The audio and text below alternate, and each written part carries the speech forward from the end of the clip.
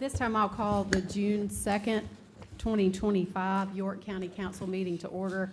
First of all, I want to welcome everyone who's in attendance here tonight. We always appreciate having so many folks who come out and take an interest in county business. Can everybody hear me okay? Okay, good deal. I got the thumbs up in the back. The first item is for invocation and pledge of allegiance, and I'm going to stand for that. When all else fails, the best prayer gives, the one that I found in Matthew 6, 9 through 13. Our Father, which art in heaven, hallowed be thy name. Thy kingdom come, thy will be done on earth as it is in heaven. Give us this day our daily bread, and forgive us our debts as we forgive our debtors. And lead us not to temptation, but deliver us from evil. For thine is the kingdom, and the power, and the glory, forever. Amen. Amen. I pledge allegiance to the flag of the United States of America and to the republic for which it stands, one nation, under God, indivisible, with liberty and justice for all. Looks like we have one oath of office tonight. This is an opportunity where we get to thank folks who sign up to do a job for free, and they rarely get thanked, and sometimes they get criticized and they get complained about, so we really do appreciate our community. I hope I don't scare this person away. But we do have Whitney Kovas, who is with the Board of Disabilities and Special Needs for District 2. If you'll come forward, and our county attorney will meet you at the front of the podium. This is a very important board for us because they help to work with the state board in providing services for our special needs community, and we're very thankful for the work that you do, and we appreciate you being willing to serve on a volunteer basis. Thank you very much.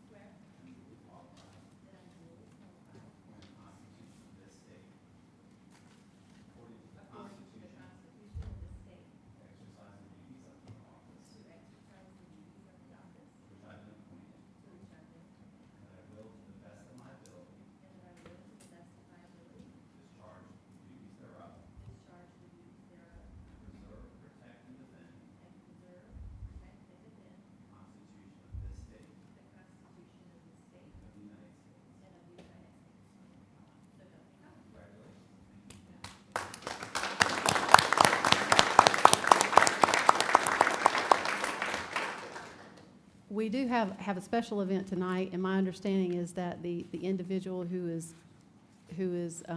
okay. I'm going to recognize our Sheriff Breeden, who is going to help us recognize Tanya Bennett, who for her service with York County. I understand she may be running a few minutes late, but would you like for me to turn the podium on, or we can wait a few minutes and then we can turn it over? I don't need it. But no, we just wanted to recognize Tanya Bennett. She's an SRO with us for over 20 years. She was at Castle Heights for that 20 while with us. And I've only known 2 SROs that have been that long in this county, and John Aiken and her been that long as SROs. And to be an SRO at one school, especially in middle school that long, is pretty challenging. And when you look at the number of administrators that come in, and she had her actual retirement with us Friday. She had a significant number of former students, a lot of staff come, and a lot of people that she had interacted with over the years. And that's pretty rare at a long course of retirement. It's normally just people that want to get out of office for a little while when it's take time. She did have a significant number of those people that she interacted. And we were fortunate that she had 2 of our kids. And you know my thoughts on the SROs. I'm more worried about my kids in the bathroom or in the cafeteria than I am on major kids. You got an SRO that's plugged in out of school and has relationships with big things can't happen because of the Lord. And we just wanted to take that moment to recognize her. Not really sure what happened.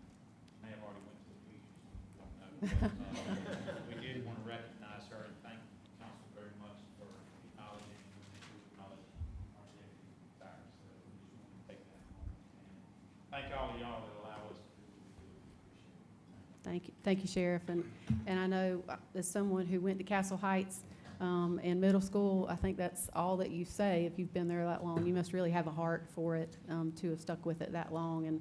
And I hope that she makes it, and we'll certainly recognize her if she walks in the door. But Sheriff Breeden, we appreciate those kind words, and we certainly do appreciate the work that Ms. Bennett has given, and that we wish her well in her retirement.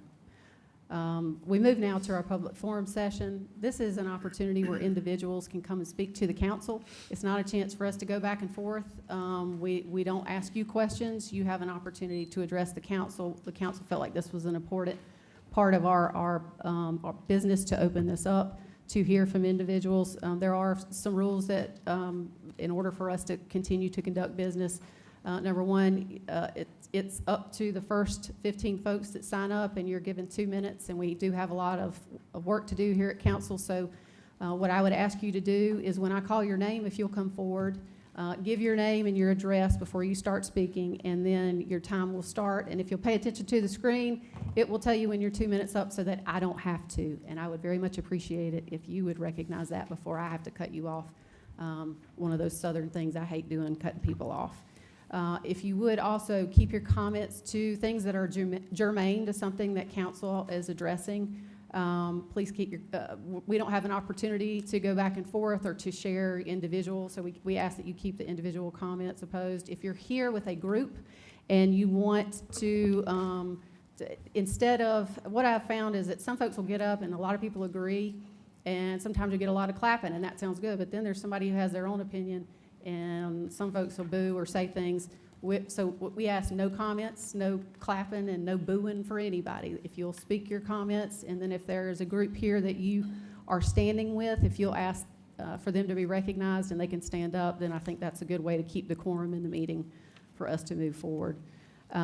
We do have several public hearings tonight, so if there is an item that you are here to speak about that is about public hearing, I would really ask, and I may encourage you to move to your comments to that portion of the agenda. And the reason why is because that's how we're going to track where your comments are as the record is created here. So if you are here about a public hearing item, instead of speaking at the 2 minutes, we would ask that you speak at the public hearing item. All right, let's get started. First individual up is Jim Bradford. We'll wait till the public hearing later on. Thank you, sir. All right, Frank Jernak.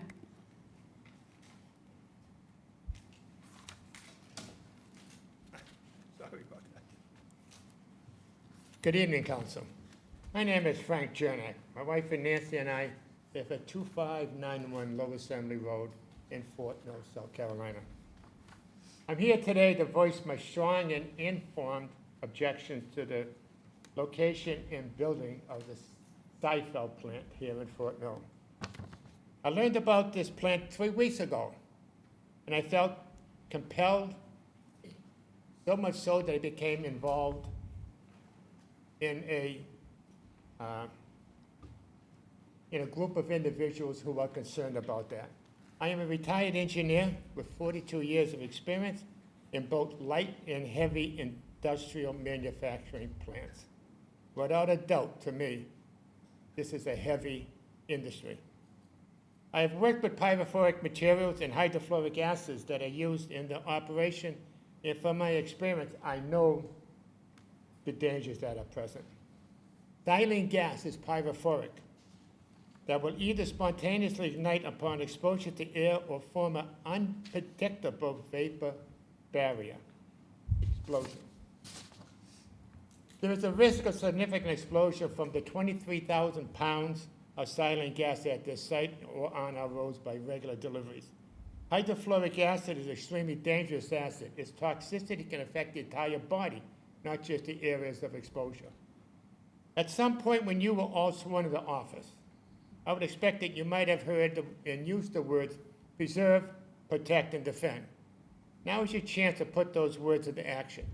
Please do what is necessary to stop the construction of the Seifeld facility in its current light industrial area. Protect our citizens from dangers of these chemicals. Defend them when they have serious concerns. Preserve the environment with the right decisions you are empowered to make. Thank you for hearing my concerns. Thank you, sir. John Worth.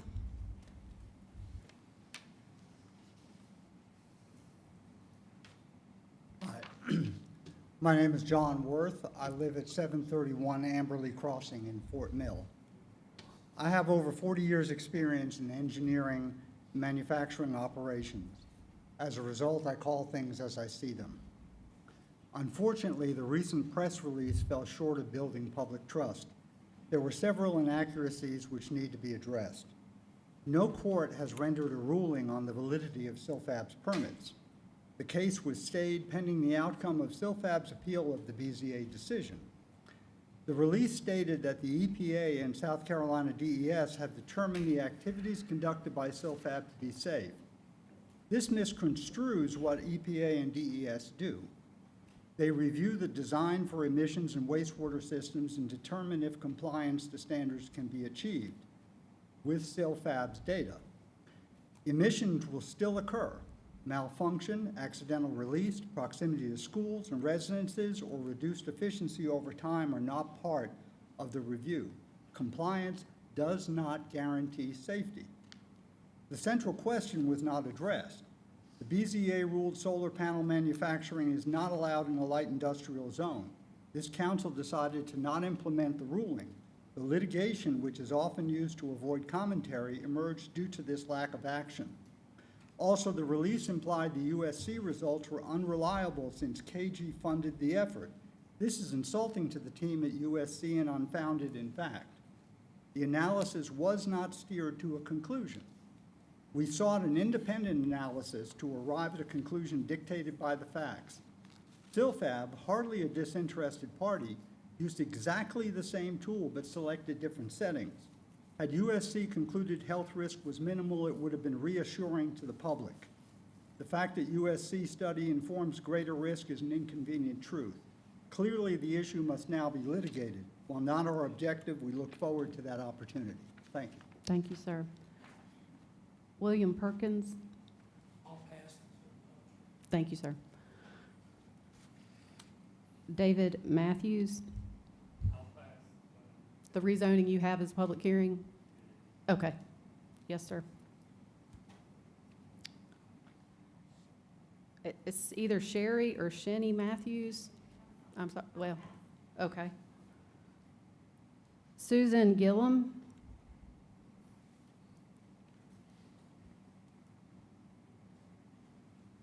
Hello, my name is Susan Gillum. I live at 548 Spring Landing Drive. Council members, a few months ago, you requested participation data from Rock Hills recreation programs for your study, then claimed the numbers didn't make sense. I obtained those same numbers directly from the Rec Commission, and I think it's worth asking, did you actually review the data yourselves?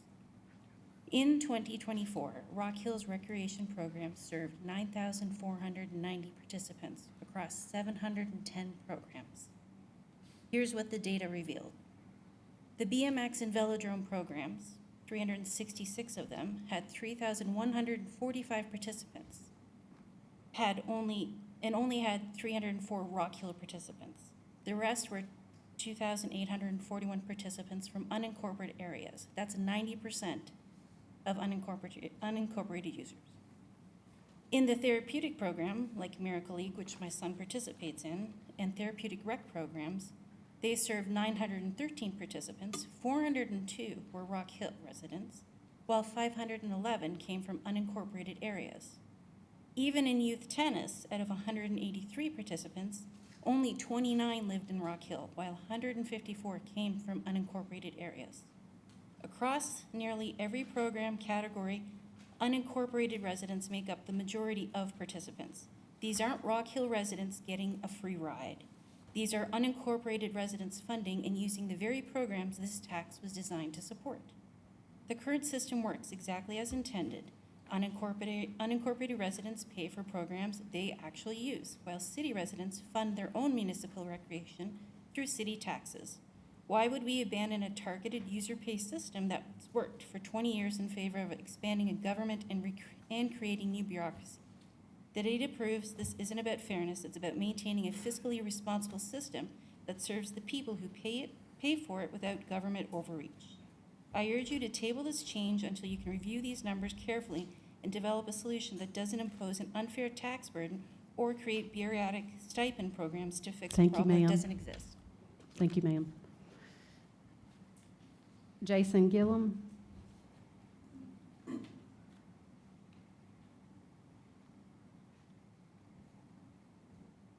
Good evening.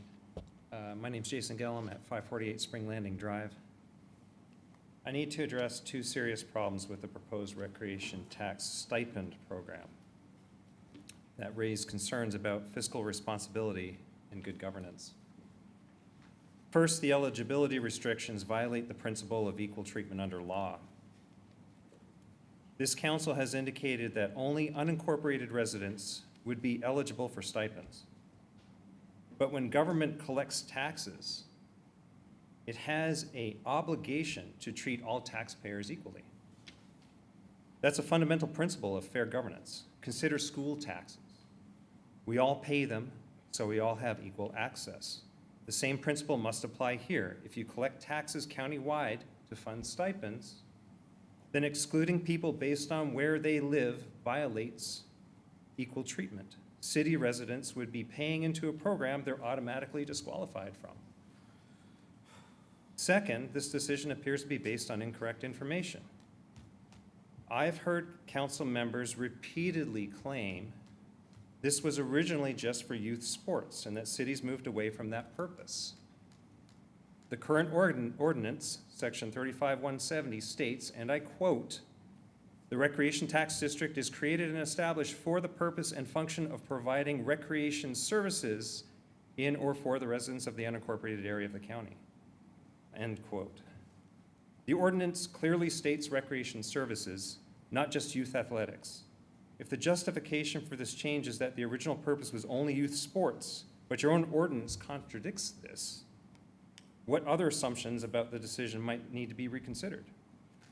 Should we pause and get the facts straight before moving forward with a major policy change? If you move forward with the stipend program, there's only one fair solution. Include support for all county residents, regardless of where they live, and expand eligibility beyond just youth athletics to include programs for disabled residents and seniors. Thank you. Thank you, sir. Alicia, I think it's Paris.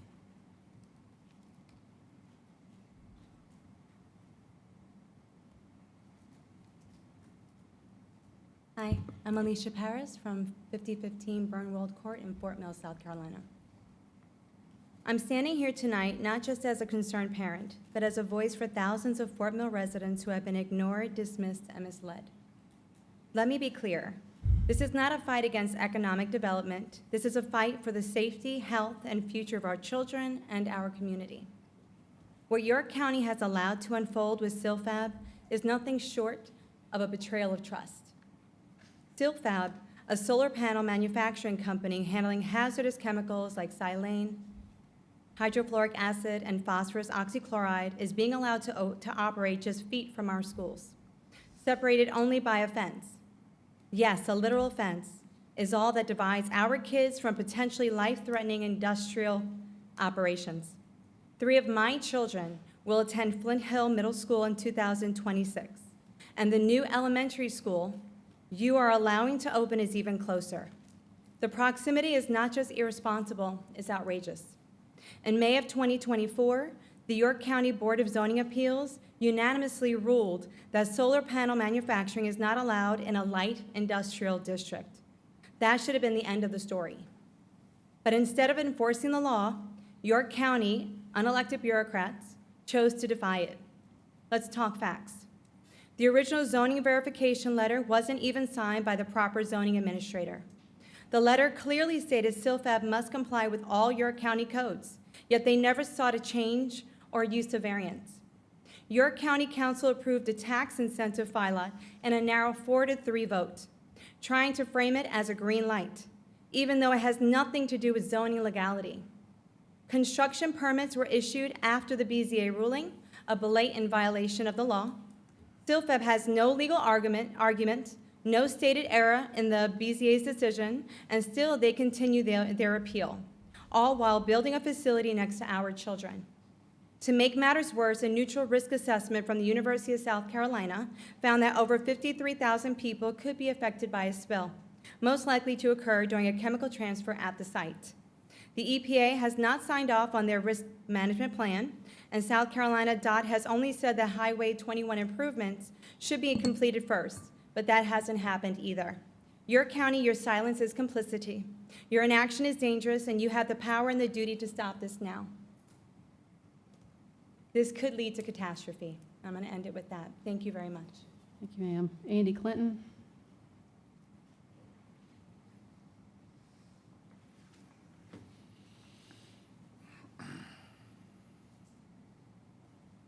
Good evening. Andy Clinton, 2741 Oakhurst Drive, Rock Hill, South Carolina, 29732.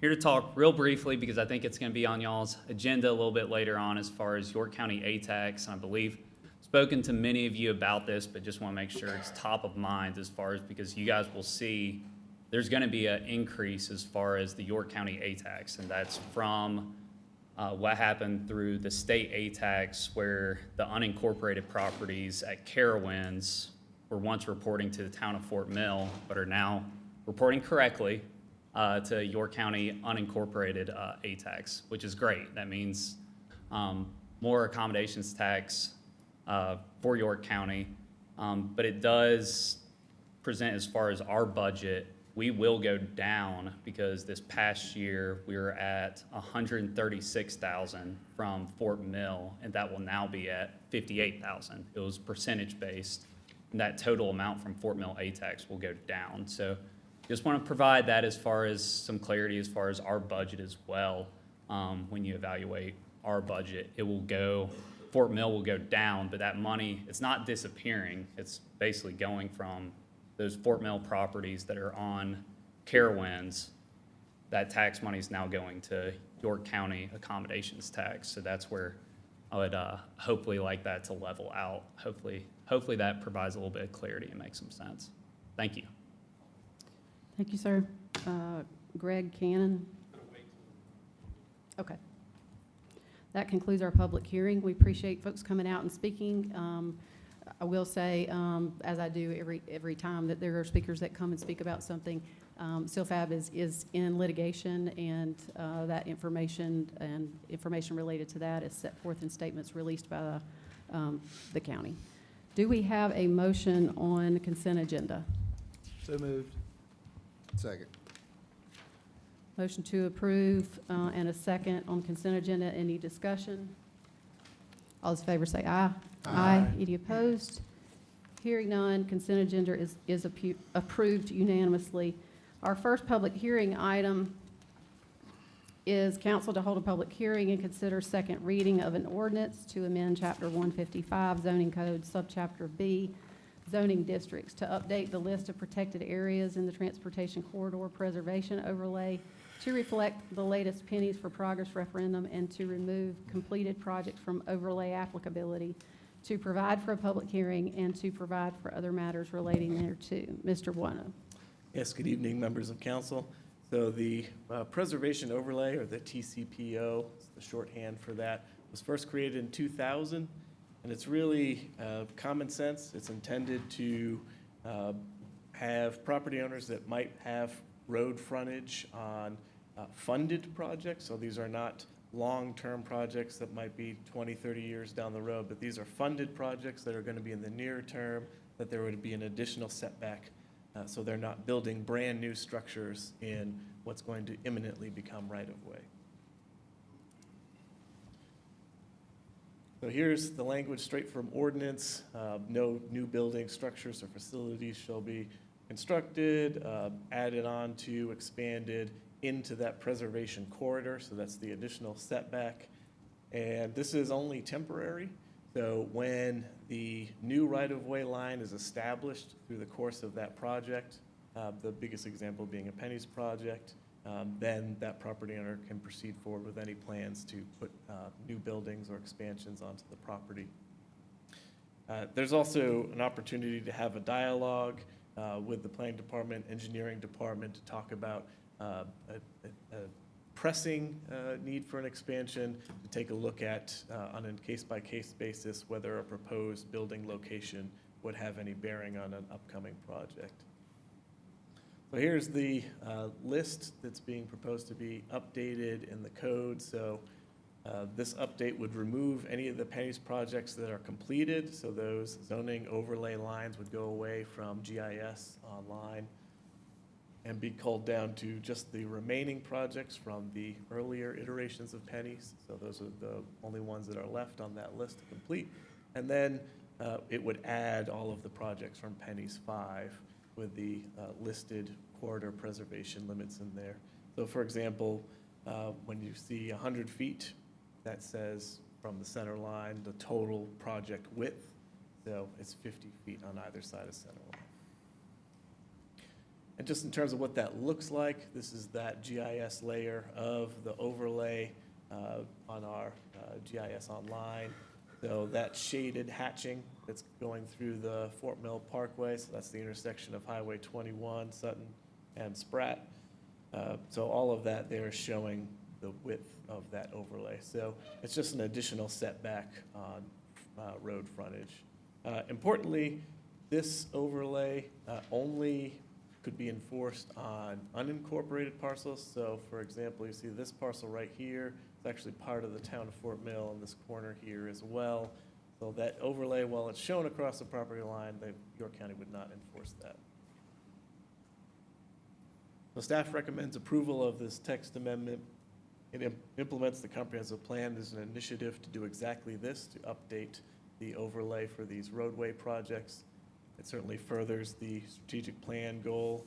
Strategy 1A, to manage and structure land use codes as evolving documents. Here we have evolving policy, we have evolving projects, so we need to update our codes accordingly.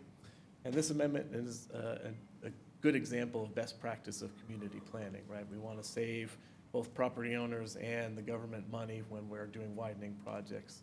We're not wasting effort and funds when we're talking about both widening and structures on private property. By a 6-0 vote, Planning Commission also recommends approval.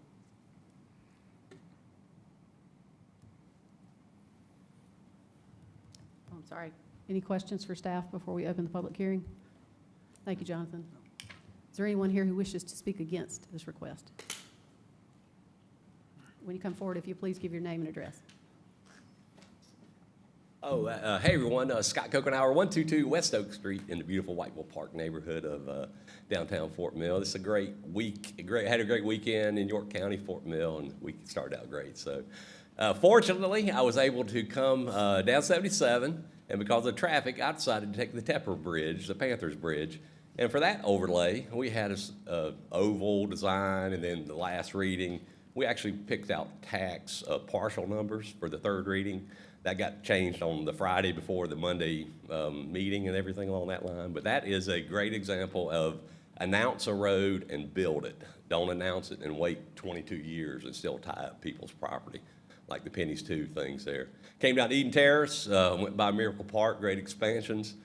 Drove by Winthrop, hit the corner of Main Street and Heckle Boulevard, and this was before your time, or a lot of y'all's time, 1988. I had Dale Dove for business law at Winthrop, Bob Brakefield for CPA law, 1 and 2, and there was a house, 2-story house, when Heckle was being built.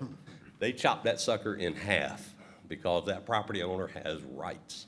He left the furniture in it, and he lived in the back of it. So y'all remember, property owners in the state of South Carolina have vested rights. The 4th Amendment gives us those rights, and the 14th Amendment gives us those rights. So we have vested rights, and South Carolina holds those up even more. That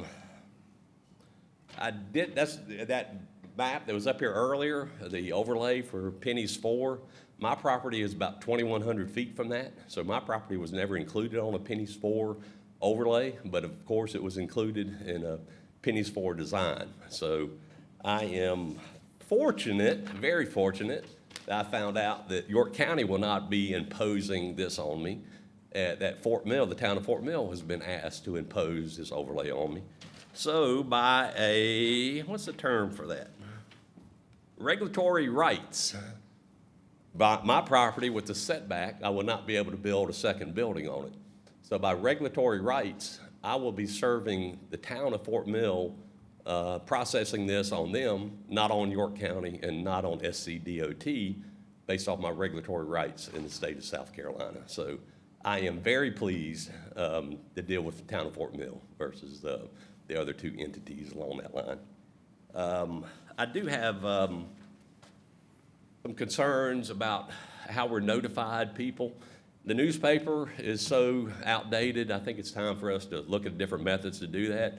We do a great job with social media. There was 0 social media comments from York County, and this is affecting thousands or hundreds, maybe 1,000 property owners in the county, and there was no social media efforts made along that line. There is South Carolina Code Law 6-29-67 that says signs must be posted. There is believe it or not, there is a South Carolina DOT right-of-way acquisition handbook that's about 529 pages long.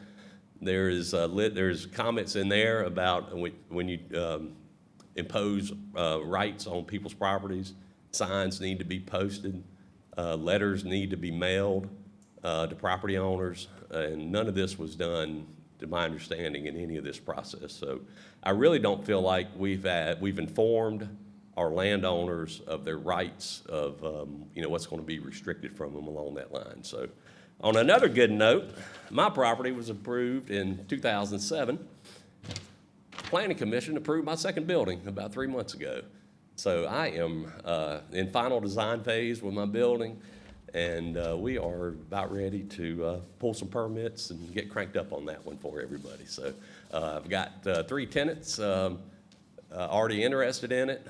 Fortunately, youth athletics is a big part of what I'm looking for, and so I think I'll be able to find one of those tenants for where we'll be able to have some youth athletics stuff in there too. So thank you for your time. Oh, I do ask you to table this item and let staff work through it and everything along that line, but I think tabling would be the best thing to do with this item. Thank you. Thank you, sir. Is there anyone else who wishes to speak against this request? Is there anyone who wishes to speak in favor? Motion to close public hearing? Second. Motion and a second. Any discussion? All those in favor say aye. Aye. Any opposed? Hearing none, public hearing is closed. Do we have a new motion? Move to approve. Second. Motion and a second. Any discussion? Yeah, so I do have a little bit of question here on this one here. So Jonathan, in regards to this motion here that we have, the access of right-of-way, so when we deem this as access of right-of-way, if, say, for example, somebody has 10 acres of land and they need to divide it into 2 5-acre lots, but we have right-of-way that we've pulled off of them based on our requirements, are we still we're matching the fact that they originally owned that 10 acres of land, so they can still apply to get, say, for example, 2 homes on it? I'm just using that as an example. But the point is that when we're pulling, if somebody has originally purchased property that could be zoned, whether it's 5 1-acre lots on 5 acres or whatever it may be, and we pull those right-of-ways away from them, are we still going to uphold them to say that originally you had this 5 acres or this 10 acres? No, so when you have property that gets added to right-of-way, it's taken out of the individual deeded property. So whenever you have lot area, the total area is not going to include property that becomes part of new right-of-way. Not every project includes new right-of-way along the corridor. In a lot of cases it does, but not every case. But very commonly when folks are looking to do something and a public project has come through, whether it's a transportation project or whether some land was needed for some other type of project, that is really perfect grounds to ask for a variance, that I had land, the government came in and used it for public purpose, but for that, I would have enough to do what I want to do. So that's a very easy variance application for a lot of folks. Right, and I know the variance process, but I thought that we were looking at a stipulation where we can expedite that variance in a situation where there was a shortfall because of the right-of-way that was taken from that land. Yeah, the Planning and Zoning Committee talked about right-of-way and lot area during their meetings, and they decided not to recommend any changes for that. Okay. Well, it's something I do want to bring up to staff, that we do relook at that. I think that's critical for landowners, so, thank you. So we didn't go with the oh so close, let's grant them the variance that, So there is that new ordinance that council just passed Yeah. a few weeks ago that was added, so that would be available as an option for And- some Well, developers. that's, and I think that'll come into play on what Tom was just yeah, mentioning. that's. That's a what I good was- point, yes. Yeah, Right. because if they lose a couple feet Right, and fall short of what the black and white says you need, staff has the fortitude to say, you're close enough, we can go ahead and grant this and do it. And with the fact that, hey, 2 years ago, 5 years ago, 10 years ago, this road was wide, and you took some of my, I think our staff should have that much common sense to be able to look back and apply the new rule that we put in. I'm glad I was on planning commission, not the planning commission, but the planning committee, planning and zoning. They kind of talked about this last year, and good to see that. Now, this is a real live example. If the Yeah. road gets widened, yep, someone falls short of a 7, 8, 10 feet, we can use the oh-so-close rule, and keep in mind that we did come in and widen the road back in 2027, 2030, whenever it happens. So I think that's when that can come into play. and It'll Yeah, the address. administrative Well, and- adjustments is, that number is 10%, so that's so close and just a little bit more than Yeah. that, so it should be Right. comfortable for a lot of these well, and I projects. think that's something we need to make sure we're letting the public know of, because again, that's a critical change that was needed, so, yeah.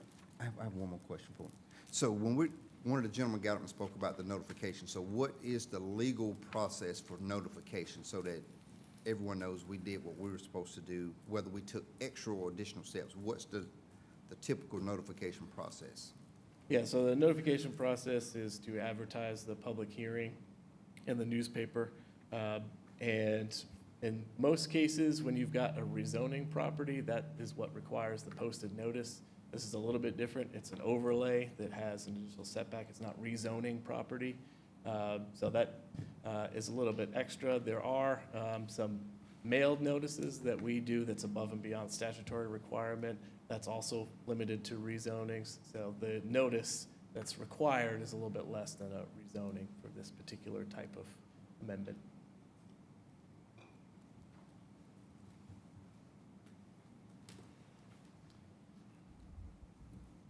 Any other questions or comments? I fully support us finding a better way to provide more individualized notification. It does, on these types of things, that's not really what's before us today in the second reading. I would ask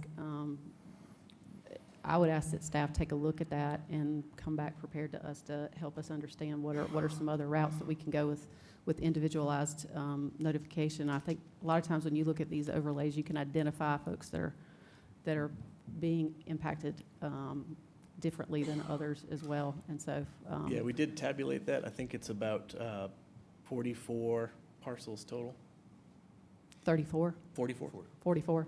Yeah, I mean, I think the expense on sending out personalized notification would certainly be justified, and I would support increased notification. Obviously, that's not before us. The only issue before us is whether or not to approve this plan. But I would ask for some feedback on that before third reading, at least for my vote. Any other comment? All right. All in favor say aye. Aye. Any opposed? Hearing none, motion carries. Item number 2, council to hold a public hearing and consider second reading of an ordinance to amend Chapter 155 zoning code, Subchapter B, zoning districts, to increase the maximum allowed building height for data center use, provided that rear and side setbacks are increased, to provide for a public hearing, and to provide for other matters related thereto.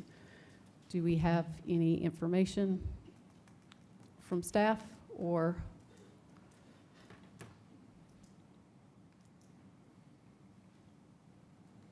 Apologies. I was following up with Mr. Hamilton. Could you repeat the question? We've moved now to the public hearing item on the increasing the. Yes. Thank you.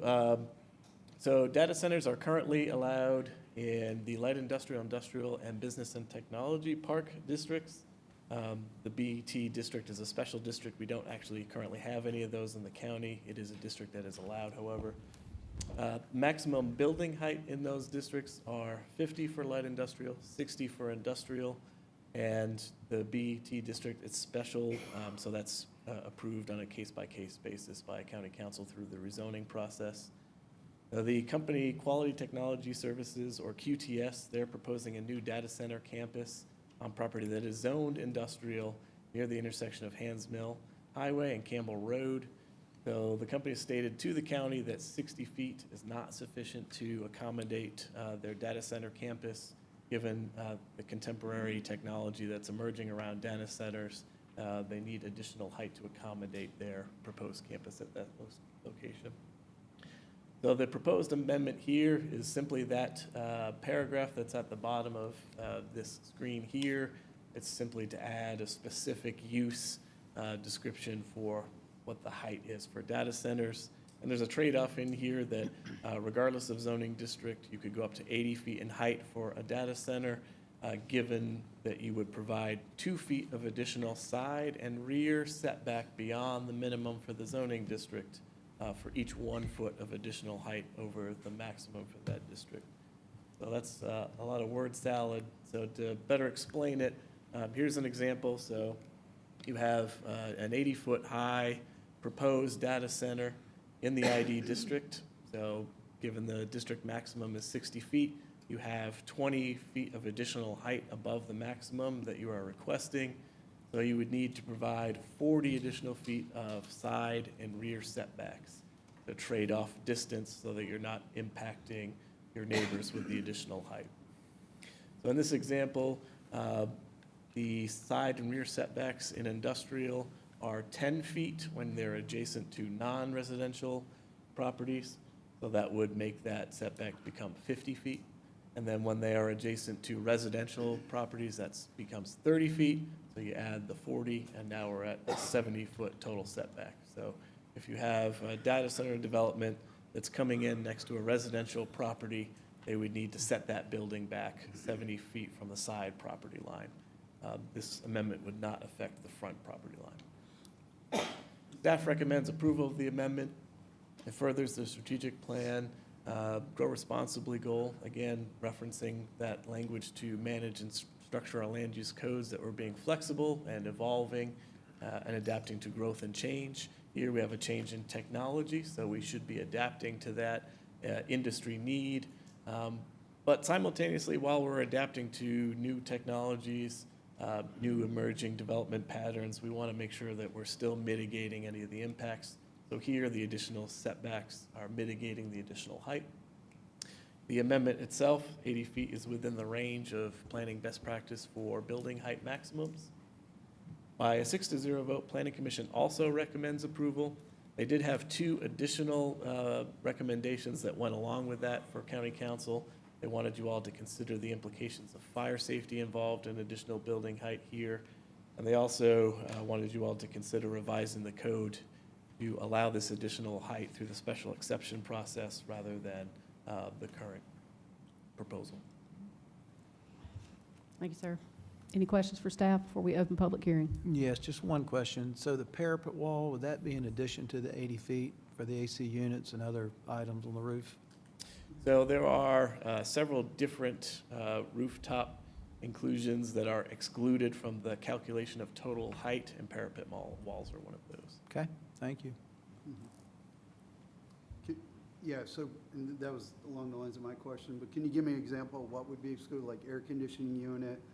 Yep, so, so rooftop mechanical equipment, as long as it's less than a quarter of the overall roof footprint, is exempted from height as well. Once you start to get beyond that number, really the bulk of the roof, you're adding additional height, so that's why it exempts only a certain amount. Things like elevator shafts, things like that are exempt from height calculation. Okay, thank you.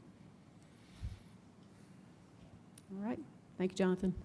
Is there anyone here who wishes to speak against this proposal? Is there anyone who wishes to speak in favor?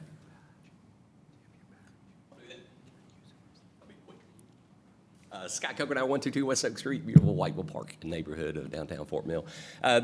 I'm for, like Andy said the other night, I think just making all LI 80 feet would be the correct way to do it. It'd take less effort from staff and everything. This is a version of spot zoning.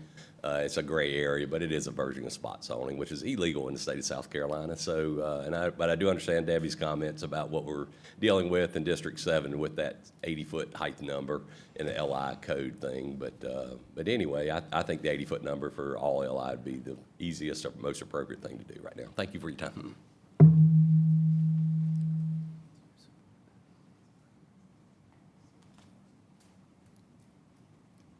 Thank you, Madam Chair. Dan Ballou, 417 Windsor Terrace, Rock Hill, counsel for QTS. I just want to clarify, this is not spot zoning. We're not dealing with an ordinance, particularly dealing with a particular piece of property. This is a text amendment to a category of use under the zoning code. And I just want to make sure the record's clear. This is in no way illegal spot zoning. Thank you. Thanks, sir. Anyone else? Motion to close public hearing? Second. Motion and a second. Any discussion? All in favor say aye. Aye. Any opposed? Motion carries. Do we have a new motion? Motion to approve. Motion and a second. Any discussion? Those would include the two points.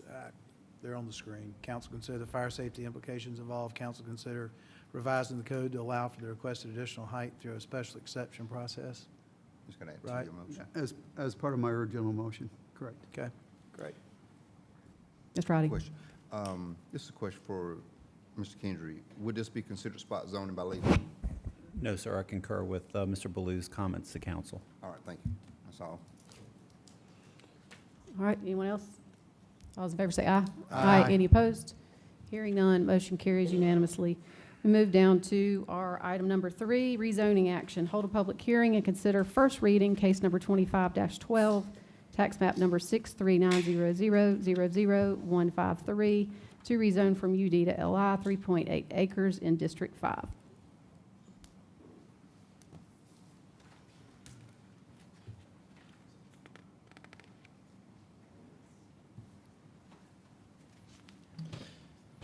Yes, this application to rezone property just under 4 acres from UD to LI is a very straightforward request on Yorkshire Road, just on the east side of I-77. The applicant has an existing business here, and they're proposing to make this property conforming for trucking operations and vehicle repair use so that they can permit a new structure. The aerial is a little bit off there. They have all of their use on their property. So here the zoning map shows that the subject property is UD, as is the property on either side of it, but one parcel removed, there is a light industrial district property present. For the future land use designation, it's I-77 corridor employment, which is a match for IED. So staff recommends approval. This request is consistent with the future land use map. It eliminates the nonconforming status of the existing uses on the property, and it removes another parcel from the legacy UD district. And the Planning Commission, by a 6-0 vote, also recommends approval. Any questions?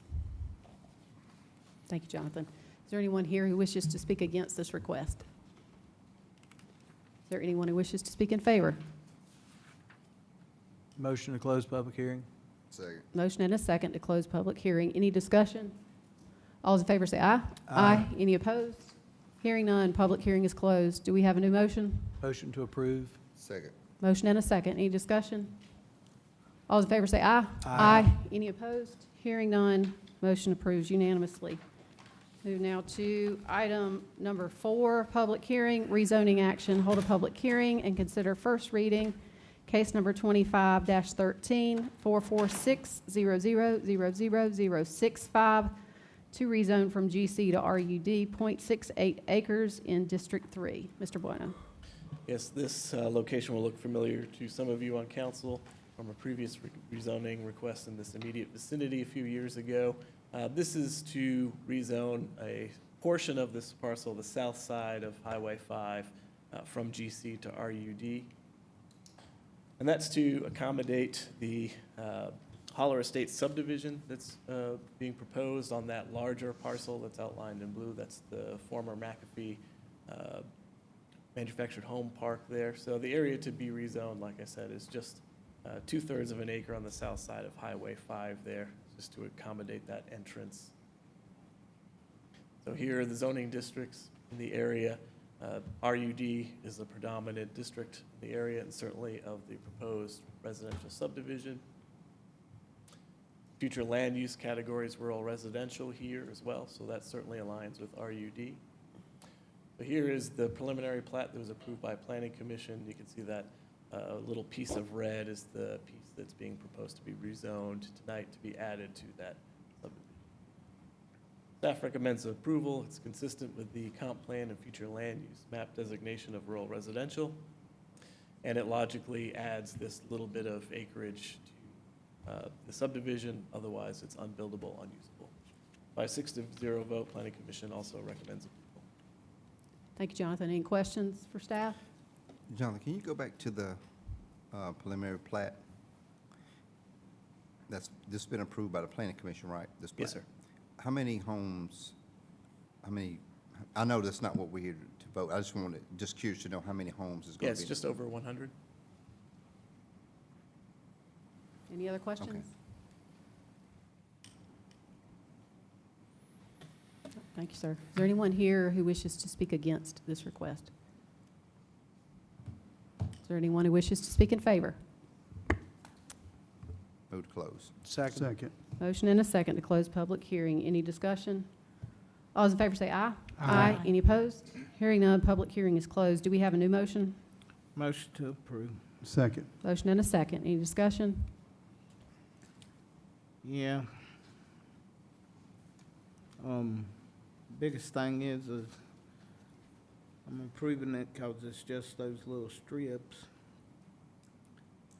But I want to bring up something about this because all of this that happened with this,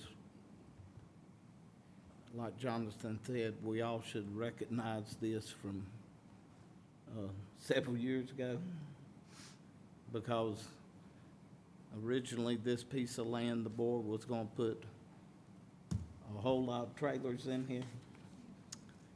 And we got that shifted down. Then he was going to fix the original mobile home park was there. And in the process of cleaning it up and me getting it where he would fix what was originally there, which wasn't going to be but the original 70 houses. And it took him longer than he thought it would to get it cleaned up. And when he went back, then all of a sudden no longer was he grandfathered in. So he had no option. Well, I just want to make it clear to everyone, he bought the land, he owns the land, so he went with his as of right use.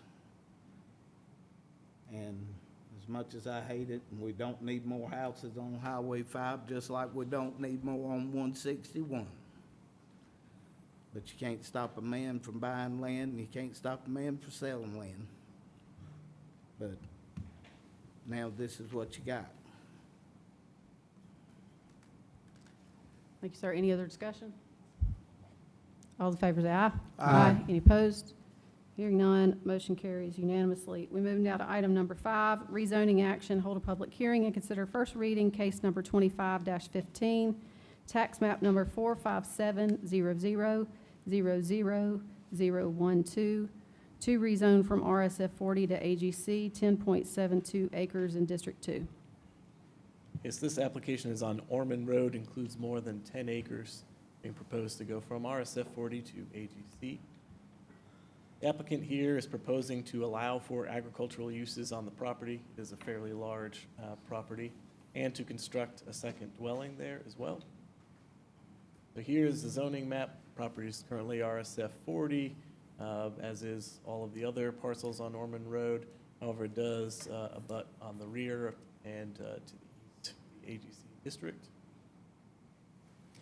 And the map looks very similar for the future land use designations, both rural residential along Ormond and agriculture behind. So staff recommends approval of this rezoning. It is consistent with the comp plan and future land use map So technically, the property itself, the specific parcels within the rural residential designation, which does not align with AGC. However, when you're looking at future land use designations, they're not really designed to be parcel specific. And this property certainly does abut against that agricultural designation. And it is also up against the AGC district as well. And it's a property that's in excess of 10 acres. So the scale and the character of the proposed development here is consistent with the neighboring lots and surrounding area. And by a 6-0 vote, Planning Commission also recommends approval. Any questions? Thank you, Jonathan. Is there anyone here who wishes to speak against this request? If you'll come forward and give your name, please. Everybody. I'm David Matthews at 688 Orman Road. I'm the neighbor of this property. And I did see, you know, the 6-0 approval by staff, but I just want to bring to everyone's attention that that piece of property and 11 others are part of a subdivision called the Farms. And it is in deed book 528, page 933. And there's about 21 different covenances, but, you know, the main ones are, it can only be subdivided into tracts of 5 acres or more, and the seller or purchaser has to also have the allowable amount of road frontage. And if you saw the picture, there was a very small amount, 100 feet of road frontage. So to put a second home on there, you know, it should have the allowable amount of road frontage for both, and should be able to be split into 5-acre tracts, not just made ag and, you know, hey, I'm putting a second home on here. The other part of it is also, it's exclusively set aside for residential and limited to business purposes. It's also remain a detached single-family dwelling, not to exceed 2.5 stories. There's other covenants on size. Limited business ventures does include livestock, farm products, nursery operations, so that's allowed, so I don't see the need to change it to ag. So all I'm asking is that, you know, it stays the same. It's been the same since 1979. We all bought property there, the majority of us, for this reason, right? We tried to get out of these cities y'all are talking about, you know, 100 homes going in here and everywhere else, and, you know, we have covenants to keep our property safe from that. So, you know, I want that to be recognized before this is just approved for ag. Like I said, it's a laundry list of other things in here, but it does have in here that a second dwelling is not allowed, only one single family on the property. And the last thing would be the restrictions are full force, effective period, and my understanding is the majority of the people in that subdivision would have to vote to change any of that. And there was a few years ago where we did have to vote. Somebody was wanting to split off an acre and build a second home. We were all allowed to vote on that and oppose it, and it didn't go through. So if nothing else, I'm asking for at least that. We want to keep everything intact as is, of course. As I said, we moved out for those reasons. There's also some landlocked property behind us that, you know, hey, I don't know, but if this gets opened up to ag, does that give right-of-ways to landlocked 90-plus acres? And then possibly a neighborhood going into that. Just, you know, those multitude of my concerns. Appreciate y'all listening.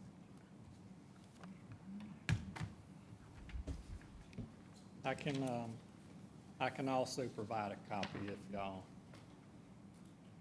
need that. If you want to hand it to the clerk, and she'll make sure that the council gets a copy of that. Is there anyone else who wishes to speak against this request?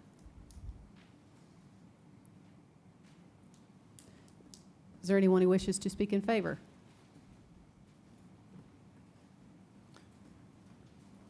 Move to close. Second. Motion and a second to close public hearing. Any discussion? All those in favor say aye. Aye. Any opposed? Hearing none, public hearing is closed. Do we have a new motion? Motion to approve? Second. Motion and a second. Any discussion? So, just one question. The rezoning doesn't affect the restrictive covenants, correct? That is correct. All right. I guess I was going to ask a similar question. Yeah. Which one takes precedence if you have a plat that states? Covenants You're the will, ruler. covenants will run with the land. So they'll bind all owners and subsequent owners. So if this is being done so someone can build a second dwelling, that covenant says no. And that would be. We'd have to look at the specific covenants, but typically those that have rights, those who have rights to enforce the covenants can do so through a court action. Gotcha. Okay. Gotcha. Okay. Any other discussion? Okay. Actually, our public hearing is closed now. This is first reading. There are 2 other readings, and so reaching out to council members is certainly something that can be done in between now and then to get some clarification on any questions. Do we have any other discussion? Mr. Council? Yeah, actually, I do. I guess I just got to ask one more question in regards to this. So when the second home's added, are we typically are we subdividing this out so they would be basically putting it up for sale? Or what is the understanding of this second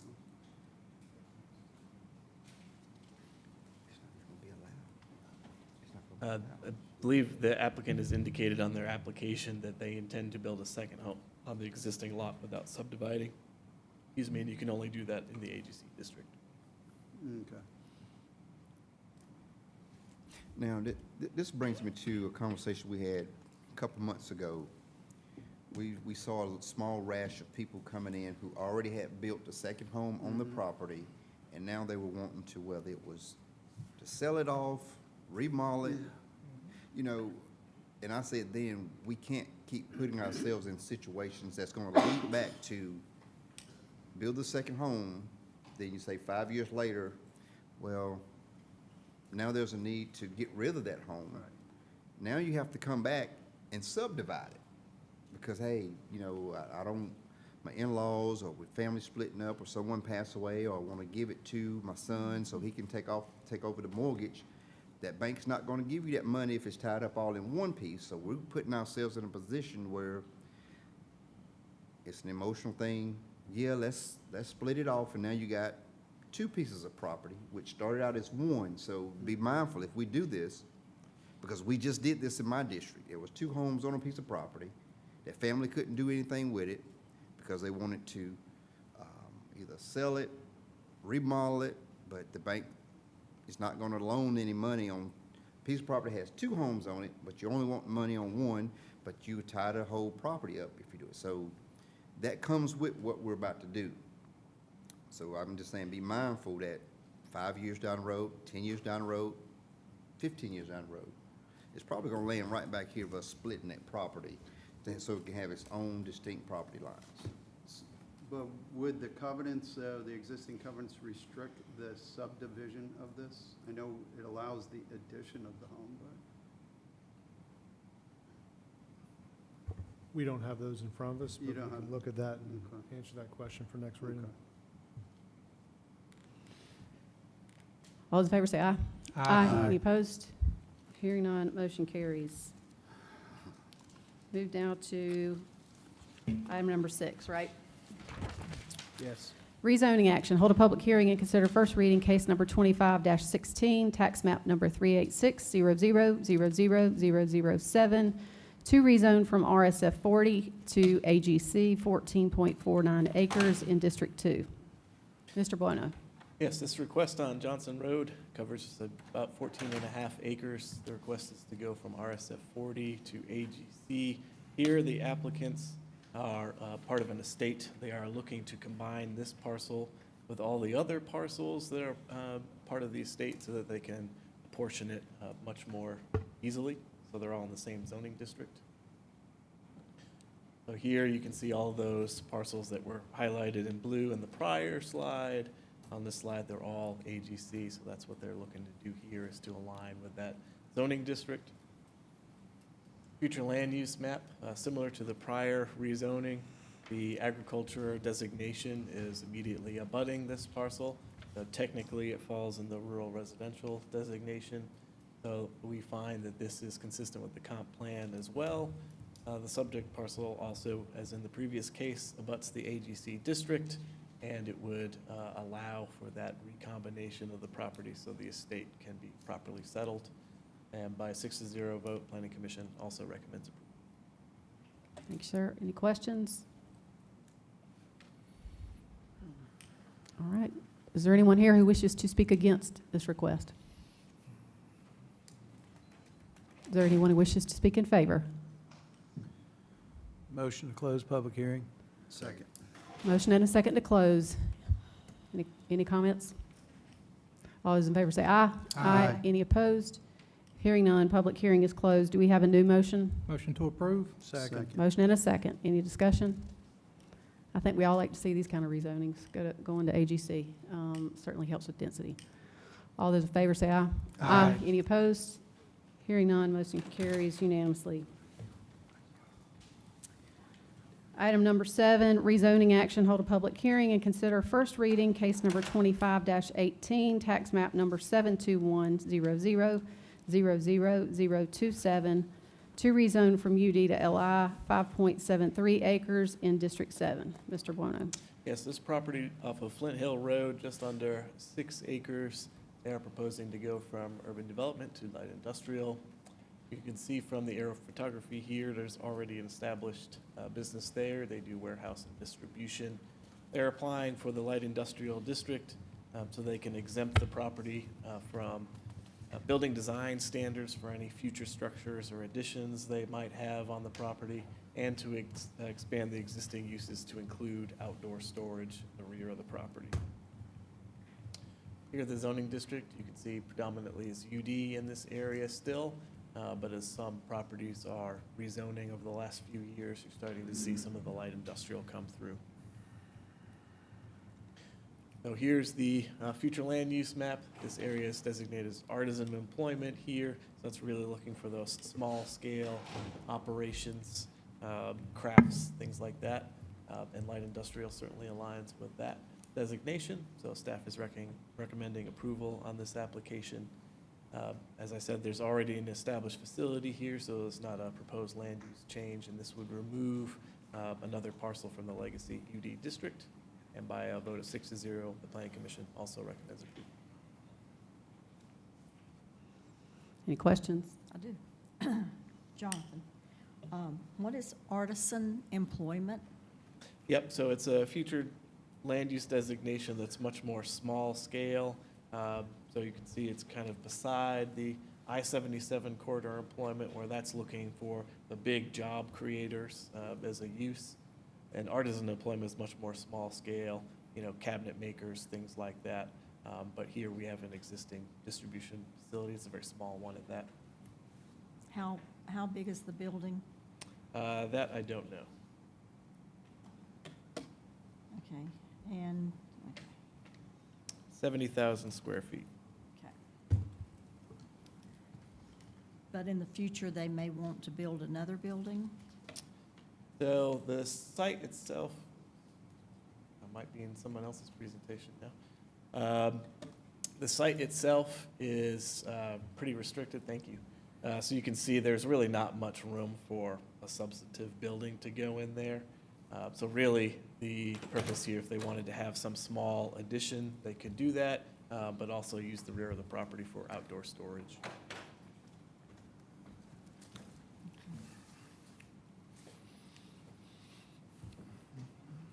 Any other questions? All right, thank you, Jonathan. Is there anyone here who wishes to speak against this request? Is there anyone who wishes to speak in favor? Motion to close public hearing? Second. Motion and a second to close public hearing. Any discussion? All those in favor say aye. Aye. Any opposed? Hearing none, motion carries. Do we have a new motion? I'm going to make a motion to approve, but I'd like some more information on this because it does concern me. But I'll get to discussion. Second? Okay. Second. Motion and a second. Now discussion? Yes, yes, Okay. ma'am. It does concern me that they wanted to go to LI, yet they're saying a proposed change is to allow outside storage, which it clearly states in LI that that is not part of that zoning code. So I would like a little more information on what's going to happen with that. Any other discussion? So you're saying that storage is not allowed in LI? Well, everything is supposed to be under the building now. We can get clarification on storage. I want it to be very clear that it would just be storage.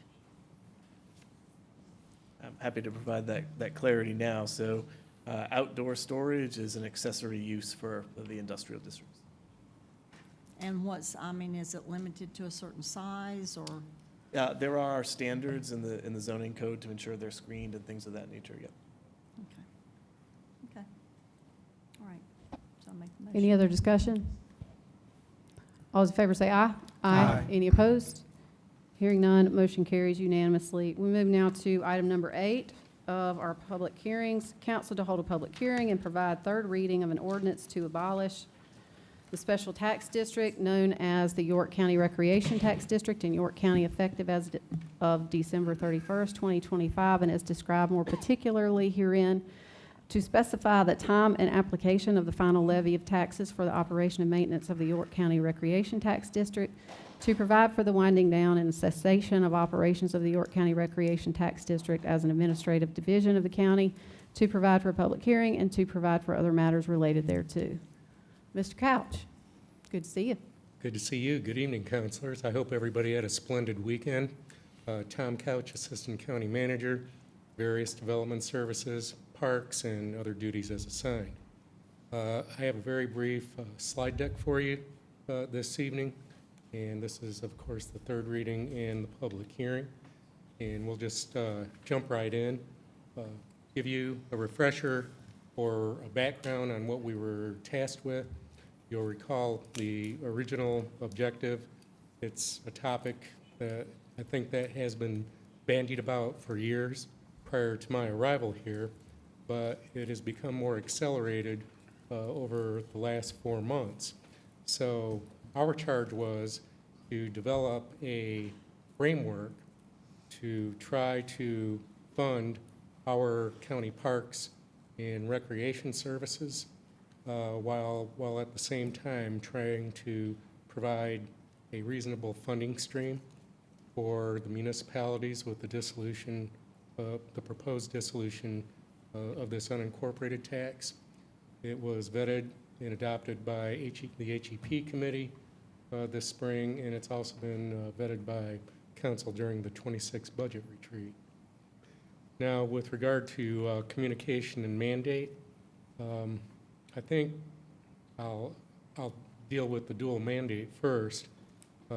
Again, we do have a critical need to fund our Parks Department at a level that is sustainable, and that's also accessible and available to all citizens, whether they're municipal or otherwise extraterritorial.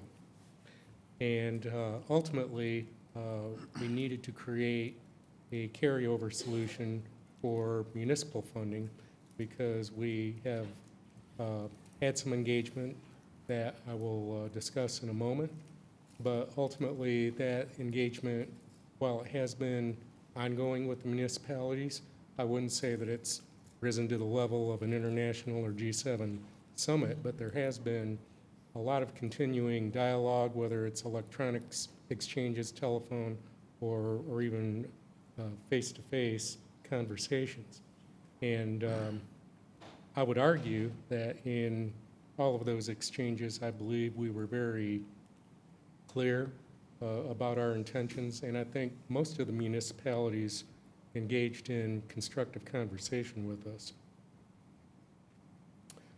We also looked at implementation criteria, and when we were trying to put this framework together, we considered equity, meaning that we wanted to avoid or diffuse any allegations of double taxation, which I think we can do successfully based on the differentiated service model that we have, where we offer more passive rather than active recreation, with the noted example of Field Day Park, which is in a combination of special tax districts, and those taxpayers are paying specifically for that type of active service. But we also thought it was important and critical to whether we were transitioning from strictly an unincorporated tax to some type of amalgamation into the general millage rate.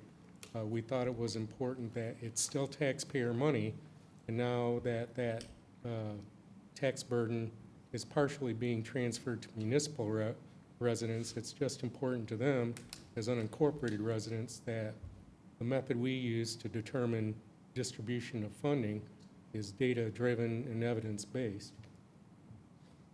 So when we look at the funding model that we're trying to propose, and I know you will know after the last several weeks, we've had considerable conversation and deliberation about a per capita stipend, and we were previously focusing on youth recreation services, but we have opened the door for consideration, probably centered more toward the city of Rock Hill, because they are the only recreation department that offers a robust form of lifelong learning, LL, or therapeutic types of services that are available to either seniors or other types of deserving populations. I think we went with the youth notion first because it's indisputable in academic literature concerning parks and recreations that the ultimate benefits of trying to make sure that community youth has opportunities not only to recreate, but learn from those experiences and become better citizens. And we're also giving consideration to a capital grants program. It would be perhaps modest at first, as we'll demonstrate in a minute or two, but I think there's an opportunity to scale up the funding with revenue growth, along perhaps with the size of stipends down the road. But we would start off at a $25,000 annual level, and it would be automatic for the small municipalities that have no active recreation programs. The larger munis would have the availability to get $25,000 annually if their stipend level has not been exhausted.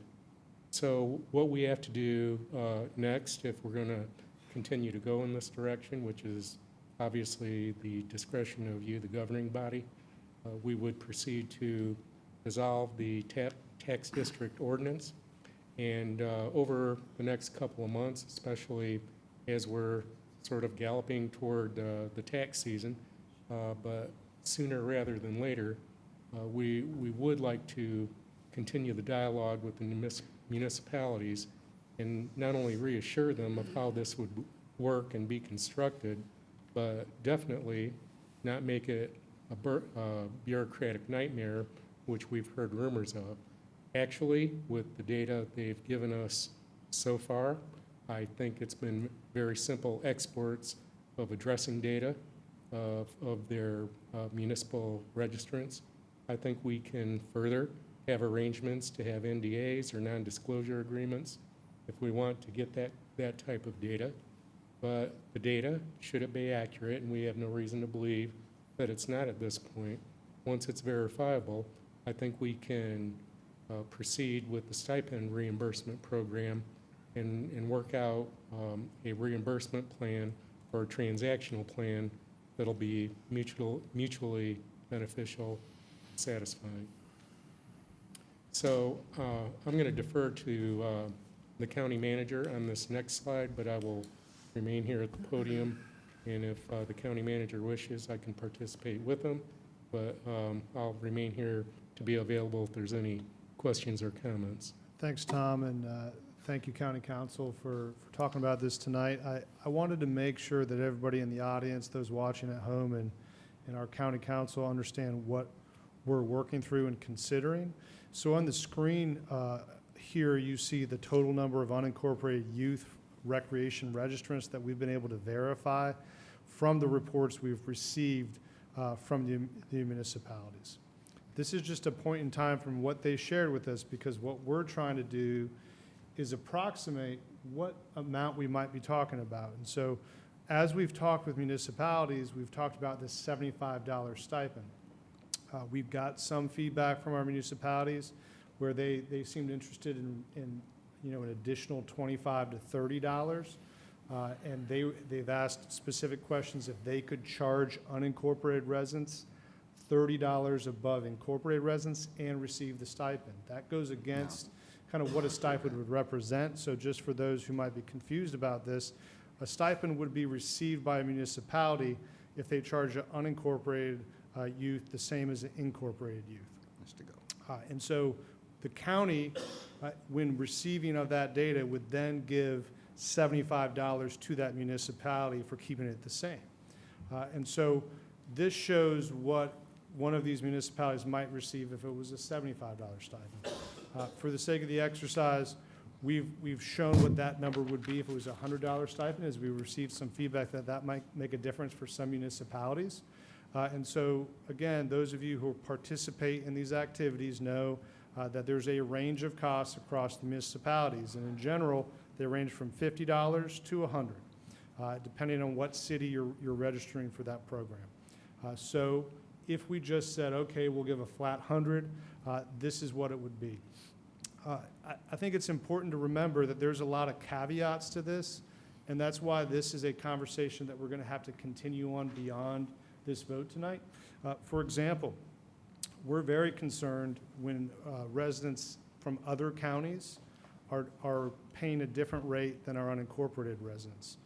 And if the stipend is put in at that point, if we're giving a stipend for unincorporated residents, we would hope that residents outside of York County, which we know there's a lot that participate in these programs, would pay that additional amount. So that's something that we'd have to work with municipalities on. And that's what makes this so hard. There's a lot of people from outside the county participating.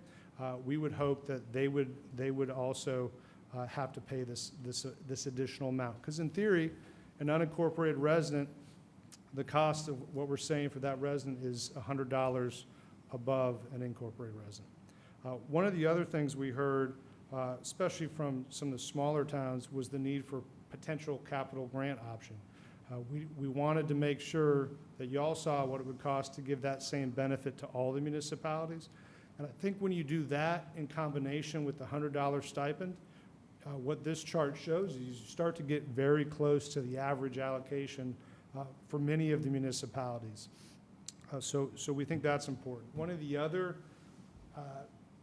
aspects that makes this very challenging is how do we handle programs that are run by third parties? So a lot of the soccer leagues are run by third parties. What we've heard from the municipalities is not any one of these is the same.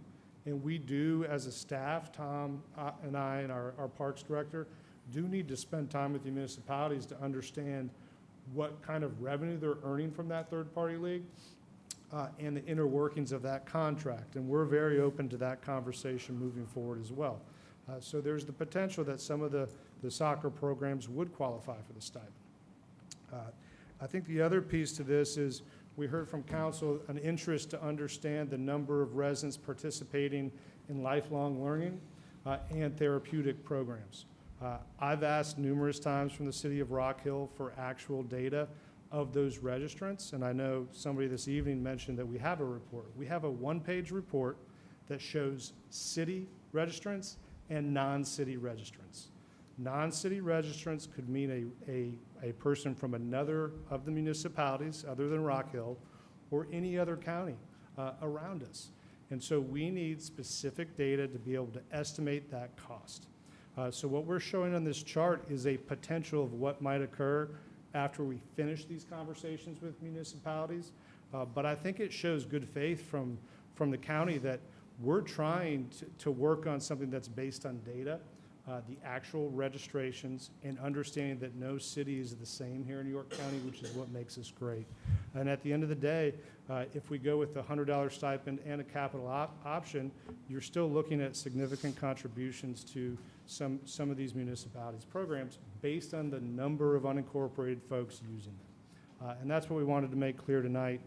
We believe we've been working hard on this and that there's an opportunity to continue to refine this so that it's meaningful and representative of that data.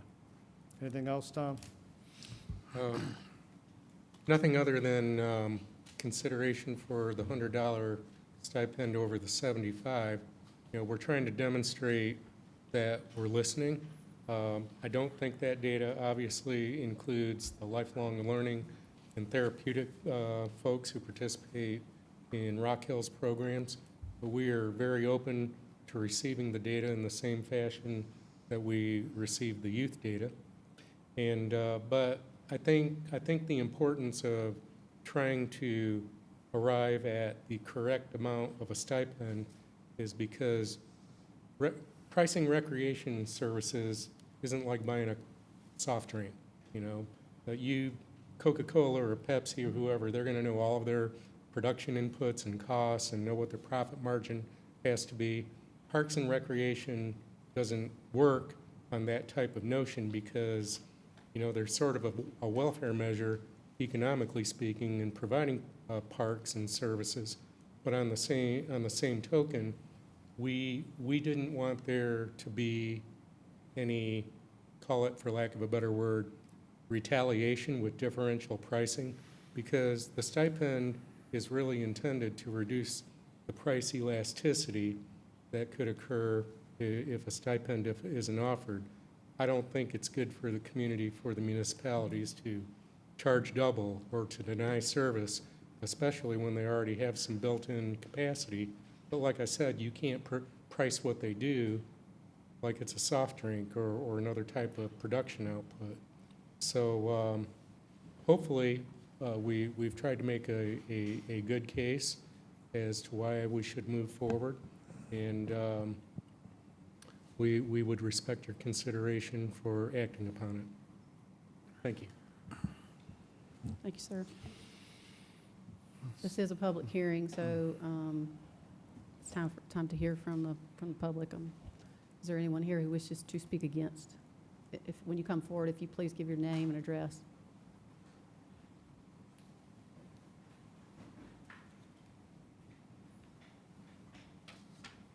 My name is Jim Bradford. I live at 12 Wright Avenue in York. So I understood last meeting I attended, which was a public hearing on the budget, manager say that he is all about evidence-based decision-making, and I think that's the right way to go.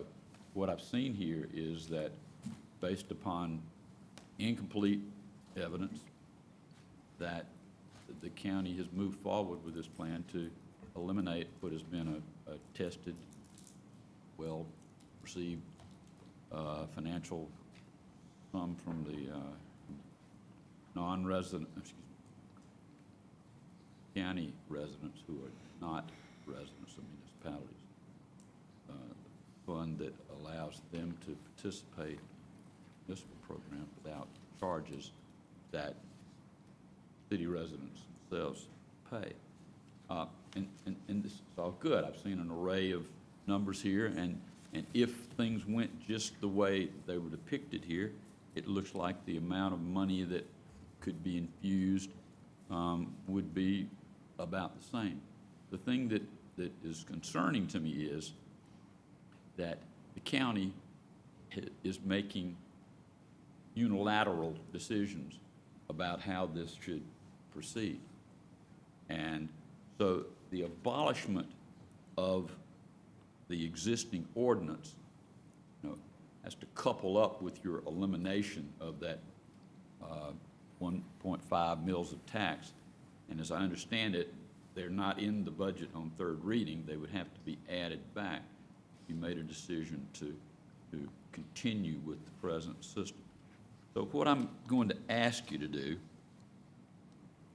is to continue the existence of this tax district for another year, to sunset the provision so that at the end of a year, it will no longer be in effect. And then in that 1 year, let's call it the grace year, when the old system is still in effect, that at the county's invitation, there would be a joint county municipal task force, all appropriate officials from those entities present, including the recreation people, possibly supplemented by Clemson University's recreation department in sort of an advisory capacity, and that they work through this. Because as a number of people have said, and I've said it, right now, the county is not paying enough to get the benefit of the use of the municipal facilities and services. I mean, it's hard to contemplate. Now, for the first time, I see this discussion about capital contribution. Right now, the county pays nothing to have facilities that has cost millions of dollars for the municipalities to build and maintain. So what's being discussed is putting a Band-Aid on a situation, a little different Band-Aid than the one we've got, but it's not going to be the final resolution of this issue. And I think what we need to work toward is sort of a comprehensive, researched and politically worked out solution to this if we can get it. Now, I understand that discussions are ongoing, but it's kind of like putting the closing the barn door after the horse has already gotten out. I mean, the cities are basically in a supplicant position without the funds that they would otherwise have. I just think that the right way to approach this would be take a step back, take a year to get it resolved for the long run, and I think it can be done. And a lot of the things that I'm seeing here, are ideas that go toward making the funding that's provided by the county more equitable. It certainly can't be the position of this county council, which has, after voters in the mid-1990s voted against the county getting into the recreation business, and after this county has persistently said they're not going to be in the active recreation business, it can't be your thought that you're going to somehow start to build your own facilities and man them if you're trying to have an efficient way to deal with this. So when we get finished with this public forum, you've got this set for third reading. And I'm going to ask you not to take third reading, maybe to just back it up after you consider the budget. And of course, I'm asking that you consider putting back in the 1.5 mils of taxes that the folks in this recreation district are paying, that you put it back in, and that you then move forward with the comprehensive effort and the task. I know that this is like, hey, well, where the hell's this guy been for the last 6 months? And I get that. But I'm also getting a lot of negativity from a lot of sources with municipalities. And I think we can just avoid any kind of confrontational situation. And maybe that'll happen anyway, and maybe, maybe this will be the Band-Aid that takes us forward. But I would ask that you wait, make a decision. If you're going forward, if you're definitely cutting out the tax, then come back and vote on this, because you don't want to decide you're going to put the tax back in and you've destroyed the vehicle that is the conduit for the tax to get to the municipalities. I think I've covered everything. Thank you for your time, and I appreciate the amount of effort and thought that's gone into this. And it's been rather, extraordinary when I saw your numbers and figures, and a lot of good ideas there. I just don't think they ought to be unilaterally decided by this council, and it will not solve the issue in the long run. Thank you. Sir, is there anyone else who wishes to speak against? If you'll just, anyone who wants to speak, if you'll come forward. I'm William Perkins, and I live at 1191 Spring Lake in the city of York. I have been here for 40 years. I have worked in the city of York. I have paid taxes in the city of York.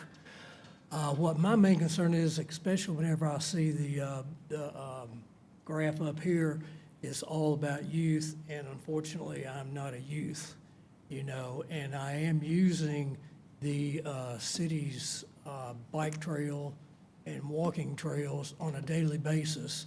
And we go out there every morning, and there's a big group of us that do that, sorry, y'all, I thought I had it turned off.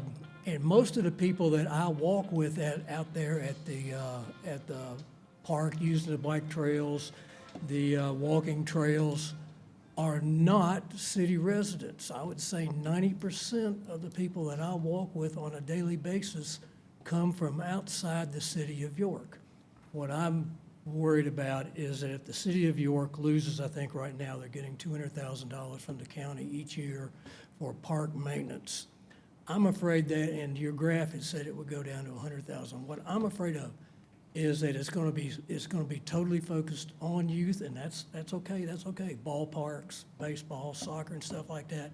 But the non-youth portion of the city that uses other things other than ballparks, I'm out there on a daily basis. I see how hard it is for the city to maintain the park right now. There are light poles that have been laying on the ground for over a year, because of inability of funding to get it fixed. So if all of a sudden the city loses $100,000, in park money, I'm afraid that the bike trails, the walking trails, not the ballparks, not the soccer fields, those are the first things that are going to go. So that's my main concern, is how do we keep the funding at the same level that we have it right now? Thank you.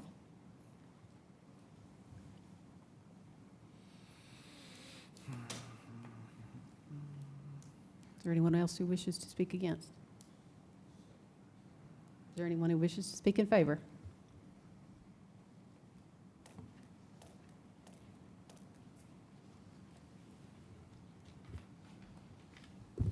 John Gossett, 5717 Lake Wiley Road. Believe it or not, I'm up here talking to the council on my birthday. Happy birthday. I'm 35. Not really. And my kids tell me, Dad, you've turned 35 26 times now. I tell them, hush, that's beside the point. Just to go back and reflect a little bit, I'm not telling y'all nothing y'all don't already know. I've sat in too many workshops. The way the 1.5 mil rec tax has been distributed up to this point has been haphazard, to term it one way. And, it's almost comical. I sit in, it's the same thing year after year after year. And Councilman Roddy is beside himself saying, we need a formula, we need a formula, we need to do this right. And I'm total agreement, 100%, preaching to the choir.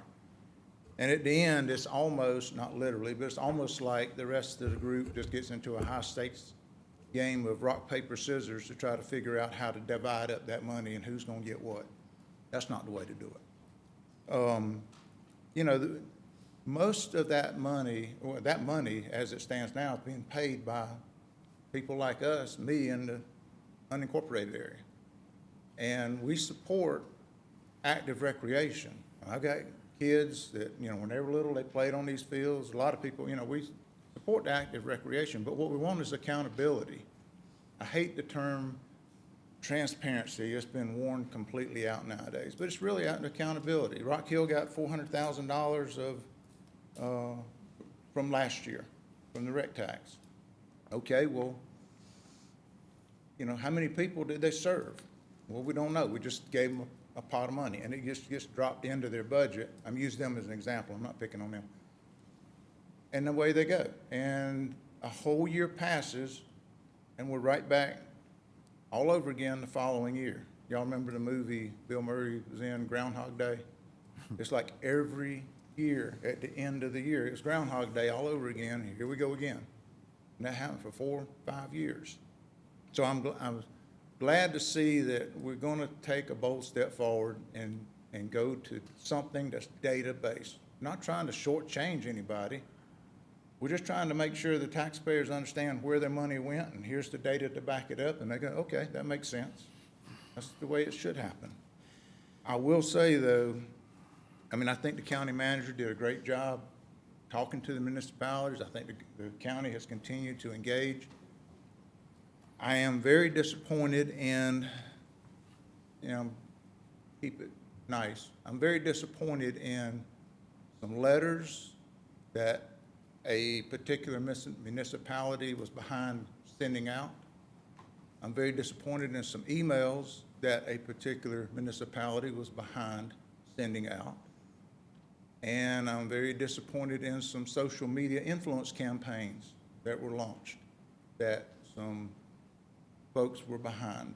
It reminds me of a page taken from a playbook from another group in the county. This comes from a municipality, and that's just unacceptable. They're supposed to be negotiating in good faith, honest brokers, and those kind of scorched earth tactics are unacceptable. They shouldn't be accepted. They definitely shouldn't be rewarded. I'll leave that where it is.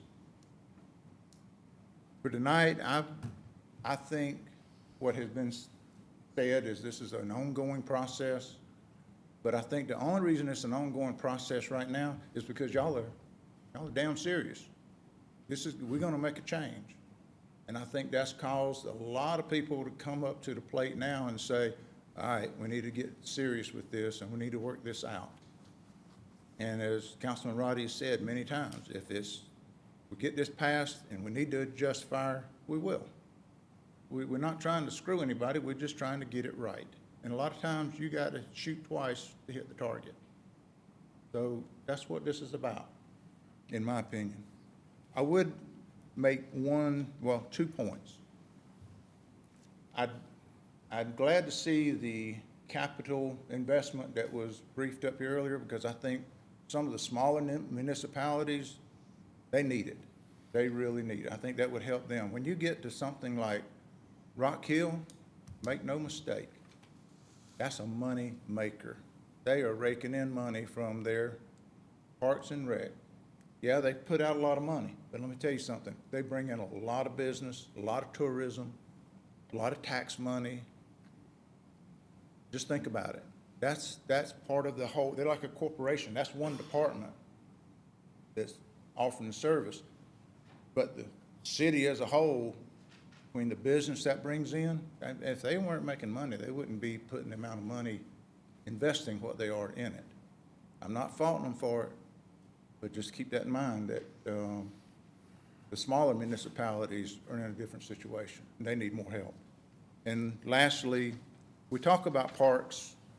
I hate to see it mentioned in terms of us and them, our parks, their parks. Granted, the municipality parks belong to the municipalities, but the county parks, they belong to everybody.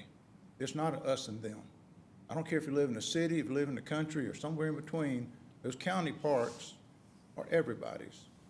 And this county is extremely blessed to have Catawba Bend Preserve on one side and Worth Mountain on the other, both of them sitting on large rivers. I'm telling you, that's, a lot of counties wish they were as blessed.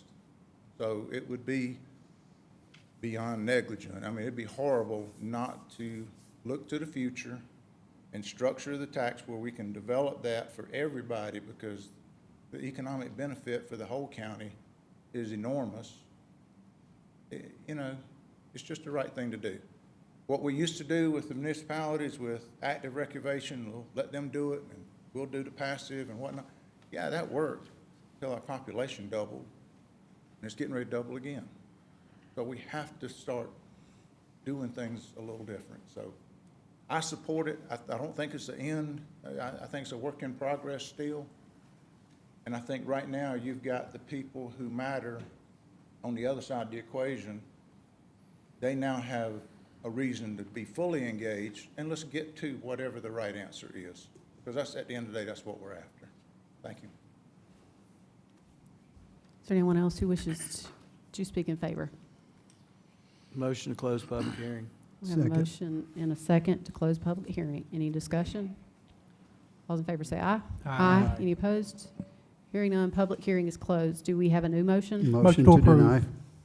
Come on, Tom. I heard motion to approve. Second. We have a motion and a second. Do we have discussion? Yeah. I want to lead Mr. this Roddy. off. I want to lead this off. You know, we've been through this. I'm going to go back at least 4 to 5 years ago. Every year around budget time, about a month to go to the finish line, we always hearing, give us one more year. Just give us one more year. We'll work it out. I'm sure some people tried that with their marriages, one more year, whether it worked out or not. It typically doesn't. We've put together this, our staff has put together an option for us. We're not snatching the rug out from anybody. We're not cutting the funding completely off. Only thing we're saying to everyone is give us a chance to show that we can do something different, at the same time create a revenue stream for our parks. It would be foolish to think that we can continue to do it the same way we've done it, bring some more county parks online, make upgrades at Ebenezer Park, spend millions of dollars at Catawba River Bend, do all this stuff and still fund municipalities at the same level while we're seeing their numbers for rec sports. We're not talking about travel ball that comes into this county. We're talking about municipality organized sports, which is typically your football, your baseball, your basketball, some soccer. Those are your basic sports, and there's some other things that certain areas offer to their youth that's a little different. But when one speaker even stood up earlier in the meeting said how 70–80% of the participation came from outside the municipality. Well, it doesn't mean that they came from a York County resident, because some of our areas pull people from North Carolina, pull people from Chester County, pull people from Lancaster County. So what we've seen and been told, that's been reported, is that we have data that says city resident, non-city resident. Well, it didn't say it was a York County resident. And we only want to kind of put that stipend out there or help pay for participation if it's a York County resident. And I want to clear up a misquote from one of the earlier speakers that was saying, we're going to give a stipend for that youth to participate. We're not giving that money to that family or to that youth. We're simply putting and recognizing that that county resident doesn't pay into the city tax base. That helps them build their facilities, run their programs. So we're actually incentivizing those municipalities, if you want to call it that, or giving a stipend to the city to offset some of the costs that it's incurred to build those parks. And we know every single park that's in, whether it's in Rock Hill, Fort Mill, York, Clover, TK, is not only used for rec sports, because they bring in outside sports. Some rent their fields, some lease their fields. But then when they have the conversation with us, it's, oh, we spent $40 million on this field. It's not just for local youth sports, because big tournaments come in, whether it's at Cherry Park, Manchester, all the different parks throughout this county. But it's not on the county's shoulders to burden that budget to run these parks day in and day out. Because when we've had the conversation and staff has asked for Well, if you're renting your parks out, what kind of revenue you bringing in? Oh, those conversations are off limit. Just give us the check you gave us last year. Don't worry about the revenues we're bringing in. We don't want to have that conversation publicly because sports is a big business. But our core function of the rec tax was to supplement the municipalities because we recognize that there's no revenue coming from that county resident. It's not on our shoulders to be a gap filler. We want the data to drive the checks that we're cutting. In the past, we haven't gotten that. Now, all of a sudden, these municipalities, they say we're for real about doing something different. Where was the conversation 6 months ago? Where was the conversation 2 years ago when they kept asking, give us one more year? I've said it before, we may not get it 100% right, but the door is not closed to making that adjustment next year or 2 years down the road. And it is our decision to make because we have to make sure we're looking out for our York County budget as well as assisting these municipalities. We would be dead wrong if we say, we gave you $400,000, we gave you $279,000. Next year, we're not going to do anything for you. I don't think a single person up here would vote for that. I wouldn't. But we've created an avenue for these municipalities to show county residents are participating, here are their addresses, and we'll say, here's the check. Whether it's football, baseball, basketball, any program, any sports programming that they're offering, we're gonna send them a stipend for our county residents participating with them.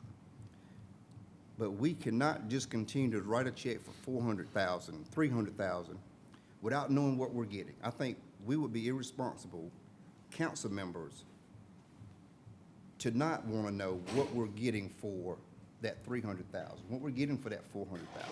I think when we say this is why we're doing it, some people should be saying, yeah, it's a good idea. We want to know. But instead, we get emails sent out bashing us. We get threats of, well, we just won't let the county residents participate. But we're supposed to be partners. But some of our same partners put these campaigns together to make it seem like we're doing something wrong. And we're here for the same reason they're for their citizens. I support abolishing this. I support trying to do something different, whether it's 75, whether it's 100. And we've said all along, and I was on a radio interview that said, we want to add a component that recognizes the lifelong learning, the senior programs, and some other things. But we can't work and fix everything until we address the youth component. Then we start to move and tackle other issues. But everybody wants to just throw it all in the pot and think we can pull a rabbit out the hat and it's a one-size-fit-all. We're going to get it right. It may not be 100% right, but in some people's eyes, the only thing right means give us what you gave us last year. And I'll tell you, we won't get that right because we're not going to do that. There's no mechanism that's going to put the same dollar amount on each municipality's desk for this rec tax. And if that's what you're basing on right, we're not going to get that right. But we're going to do right by our citizens. We're going to do right by what we need as a budget. And we can't beat it up anymore. But I do want to make it clear, we're not giving $75 or $100 to any family. That money is going to the cities to help them with covering some of their costs, to defray some of their costs.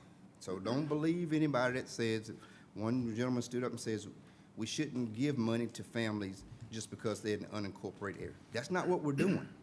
I don't know where him or anybody else got that information. We've asked the county manager to explain several times how this is working. But we know we can't reach everybody that those thousands of emails went out to that was misleading them. But we've said from up here, this is what we're doing. So if you've attended our meetings, watched online, but it's a shame some of our local reporters are not reporting what we're saying. They're reporting on what somebody else is saying. It puts us at a disadvantage when we're trying to be upfront and truthful of what we're doing. So shame on those who participated in the campaigns. Shame on those reporters who are not reporting on what we're saying. Let's just abolish this, put our plan in place, because somebody had to take a bold step back in the late 80s, early 90s to put this rec tax in. We're taking a bold step to doing something different in 2025. And hopefully it's another 20, 30 years before anything else is done different. So, I'm done. Okay, so the first thing I want to do is I want to personally thank the municipalities.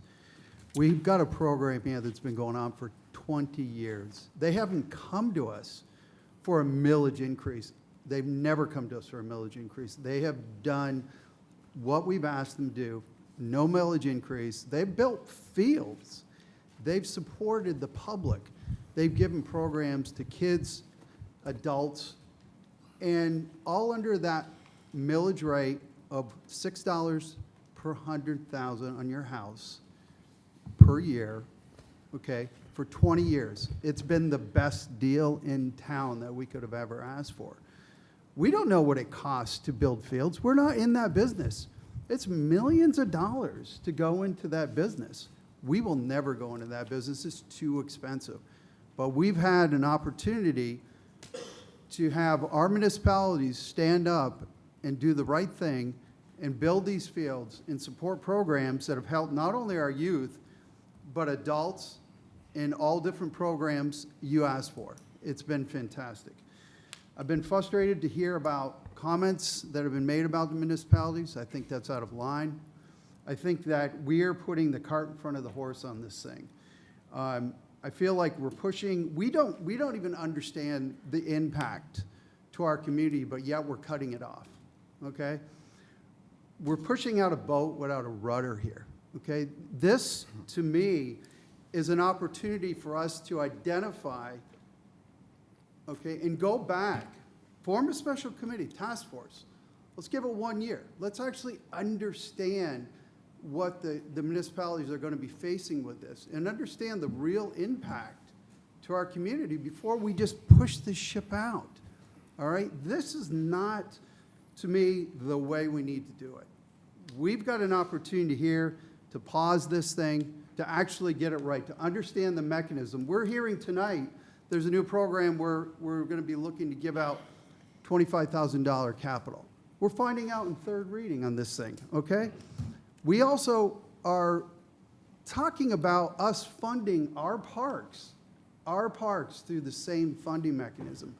Based on the numbers I've looked at, what we need for our parks, we probably need every dime we're going to get from the 1.5 mil across the county.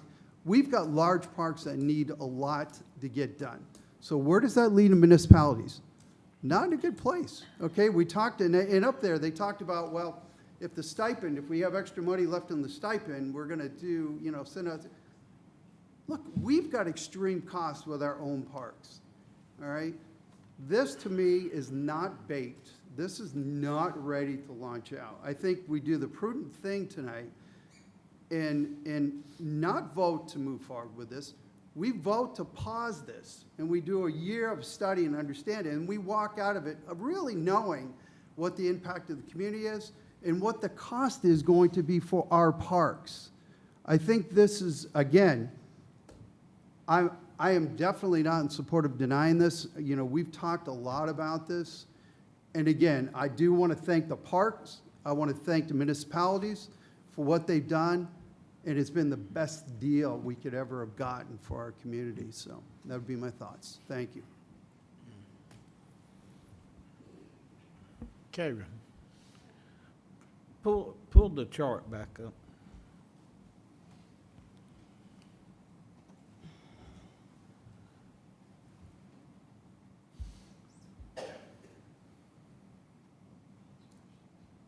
I want to just bring the recollection, let's see here. As far as on York, Kevin, correct me if I'm wrong, other than last year, the value of what we're doing here basically for York, is that not what they've always received? So one of the things we put on here is the average of the last 3 years. So the average for the last 3 years for York is about 150,000. Yeah. I think this last year, they got a little bit more than they had previously. That's right. But Within theory, that's why I put the 3-year average, just for context. Yep, and it drastically helps all of the smaller smaller ones.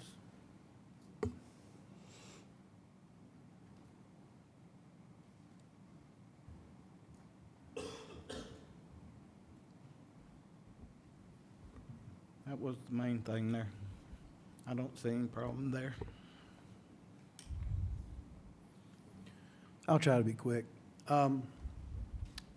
So, agree with a lot of what you had to say. Obviously, we have opposing views on council on how we're going to vote on this, and I respect everybody's view. So I'm going to share my perspective right quick without trying to say everything I've said previously. As Tom said, the rec tax was created in 2005. I've spoken to some of the members of council that were on council at that point in time. Their goal was to provide active recreation in the municipalities to all residents of the county, not just youth. That was not the intention. That's why it says residences in the ordinance. Back in 2005, the population of York County was about 175,000 people. Today, it's 303 or 4,000 people. And as Councilman Audette said, the municipalities have never come back to council to ask for that mill increase to increase over 1.5 mills. They just took the appreciation of the mill and didn't complain. Now, I want to correct a couple of things because I was the chair of the committee that they reported to. They did have a formula. They used the Census Bureau to take the child head count in every area, and that's how they computed the numbers. And they came out of their committee, the municipalities came out in agreement with how they were going to distribute the money. Lake Wiley, no offense, I said to you before, you weren't a council member then. Well, Lake Wiley did not agree with the allocation. So when it made it to us, that's when it got contentious. That's when it got political. Because a few people didn't want to agree with what the committee came up with. That's the truth, okay? Now, let me pivot for a second. We do have a strategic plan that we have passed, we've been working on since Josh came in with us back in April of 2024. And that strategic plan is causing us to budget monies we've never budgeted before so that we can be a proactive county, not a reactive county. Now, in doing so, when you look at our budget in 2024, I'm just curious, does any council member know what the budget was for Parks and Rec in 2024? $4.7 million. You know what's proposed to be this year? $6 million. So we have a $6 million parks budget to run 2 major parks, Ebenezer Boat Landing, Ebenezer Park, and Allison Creek. That's pretty much what that money's used for. And guess what's proposed? A countywide tax of $2,970,000 to fund the additional operations of our parks, which I've been told is not enough to cover our current and future parks needs. So now our budget for parks goes to $9 million. Now, Catawba Bend's going to be coming online, Wood End's going to come online, so that's 4 parks. So we have 4 parks we're managing for $9 million, and the municipalities, our 5 major municipalities are got last year, I think, $1.7 million total to distribute amongst themselves for over half of the county that lives in the unincorporated area to utilize the services of the municipalities. Now, I don't disagree. When this got to council, it became political, and there was no formula to determine who got what, right? It was a grab game. So I'm in agreement with 2 of the individuals that spoke tonight. I'm in agreement with what you said, Councilman Audette, that we're saying after we pass this, we're going to find out really what we're going to do. Unfortunately, as a council member, you're asking me to accept an unknown liability. We're saying we're going to pay a stipend. We have no idea what the municipalities are going to charge us for what they want to do, right? Are they going to charge us? Are they going to begin to ask us to contribute towards their capital expenses? I don't know. I have no way of knowing. I'll tell you one thing. Respect to them, I don't think any of them are going to decide to push away a county resident for the services because they feel like they're obligated to that. But guess what? They could have used that as leverage to get this conversation to a different point where we were actually collaborating to come up with a solution. And no offense to staff, because there's not many things I disagree with our staff, but I disagree with this. This is the first year our staff has made an attempt to communicate with the municipalities, but we have not collaborated. Collaborating means you bring them all into the room and you have a conversation, you bring Parks and Rec into the room, and you have a conversation, you try to come up with a solution that makes sense. That's what makes sense to me. That has not happened. So we're being asked to vote on something tonight, and we really don't know. Let me ask this question. Well, I can't ask the question. Let me just make the statement. Do we really think the municipalities are going to manage, they're going to let uncorporated citizens come in, and they're going to collect money from them or file for a stipend from us? They're not going to do that. Why would they do? If I was city council, I'd never approve that in a million years. I'd say, hey, unfortunately, this is the cost for you to play tennis or any other sport that you want to play with us or any other program you want to participate in. This is what we charge since you're in the unincorporated area or you live outside the area. You don't even live in York County. This is the cost, and you'll need to go to the county to get reimbursement. Why would they pay to manage this? We're the customer. I want to go back. Our parks budget's going to be about $9 million. And we got 300,000 citizens in the county, and half of them go to the municipalities for services.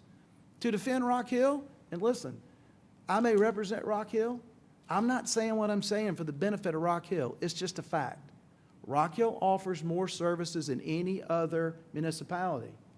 Therefore, even the citizens of the cities, York, Clover, Tegakay, Fort Mill, come to Rock Hill for services. That's why they have the largest budget. They're also the largest city right behind, in front of Fort Mill in York County. So our budget's $9 million, and we're giving up $1.7 for all of our citizens to utilize their services. I would say, I think you're right. We probably ought to focus on, let's come up with a formula we can all agree on that makes sense. Or do you want to open up Pandora's box? So I said a minute ago, through the conversations I've had, we're going to collect $2,970,000 of countywide tax to fund parks. And then we're supposed to pay the money to the municipalities out of that. And I'm being told it's not enough money really to fund our park needs anyway. Next year, we have Phase 2 of Catawba Bend, $30 million. We have Phase 2 of Wood End, $30 million projected. And you could say, no, yes? The second phase of either of those parks has to be decided by council. Correct. Neither of those are in the 5-year CIP. Correct. So I don't see those second phases happening in the next 5 years, but that's up to council. Right. Point is, we have larger future needs for parks unless we're just not going to build any more parks. I have to agree with Councilman Audette. I mean, it's a deal. The focus ought to be how to work with the municipalities and come up with a way to distribute the money. That's just my opinion. I can't support abolishing the tax because I think it's a sweetheart deal, and the focus should be on how to distribute the money. And I don't agree with it just being for youth. I think we ought to be providing these services to everybody that lives in the county that wants to go to the municipalities to participate in active recreation, since we're committing to passive recreation. I got more points I can make, but I'm going to stop because it is 8:10. Thank you. Okay. So, sort of all along, I did want to make sure that we were looking at supporting the lifelong recreation, excuse me, and disabled children. So I was sort of happy to see that in there. But a couple of things. I really have fought to not have a tax increase, countywide tax increase. And we've come up with some solutions for that. Now, the municipalities have their own tax. They tax all their citizens for the recreation. Then we come behind this and we have a countywide 1.5 mil tax increase.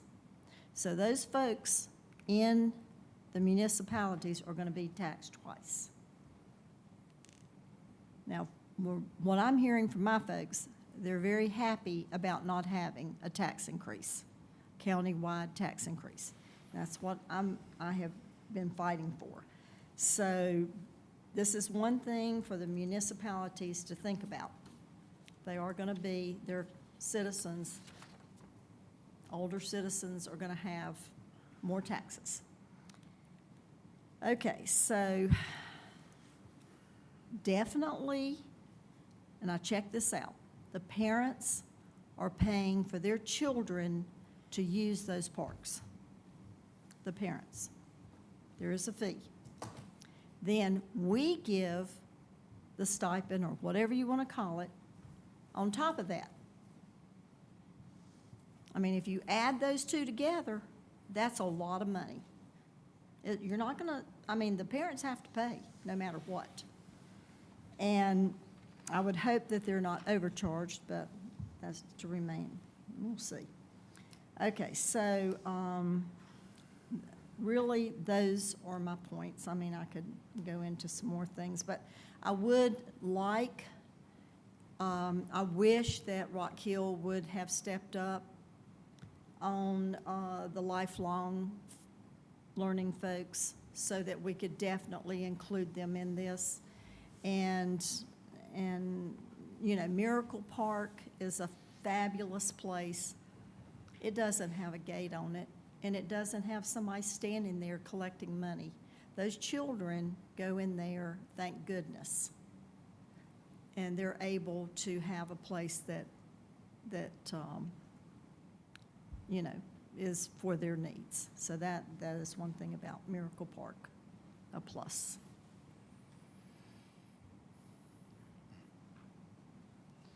I think everybody's spoken. Definition of insanity is doing the same thing over and over again, expecting a different result. Something has to change. Kicking the can down the road another year is not going to work. I do want to thank management. I know that this is a hard thing to do because anytime we're talking about funding, it becomes difficult. But I appreciate, Josh, particularly for you reaching out. And I pestered you. I was like, have you reached out to the managers? Your job is to reach out to the managers. Have you reached out to them? Have you asked them? Have you asked them exactly where this funding is coming from? Have you asked them the questions about where is this funding going? The funding can only go so far. And what's concerning me is that, at least with respect to a couple, we don't have that. We still don't have that information. I know that they do fantastic stuff, and we are so blessed in York County to have so many folks doing so many things. And I am very appreciative of our cities, especially City of Rock Hill. They do things that none of the other municipalities do. But we have a job, and this becomes a point of contention every year, at least for the past 4 or 5 years. And this idea that it's just going to, you know, fix itself is not going to happen. I don't think that my vote tonight means that I am supporting the idea or the proposal that management made with their spreadsheet. I still think that's to be determined. I hope that folks will share that information. I think that part still has to be dealt with. My vote is simply because we can't do it anymore, and 2 taxes is not the way to do it. I will say it's important, and we have to make sure that we look at accountability for the funds. We need to know where they're going. What are they going to, this program? Are they going to that program? Which program are they specifically going to? And if you can't get that answer, then that's a concern, because then when folks ask me, where is the funding going, I can't explain that.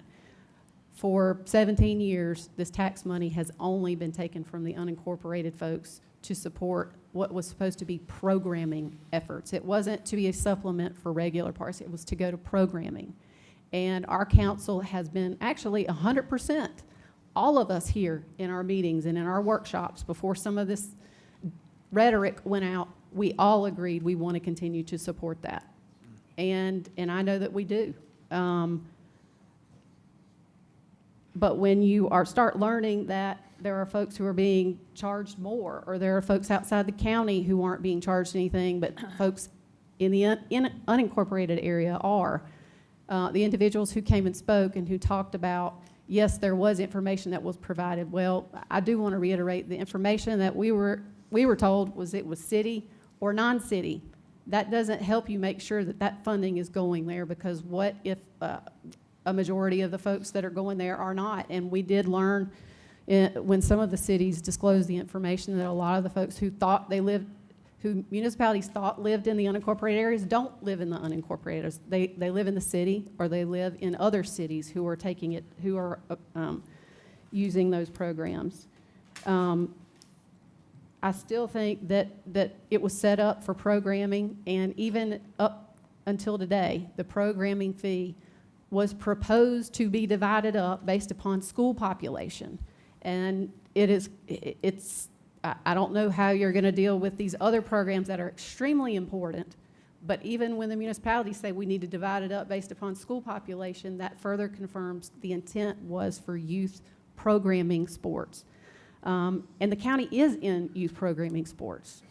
There was a consultant that was hired who reaffirmed that the best way to do this is to get everything under one. This compartmentalizing of parks is not good for anybody. I firmly support recreation. I firmly support it throughout our county. We just have to do it in a more accountable way. And, you know, this idea that there was a formula, there wasn't a formula that everybody agreed with, because there were sections of the community that were in the unincorporated areas who were having to tax themselves 2 or 3 times to provide access to active recreation. And that wasn't fair either. So I think that we've got to follow the advice of the experts that were hired, the consultant that was hired, who recommended that we approach it this way. I remain hopeful that this doesn't devolve into something more, and that this isn't used as an excuse to do things that don't help us all, because the intent of this was to make sure that we use funds to help the entire county, that we try to reach as many people as we possibly can and work cooperatively to provide access to recreation to all folks. And I still hope that we can get there. And I can't ignore the fact that 20 years later, a lot of things has changed. Not only has the county started providing some active recreation, it's also providing increased amenities. Many families aren't using the city rec leagues. They're using private leagues. They're using churches, sports organizations, the YMCA, and park funding models have also changed. We have H-Tax, we have A-Tax. A lot of the cities are benefiting from that. A lot of our public does not. I wish our public understood how H-Tax and A-Tax works. We've got something on our A-Tax agenda tonight. Every municipality generates their own A-Tax. They keep it. None of the cities give the county any A-Tax. None of the cities give the county any of the A-Tax. But the county, who generates its A-Tax solely from unincorporated business, has been using funding to help support municipalities. A-Tax tonight, we're looking at spending $450,000 to go to an A-Tax program that the unincorporated people paid for, but is going to support CVB, which $400,000, and there are justifications for that, but $400,000 goes right back to the city on that. Then when you look at the H-Tax, all of that H-Tax funding, and I think even tonight we're looking at a Miracle Park, funding that park. The county does so many things. I will tell you the thing that I feel like we just do a really bad job of is talking about it and telling our story and sharing how much is done, because our county also provides funding to Max Abilities. I'm not aware of any others that do direct funding to that. We provide funding for Catawba Mental Health. I think we do have to be accountable, and that's where my vote is. And I feel like I've said this the same time, and I hate doing that, but it's important to me that folks understand the intricacies of this. This is not something that I think any of the council members took lightly. We've got to change, and we've got to find a better way to do this. And the only way to do that is to start and to move forward with following the advice of the consultant, and let's see where that takes us. So All in favor of the motion, say aye. Aye. Any opposed? Opposed. Motion carries 5-2. Yet, I had a request, and I agree. Let's take a 5-minute break, please. Thank goodness. My knee. All right, our next item is number 1 in old business. Council to approve third reading of an ordinance to establish the operating and capital budgets for the operation of the county government of York County for the fiscal year commencing July 1st, 2025, to provide for the levy of taxes for York County for the fiscal year commencing July 1st, 2025, to provide for the expenditure of tax revenues and other county funds, to establish a consolidated fee schedule for all existing county fees relative to the operation of the county government, its boards, agencies, and departments, and to provide for other matters related thereto. I would ask that the way that we approach this is the way that we've been doing this all along. If we have a motion to approve third reading and then move with amendments, and there are a couple of things that I need to correct that I would like to start us off with a couple of amendments since it addresses some of my motion. Is there? Yes, and real quick, Madam Chair, we just had a few introductory words to share before y'all start. Okay. We need a motion first? Yeah, if we can get a motion. Move to approve. Second. Motion and a second to approve. I'll turn it to you. Yes, Madam Chair, County Council, thanks for the conversations tonight that I know are going to ensue. We appreciate it. We're here to answer questions, but to kick things off, I wanted our Budget Director, Trish Startups, to give you a few updates on what's happened since second reading. Sure. So I just want to thank each of you for your engagement and dedication throughout the process. And I also want to thank our staff. They've worked really hard in turning around information and analysis in a very quick, timely manner. So I do want to thank staff for all that they've done for the budget. With that said, before you tonight is third reading of the FY26 budget, and you will see that there are differences from the second reading to the third reading. And those differences are as follows. All the approved second reading motions are reflected in the third reading of the FY26 budget ordinance. And those were outlined in the follow-up report that was sent to each of you last week. Also, the third reading budget ordinance also includes the reappropriations, and that is where we have open POs from the current budget year where we're not going to receive the good or the service by June 30th. And that was approximately $1 million for the general fund operations. So you'll see that's in the third reading ordinance. Also, lastly, the third reading reflects the increase from PIVA. The first reading of the budget, I let council know that we were watching that, the health insurance increase. And so you see that reflected in the third reading of the budget, and that is approximately $60,000 countywide. So just wanted to let you know that those are the changes from the second reading to the third reading that you are seeing tonight in the budget ordinance. With that, I'll hand it back over to you. Thank you, Trish. Is that all that you wanted to address, Mr. Edwards? Okay. I made the motion at the last meeting to do a few things, and there are a couple of things that were unintended consequences, so I'd like to at least have the opportunity to amend those before we move along with some others. At the last meeting, my motion was to require that all of the one-time, and I identified several of the studies that have been identified, that those, number one, that we have management advise us if they can do those in-house. And if they can, obviously that would be preferable because the county would save the taxpayers the amount to have to do that. I have since learned, I don't want to put words in your mouth, but all of those facility studies that were identified are things that the county cannot do in-house. Is that correct? Yes, Madam Chair, that is correct. So, so my motion was if management were to come back and say they can't do it in-house, that they return back to council and that we would approve it as a one-time fund balance appropriation. So, so that y'all understand my motion, the motion would be to amend the budget to specifically allow those one-time facility studies to be done through one-time fund appropriation. Just to clarify. Okay, I got to so- get a second first. I'm sorry. Okay. I did explain I that. apologize. Okay. Second. Yes, sir. Just to Mr. Huckabee. clarify then, are you referring to the $350,000 for one of the set of studies? Is that correct? Referring to all of the studies. They were all intended to be one-time if they cannot be done in-house. So to further clarify, are you including the $110,000 for the impact fee, the $91,765 for the COG to complete the housing study, and the $75,000 for the York County Trail Master Plan? Yes, all of those studies were one-time studies. Thank That's you. correct. We have a motion and a second on that amendment. Do we have any discussion? Okay. All those in favor say aye. Aye. Any opposed?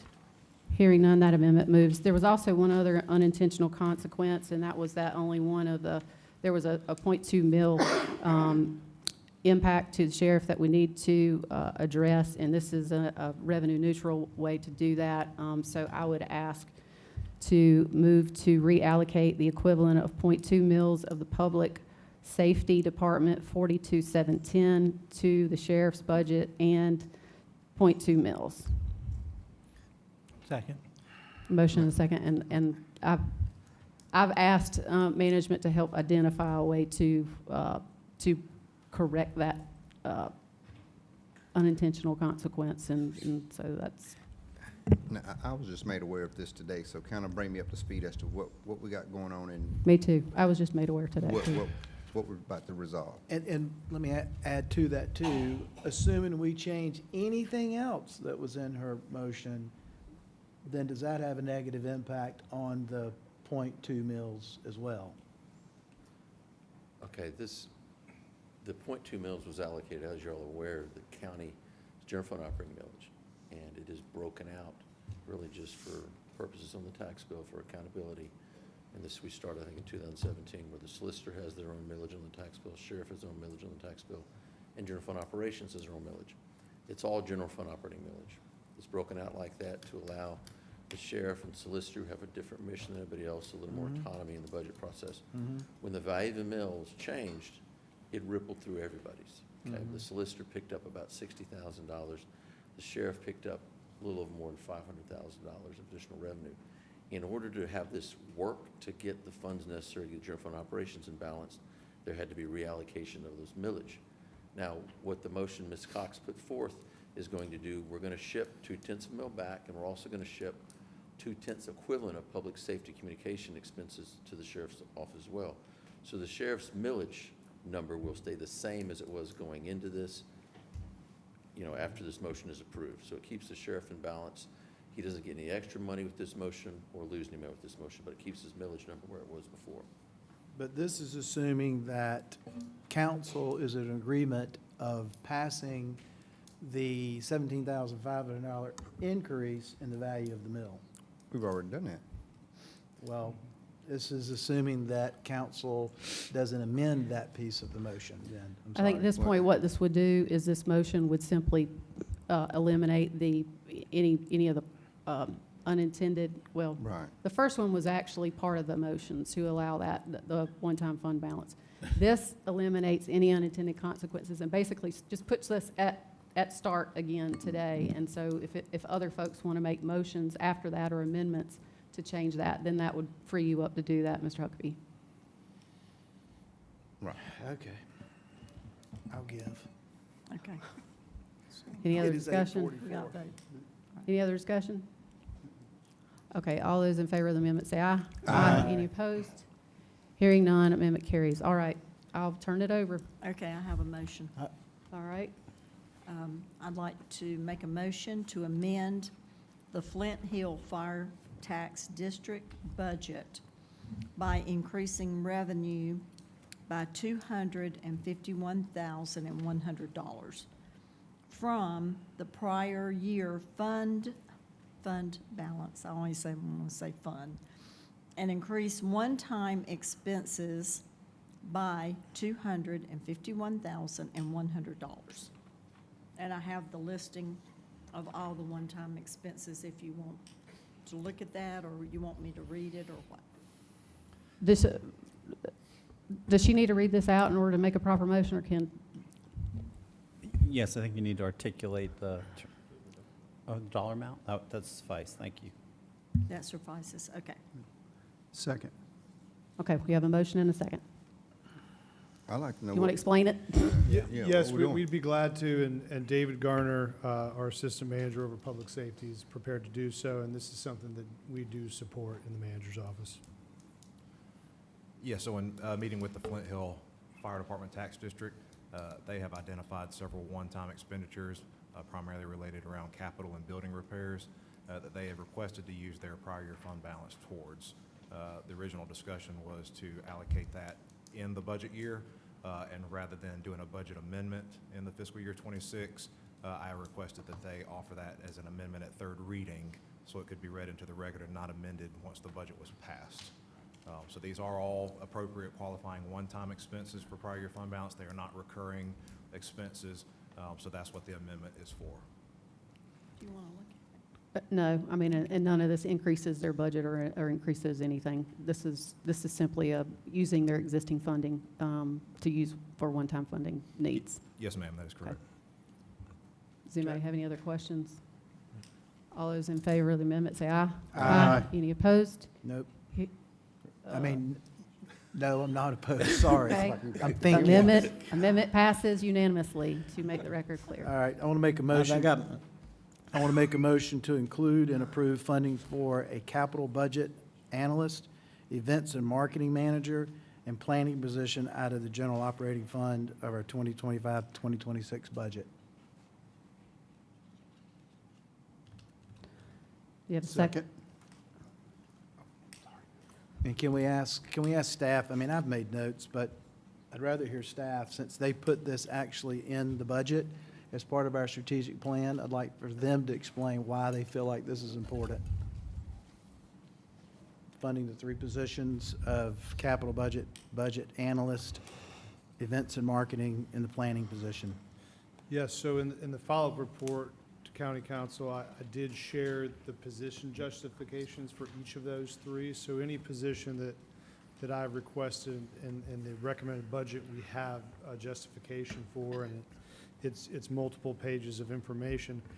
I think just to be brief, the events and marketing position is something that, as we listen to County Council talking about what you want to do with our parks and the opportunity for bringing in revenue like all the other municipalities do with events, we were focused on creating that same synergy in our organization.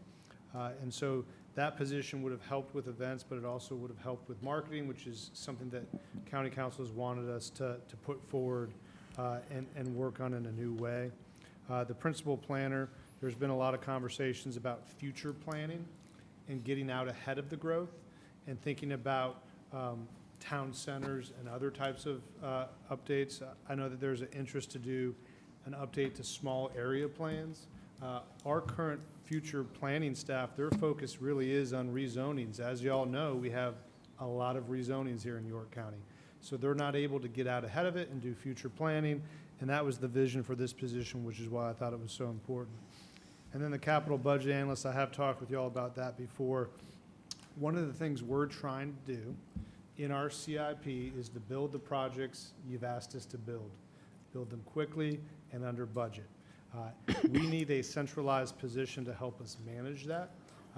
Capital projects are things that are done across a number of departments. There's a number of budget accounts related to capital projects. The capital budget analyst would be an internal consultant to help us manage all those projects to make sure they're done on time and under budget, and give me somebody in my office that's looking at all that and helping me know who's behind, who's ahead, and what we need to do to make sure that we're creating and building the types of things that we need to be built. There's a number of efficiencies that a position like this could encourage. I understand it might not be the year for these three positions, but that's why I put them in the budget. And I would never ask for something that we didn't need, but that's the brief summary in those three. I'll add a couple of comments since I made the motion. You know, the planning position, Josh mentioned the town centers, which I think are important throughout the county and the areas that are going to be seeing growth. To actually have a town center where people come in and park their car and then take advantage of the services around them. Our natural resources like the Catawba River, actually intentionally planning to utilize the river in some of our future planning for York County, I think is important. Emerging commercial trends, for instance, up on Carowinds Boulevard, maybe Carowinds Boulevard ought to be a entertainment district. But we need someone that actually focuses and starts working on this so that it comes to fruition at some point in time in the future. Capital projects, earlier we talked about, I brought up Catawba Bend and Wood End. It was said that that's a 5-year out. Well, who's responsible for planning that out and understanding what the cost is going to be and how we're going to pay for this, along with all the other obligations we have in front of us that I won't mention you all are aware of. Events and marketing. It was said in the notes that were sent over to us that this person would be responsible for currently 30 events, but there are about 20 more that they would be taking on. And, you know, we don't know what the economic impact of that would be for them managing up to 50 events. But they would partner with key stakeholders throughout the county. Helene that came through, City of Rock Hill, actually organized pretty quickly and had citizens and employers and just a lot of people out helping with the cleanup. We didn't necessarily do anything. This person would be responsible for those types of pop-up events. So anyway, I think these 3 positions are critically important. It complements our strategic plan, which we have spent over a year working on. So I think it would be detrimental if we put off funding these positions for another year. Ms. Roddy? I thought we had this town center conversation before that, and I think I shared in some more council members kind of was in line. I don't think a core function of county government is to create town centers. That's why they call them town centers, because they're in municipalities or towns. I don't think if we do anything different, adding positions back, now we're back on the table of having a tax increase. We've already went public saying, hey, we removed the 1.5 mills countywide. We've removed the 1.5 mil unincorporated tax on county citizens. Are we saying that if we put this back in, and I'm going to ask this to Kevin and Josh, if we put these positions back in, we're now back to looking to add mills back into the budget, which changes where we're at now. Is that an accurate statement? If we're adding more positions back? I think anytime you add ongoing expenses, you need to look at A millage. ongoing revenue. Yes. So I'm not for adding these positions back when I voted to take them out, because for some reason, everybody started getting phone calls about increasing taxes, so we had to try to do something to appease a few people who were calling upset about a millage increase. We cut things out the budget to get it down to where we're not taxing. And I've said it up here the last 10 years. I'm the lone Democrat up here. And we got Republicans talking about raising taxes, and I'm the Democrat. You would think it would be the opposite way around, me trying to push for millage increase and increase this and give money here, give money there. But some of my colleagues who are Republican by name, I guess that's why they call them rhinos, because they're run as a Republican, elected as a Republican, but here they are wanting to raise taxes and give money away. I've been consistent. We got to start making a decision on which lane we're going to get in. I'm not for raising the taxes. I'm not for adding the positions back. And I'm not for just handing out money.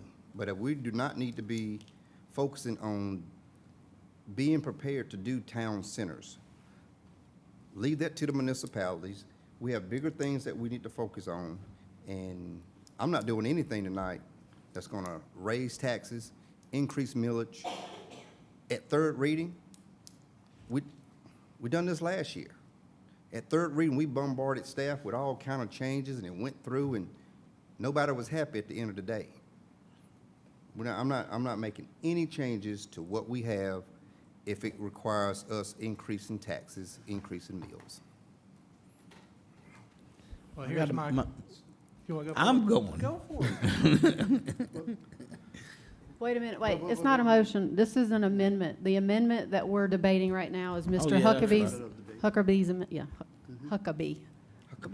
amendment. We'll go down the line. Oh, And the amendment, just to make sure everybody's aware, is to put the 3 positions that were eliminated at the last council meeting back into the budget. so here's my concerns, you know. I'm not hung up on raising or lowering taxes. It's doing what's best for the county and making the best operations. If we just make blanket statements, they're going to be hard to overcome. We got to look at every instance as its own idea. While I don't necessarily agree with having all 3 of these positions today, I would support this in and of itself because while we've now told people and we've reduced the taxes, these positions are needed. They're needed for this county to run efficiently and to run the best it can be. And so one day, and maybe it's next year, we're going to ask for these positions, and it is going to cause an increase. But there's also going to be other things we're going to need. You know, we're going to need to fund parks. And if we keep cutting things, we're not going to be able to fund our parks. You know, the operation of the county doesn't get cheaper the bigger it gets. The larger our population gets, the more services we offer. Those don't come with a reduced price tag. And so to sit here and kick the can down the road even further, which has already been done for the last umpteen decades. I mean, look at the condition of our road system. You know, eventually we're going to need to fix roads, whether we want to or not. And other infrastructure is going to be required, whether we want to or not. It is much easier on the population, on all of us, to do these things incrementally rather than getting hit with a 50 or 100% assessment all of a sudden in a single year to start fixing things because we ignored it. Look at all the condos down in Florida. Those people were living the high life, not paying very many fees, but then all these assessments came up and now they're getting hit with $50,000 and $100,000 a year one-time fees. And, you know, they're going bankrupt or out of business or having to be foreclosed on, and that's what's going to happen to us. We're going to end up in a bad situation because we didn't plan thoroughly through this. So, like I said, while I don't necessarily agree with these 3 positions, I would definitely pick one. I think the events planner would bring the return back on the amount that we pay. I think we need to really think hard about how we are funding this government in general. So I guess this question goes back to the staff on here. You know, when we look at balancing our budget, we also look at what is our fund balance. And when you look at the fund balance that we currently have now, with these positions, you know, my ask would be, how can we offset the cost of these positions through our fund balance? And maybe as a one-time cost this year in order for us to get it, you know, and come out of it at least keeping our checkbook balance, but look at it from a fund balance perspective. So I think similar to what was done earlier in the conversation, anytime we use fund balance, we want that to be one-time funding. Can't be So reoccurring. if we're talking about positions, I would say, you know, it really needs to be an ongoing revenue to afford positions. I think it's better not to do the 3 positions if fund balance is the only option. And so I would say that, you know, anytime we're looking at a revenue situation that can't afford it, that we don't do that. I think if there's an opportunity to think about what other revenue could be utilized, it would need to be beyond a fund balance. So that really should be projects, one-time studies, those types of things to make sure we're consistent. So, you know, from, you know, looking at these positions, I think out of the positions, I think the event and the marketing manager has a rate of return on that. I think that would be extremely beneficial for the county. So that would be my thoughts.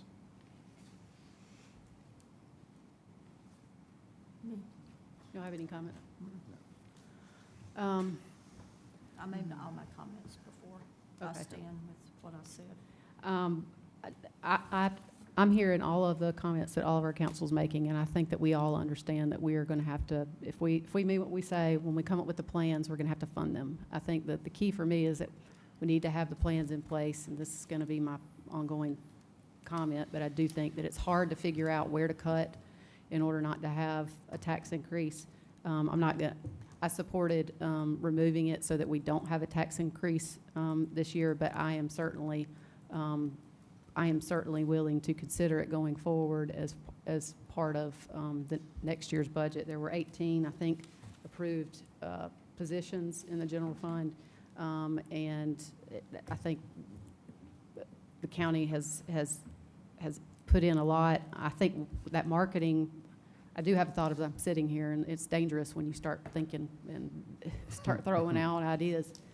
I do think that an events coordinator for the parks probably should be something that's funded through park fees. I mean, I would consider that more than I would increasing taxes to do that. It seems to me that that would be a place to look at that, and I know that there's got to be a motion on that in order for us to fix that. But I will not support that this year, but understand and appreciate management's request on that. So I think everybody's spoken that wants to speak on the amendment. All those in favor say aye. Aye. All those opposed say no. No. All right, so the amendment fails 6-1. Do you have any more amendment? Go ahead. You want to go, one down the line? Okay. Okay. Yeah. Okay. Tommy's Okay, you can go, What- Tom, go. Where we at? Go ahead. On motion? If you want to make an Oh, amendment. okay. I've been sitting here so long, about to fall asleep. What- All right, I got a motion to, I want to give for the 4-H personnel extension office, the 23-4-13 they requested, and the soil and water, the 2,325, and would like to get it taking it from the fund of the county manager's advertisement fund, which is in the FY '26 recommended projects and incentives. Second. We have a motion and a second. So that we clear, where's this money coming from out of? It's coming out of, Yeah. So one of the Ain't got no visions of the page. events and marketing position was to have additional advertising revenue so that we could do more advertising. But if we're not going to have the events and marketing position, we might not need as much advertising money. So we asked for both of these things in combination. So the advertising dollars came with the position? Not necessarily. We do some advertising. We've had a line item for that, but we increased it knowing we were going to be doing more advertising because we were going to have an events person pushing that out. So it's okay to reduce that to some degree. I think the line item for a potential lobbyist is another thing to look at in my budget because, we might not need as much funding for that. Contracted services next year as we thought we might need. So that's another option too. But the advertising was connected to that position. And we would do a lot more advertising if we had that position. So I think it's an option. So is the money there to do what Tommy needs to have done? So I'd have to add the total. So I think he said 2,500 plus Did we 23,000. 23,000. Yeah. it was 23,413 and plus 2,325. So about Yes, 25,000. I think there's money to do that. Okay. Yeah. And this is not gonna, no additional meals, it's just, We won't do as much advertising as we would have done if we had the money, but like I shared, we don't have that position to lead the efforts, so that was already gonna happen. So if we take this money at this time and transfer it to there, then it would probably not be worthwhile to make another motion just for the events person. I think it would. I mean, because I'd hate to then hire somebody that doesn't have any money sitting there. So that's why these two things go hand in hand. If we're not gonna have the position, we don't necessarily need all the the advertisement. Well, can we do it without adding a position? For what Tommy's asking for? For Tommy, for the 4-Hers. Yeah, I mean, So the his, position could still be filled and not even affect the advertisement side, right, Josh? But you're asking for 25,000 for the 4-H. Well, all total, am I not correct, Josh? It's over what, 150,000? so you have, you're asking for $25,000 and change. And so in the manager's office budget, we asked for an increase of 100,000 for contracted services. Then we asked for an increase of 50,000 for advertising. Is that correct, That's correct. Trish?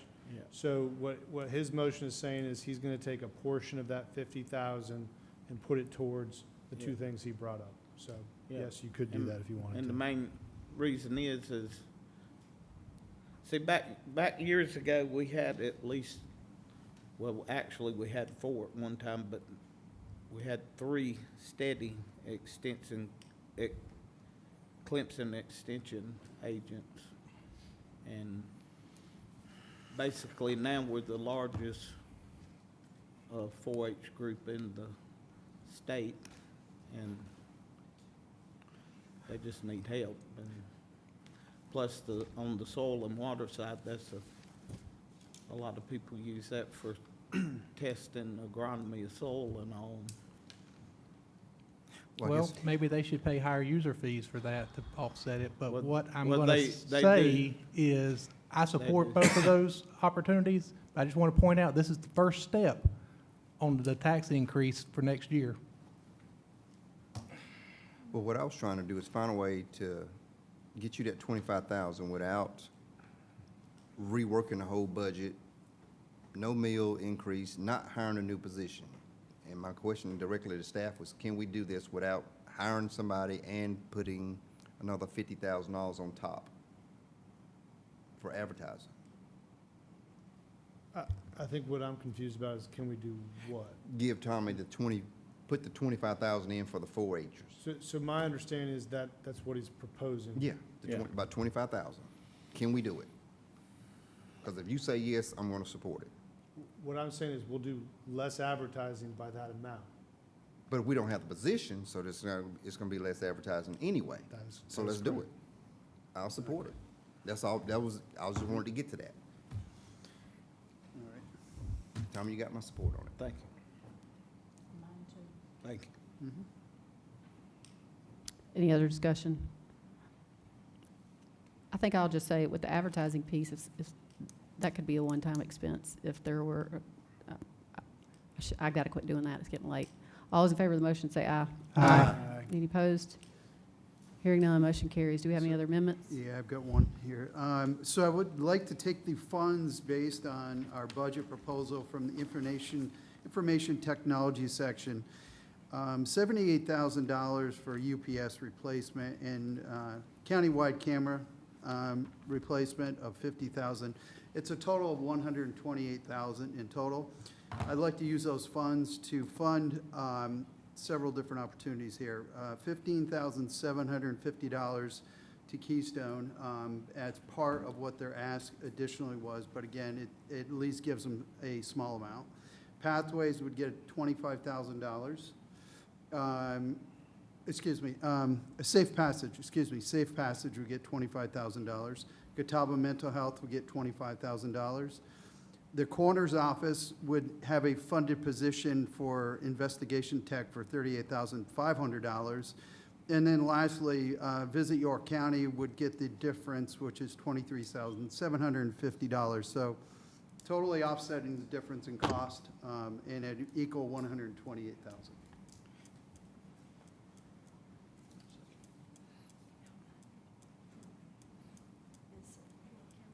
Yes. How $23,750.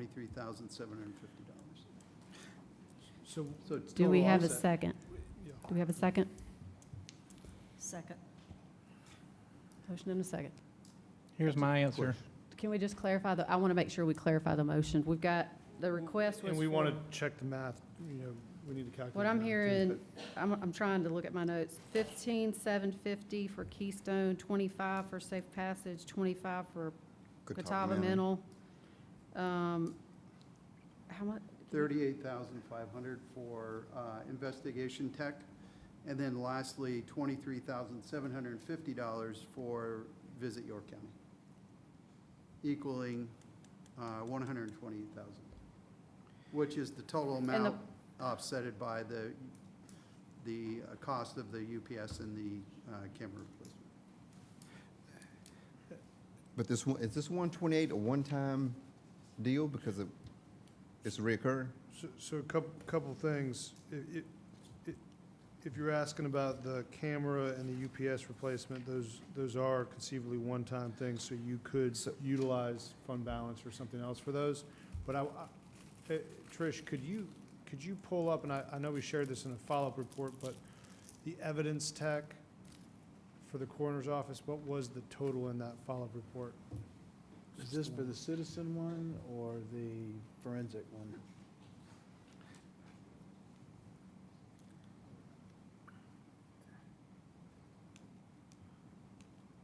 One of the proposals was that the coroner offered up was to make it a, non-sworn position. I think at Right. that point, I think what we included in the follow-up report was a salary of $38,100. 100, okay, so- so. That's I had- correct. That was for the evidence technician. Okay. Yeah. Mhm. So that would give you $400 for the cameras.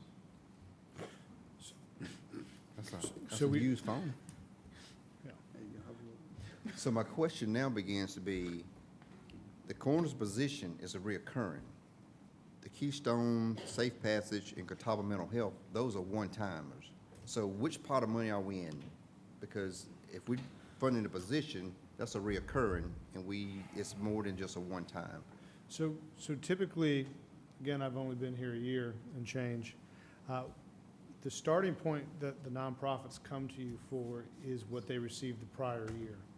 So I think in terms of funding the nonprofits, you do have to think about this as reoccurring. If you do up the amount you're giving them, I They're think they're gonna gonna expect it ask for next that year. same account, that Next same year. amount next year. And so, the two items that Councilmember Audette brought up are both in the general fund operations. So taking those out would account for an ongoing expense conceivably. And you could decide to either delay those for a year and do it in a year, or you could potentially, use fund balance or something like that for that. But that would be up to y'all. Yeah, and then one thing we'd want to bring up, and this is just what happens as we try to answer these questions as we go, we are concerned that potentially the 38,100 doesn't include benefits, but we could calculate that real quick too. So that's just something to consider. Well, I know from previous budgets, whether it's Catawba Mental Health, Safe Passage, and Keystone, the last several years, we have increased those. I know Catawba Mental Health was increased significantly because the prior year, they were only at, correct me if I'm wrong, Kevin, they were only at $10,000 prior to last year. And they went from 10,000, and they're well worth what they were doing. They went from 10,000 to 100,000. So we're looking to go from 100, from 10 to 125 in 2 years. If we can do it, that's one thing. Then Safe Passage, I think they asked for an additional 60,000 this year above what they got last year. But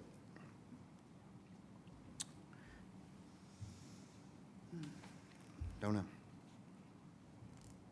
we have any other discussion, comments going down the line?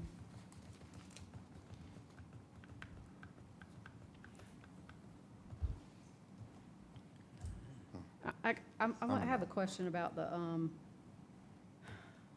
one-time funds. Would we not just do a one-time allocation for those? And then, I guess I'm wondering how I'm lumping them all together. They're pretty different requests, but look. And what he's saying, if we add this to what they're getting this year, of course, they're not gonna come back next year and ask for less. So this is gonna be It's typically basically a ongoing. reoccurring, because we're not gonna come in next year and cut them back. Well, cut I this have 25 noticed, out. I do think there is a concern that when you provide funding for an entity and that the state, I don't know, that the state will start backing off of the amounts that they appropriate for them to the extent that they have them. With Keystone, I thought that they were getting opioid funding and additional funding outside of the piece. Is that right? Yes, ma'am, and I think Ms. Startup can talk to that. Keystone receives all our opioid funding right now, which is, I'm not sure exactly how much. Trish, you can probably speak to that better. I don't have the approximate number, but they don't receive it all. The solicitor's office is also receiving some this year. But before the solicitor's office received money, our SCORP dollars, York County SCORP dollars, have gone to Keystone for their programming. Is it money that's left? So they're getting additional money outside of our budget. I got just one item, just to try to help this thing move along. We still have I to know, vote. I'm talking about his Oh, okay, item go still. Oh, Can you adjust it to make the UPS replacement and camera replacement be or funded through the one-time fund also? Get all that in one motion? I can modify it, Can we do that? yeah. I mean, I don't want those two projects to disappear, and Okay. that will get my support as long as I know Okay. that those two items are funded. well, if I can get you on board, man, I'm good with So that.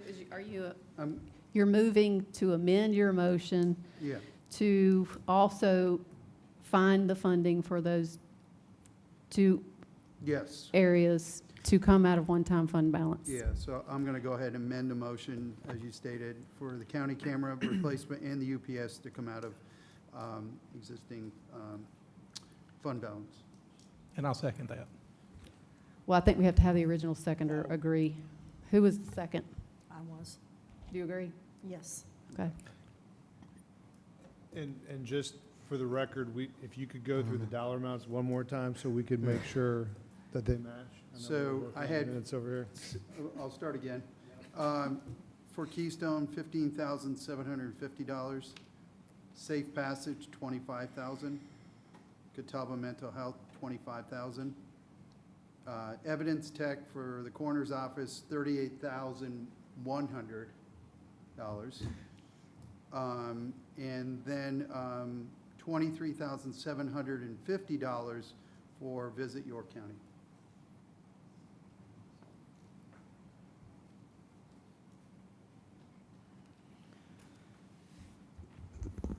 When we calculate the benefits. I can't hear. When we calculate the benefits for the coroner, Mhm. would you mind changing your motion to where whatever those benefits might be would come out of your last item, the CVB, the funding from there? Yeah, I mean, there's Oh, my gosh. additional short. Because at that salary, you're looking at about 40% benefits on there. The position's probably going to be somewhere in the mid to low 50s with benefits on top of it. Okay. All right, so Why don't you throw in to the motion, to modify the motion to have the cost of the benefit come out of the Visit York County amount. So I'm going to modify my motion to have the benefits for the investigation tech come out of Visit York County, $23,750. So we need to reduce the 27,750 to what? This is not how I would do the motion, but I need to Yeah, make it's sure I'm kinda all over following the it. place. Yeah, I'm just sitting here like we're unique. getting all up in here. Yeah, that's, okay, Well- are you good with that? Yeah, Okay. easy come, easy go. I second. Well, here's another twist, because I was gonna ask that the CVB brought up to 500,000 because of the new money that's coming in from Fort Mill. That's coming up in the accommodations tax conversation. Yeah. That's why I wanted to know what his number was, So we can reduce pull it. that So you're out. gonna offset So the- you, now you Well, can you- pull, you okay, can pull well, the then- CVB back out, because Yeah, we we're can, gonna all address right, that. then that's, okay, there you go. Yeah, we're gonna address that Okay. coming up. I think All we right. got a winner. I think we got a I would winner. really, So, Oh, so wow. let me go ahead and redo the motion one more time, if you're all right with that? Okay. So I have a motion, New money that's coming in from to Fort Mill Carowinds, because now request Fort Mill $15,750 for Keystone, $25,000 for Safe Passage, Catawba Mental Health, $25,000, for the coroner's office, investigator tech, $38,100 plus the cost of benefits, okay? And to continue to fund the cost of the county cameras replacement and the UPS replacements based on funds coming from the fund balance. that Yes, second. is, the- You did not mention the CVB, but the remainder is He'll- going to he's go to eliminating CVB. it. I'm eliminating. You're eliminating it. I'm eliminating it. Yeah, it's gonna come out of a different motion. eliminated it, got to keep up. All right, so, is Okay. you second? Second. Okay. Are we good? All right. Any other discussion on that amendment? All those in favor say aye. Aye. Ugh, I really have a problem with it, but I'm going to say aye. Okay. So I do have one more amendment. No, only one tonight. Yeah. Come on. Come back I next think- month, I come think back you- next think you month. No, no, I got one All more. right, this one ain't gonna be that easy. Let's go. Let's go. Okay, ready?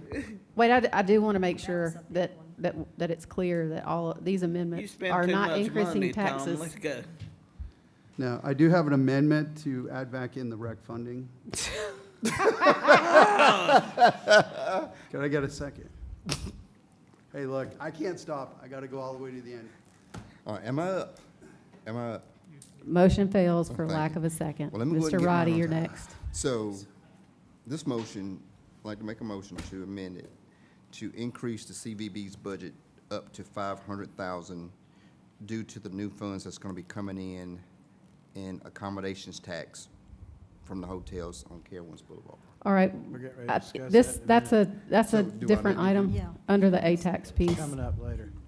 Well, I can, okay, well, I'll reserve that to after we come from executive session. I guess the question that I have, though, if that's an issue that's coming up, I'm looking at the A-tax recommendations, and there is a finite list of funds. Are we going to have to move those, or is it just allocation of the one-time funds that are not part of that recommended allocation? For example, if you would want to move 50,000 more to CVB, you would take that from one of the listed projects. So in order to do what Mr. that Roddy's list? wanting to do, he has to reallocate something from someone else in that recommended piece. That one-time funding is in this is in that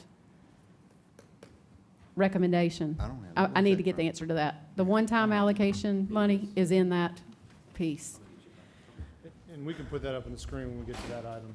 I think the problem is if there's not support for the A-tax reallocation of these other projects, you've got to figure out where it's going from and where it's going to, unless you find a different Understood. funding source. Yeah. I just wanted to make sure So the conceivably, council you- is clear. Council could address, the motion about the additional 50,000 now if you want, instead of waiting. But there is a way to do it with A-tax later in the evening, so. Mr. I just wanted you to make sure that you knew. Okay, well, if we can address it afterwards, we're fine. Because we can move anything off of that list over to the CVB outside of our budget. But then that person loses their allocation unless you do something. So- But conceivably, for the first time, we've put our county projects in there as other municipalities has asked for the money, so we did put in requests of our own this time. But you could take 50,000 from one of our requests. You could do that. So there's options. I just want to make that clear. All right, so do we have any other amendments? Go ahead. I'll go next. So the first one I would like to make is to amend the budget to allocate $60,000 from the from the H-tax surplus that was a result of A-tax funding to Catawba Bend, no. Let me start that whole thing over. It's an amendment to allocate $60,000 to Field Day Park from the H-tax surplus that is a result of A-tax funding to Catawba Bend. Second. Okay. So, just so all of y'all know, Catawba Bend was put in a project for A-tax funds. They got that funded through A-tax, which then you left some H-tax funds now in surplus. So I am requesting to use some of those funds, the $60,000, to refund back to Field Day Park to avoid the .2 mil increase that was going to result from from reallocating the funding. But because we've got this extra funding now due to A-tax funding, I would like to do that. Do you understand why you got the additional funding from A-tax? It's important probably to know that. I do know why.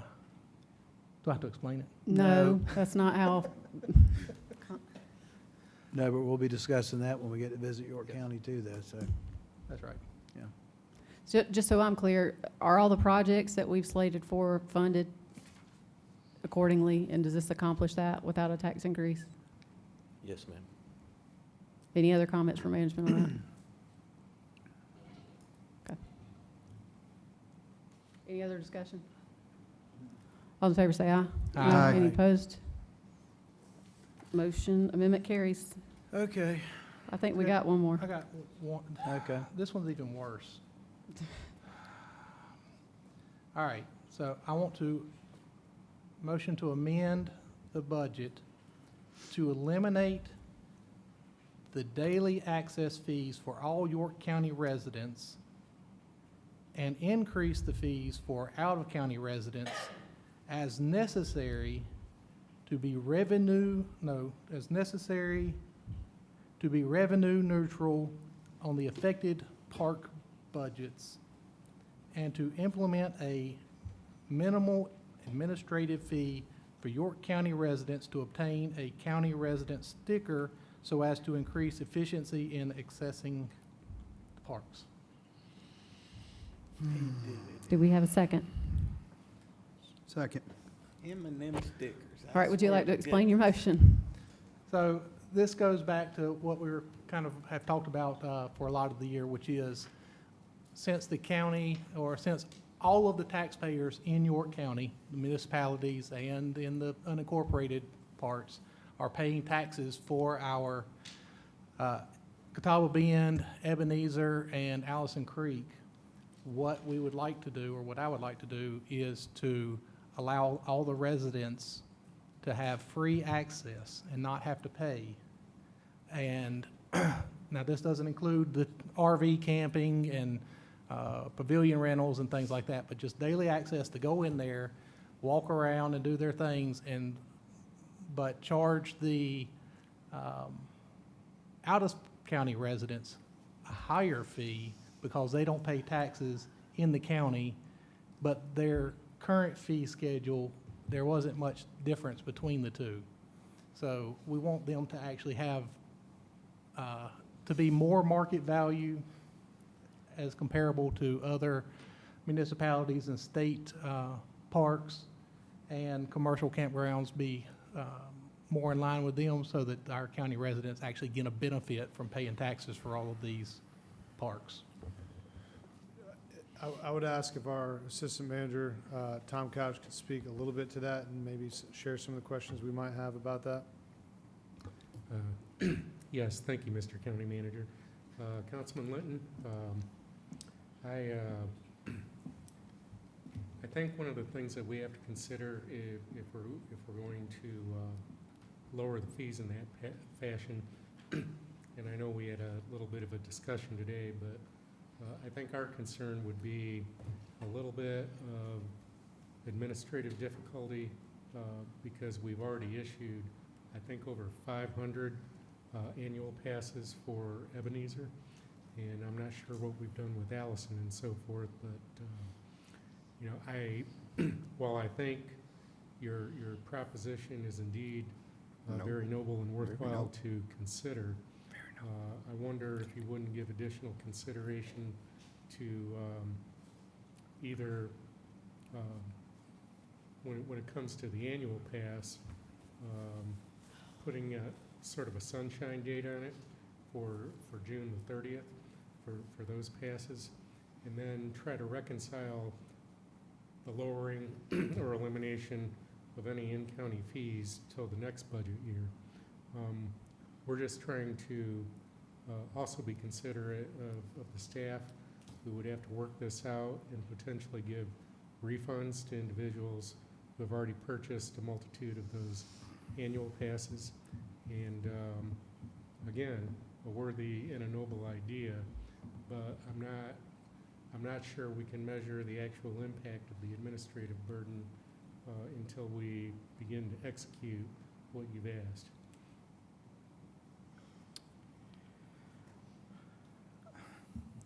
I thought am I good? So, we've had conversations about implementing stickers to use our recycling centers years ago, and not so fond of that one. And trying to make sure every county resident, every household gets a pass or a sticker to put on a vehicle. I think that's a nightmare. Yeah, we could mail out with a tax bill, but somebody's gonna get one of these stickers mailed to their house who don't even have a car. They're gonna give it to somebody, maybe they're from North Carolina, wherever they're gonna pull up, and now they got access to a park. We just talked about not giving things away. Things cost. We're gonna have to tax for it. We're gonna have to pay for it. I've been here for 2 major projects at Ebenezer Park, over $12 million. Yeah, we have good tax. We have a good tax base of our citizens paying into it, but we just can't turn around and say, hey, here it is for free. I do agree with charging out-of-state, out-of-county people more, but we can't just turn it over for free. I think that's an administrative nightmare, and it's not, we're gonna create more headache than we are good. I mean, we already went from, I think it was $5 a car. So if you put a family of 4 in a vehicle, driving to Ebenezer Park, you paid $5. Now I think we're changing that to, what is it? What's that new fee, Trish? Is it $3 or $4 a piece, if it stands right now?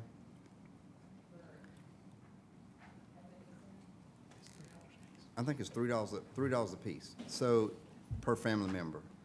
I think, you know, where else can you go in America with a family of 4, pay $12, enjoying a really nice park? I think, you know, we can't give this stuff away. You know, our tax base here is, and I've said it for years, you can find somebody to pull the video. Our tax base, what we charge on a residential home, is nowhere cheaper east of the Mississippi. Because we got people moving in this community talking about, is this my quarterly tax bill? I say, no, sir, this is your annual tax bill. Oh, I'm from California, I pay $30,000 a year. I'm from New Jersey, I pay $25,000. So if we're gonna have nice things and pay for them, we gotta get something for them. And our parks are never gonna be in the black. That's not the object of parks, to operate in the black. It's to provide a quality amenity, offset some of the costs. Some of the costs. There's no way we can recoup that kind of money year after year for Ebenezer Park. There's no way we can recoup $20 million or whatever we spend on. I don't mean to interrupt you, Mr. Roddy. I'm not I'm trying to understand the motion, because I thought the motion was, basically, we're trying to make sure that any increase, that we offset that with out-of-county non-residents. That y'all got to find out where you're going to increase that to make sure that everybody in the county Can come for free. can come for free, right? I think that's a disaster waiting. Yeah, and all we're saying is the one challenge we're gonna have is people have already bought annual passes for next year, because it's based on the date they bought it, so there's When some were they people- sold? This month, people have bought annual They just passes, open and it back up. goes for 12 months. It's frustrating me. that So- We've been so we talking could- about this for a we month. would have to figure out how to prorate back to those people, or they wouldn't get money back for what they pay for the next 12 months. That's all we're Wow. saying is, it's not something we can't work through. We could figure it out, but there's some people that have paid for next year already in their annual pass. That's all we're trying to bring up. Is that, I mean, increasing the cost, I mean, when I saw the spread, I'm trying to understand the spreadsheet on, you know, that we were way or woefully low on what you charge for the overnight stays, for that sort of thing. Are you saying that you can't I'm trying to make sure I understand the motion, because I did understand that council up here, the majority did want to find a way to say, look, you're not, nobody in the county is going to get charged to go into a county park, and we're going to find a way to make sure that out-of-county folks make up that The difference. motion was for daily use, not for overnight use. Right. Yeah. Was that intentional, It or was. can we ask them to Well, I didn't find want- it? I didn't want tent and RV camping. That's a different thing. That's an actual cost that I didn't think that we would, residents, I think they still need to pay that cost. Oh, yeah, I think the non-resident can pay more, is Yeah. what I'm saying. That's right. Yeah, I mean, I'm in support of what you're doing. I mean, you've got, the municipality is gonna be paying 1.5 mils now. No, they're not. Yeah, The they are. 1.5 mils is not in this budget. Where have you What are been? you talking about? They Time will out. be paying it. Time out. Mr. County Manager, do we have the 1.5 countywide mill in this budget? Y'all We took it the- out. Y'all took a millage increase out. We took it in the out. second Where have you reading. been? Well, you're talking about the millage, I'm talking about the millage No. increase in municipalities. Nope, we didn't put They it never in. were Okay, paying that let's, before. I'm It's gonna not bring in this it. back together. The motion was specific enough to daily use rates, and so if that's creating an issue, I would want to know, is there a way to change it to where you found, to not limit it to daily use rates, in order to find that balance? I'd have to ask Tom and obviously our Parks Director. I think that the more simple you make it, the better. So if it's daily use this year, we could look at other rates next year, but I think that's an option, but I think daily use makes sense, because people are coming in, using the park, and then they're leaving. If you're Yeah. staying overnight, there's increased costs that come from that, and staff needs to provide that work. So Right. I think coming in and going for a walk doesn't increase, the work the Operating. staff's gonna do that day. So I think daily use makes sense. As Tom shared, we're gonna have to think about the considerations that come in terms of paying people back, how we're gonna do that, if they've already paid the funds this year, and how we might implement this. So, Can we I was please- gonna let you provide this, because I did talk to Mr. Couch and Mr. Madden about this a little bit, and they did express issues with their fairness of the annual passes. Let me just say that I bought one that ain't expired either, so, I mean, I'm in the same boat with everybody else. Mine's 4 months old, I think, but, it's just like anything else. You just happen to miss out on it, and the cutoff is the cutoff, and, well, I kind of hate that, but If I may, that's my opinion. But anyway. and if I may interject, I think too, and if Mr. Madden will affirm or confirm, I think in order to make it revenue neutral, we'd have to hit price points with out-of-county daily pass users. Isn't that correct? I think To make it revenue neutral. when we looked at, to stay revenue neutral, excluding the annual passes, we'd basically be doubling the out-of-county cost. What I would suggest is either, if somebody comes in and wants a refund, I'd like us to have the ability to pay them back if council's fine with that. And when we look at that, and maybe the multiplier is 2.5 times or something like that, but if we could have a mechanism in place where we could replace the funding for the annual passes, if those citizens choose to come in, I agree with you, Mr. Litton, most are likely not to, but if somebody shows up, I just like a mechanism. I think it's just fair to be able to pay them back. And if your latitude on what that daily rate charge is to allow them to pay them back, we can, to do some numbers at a very high level as to what that might be, And I'll also just throw this in there, having dealt with this discussion for years and a bit familiar with the stickers.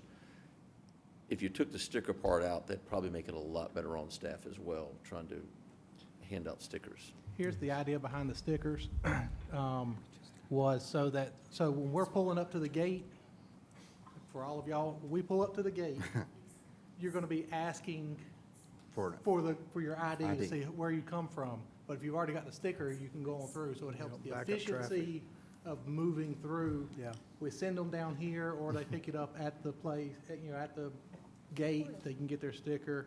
But that was the case, so that we didn't end up with a line all the way out to Celanese from Ebenezer. And I think we can move into that sophistication down the road in the future.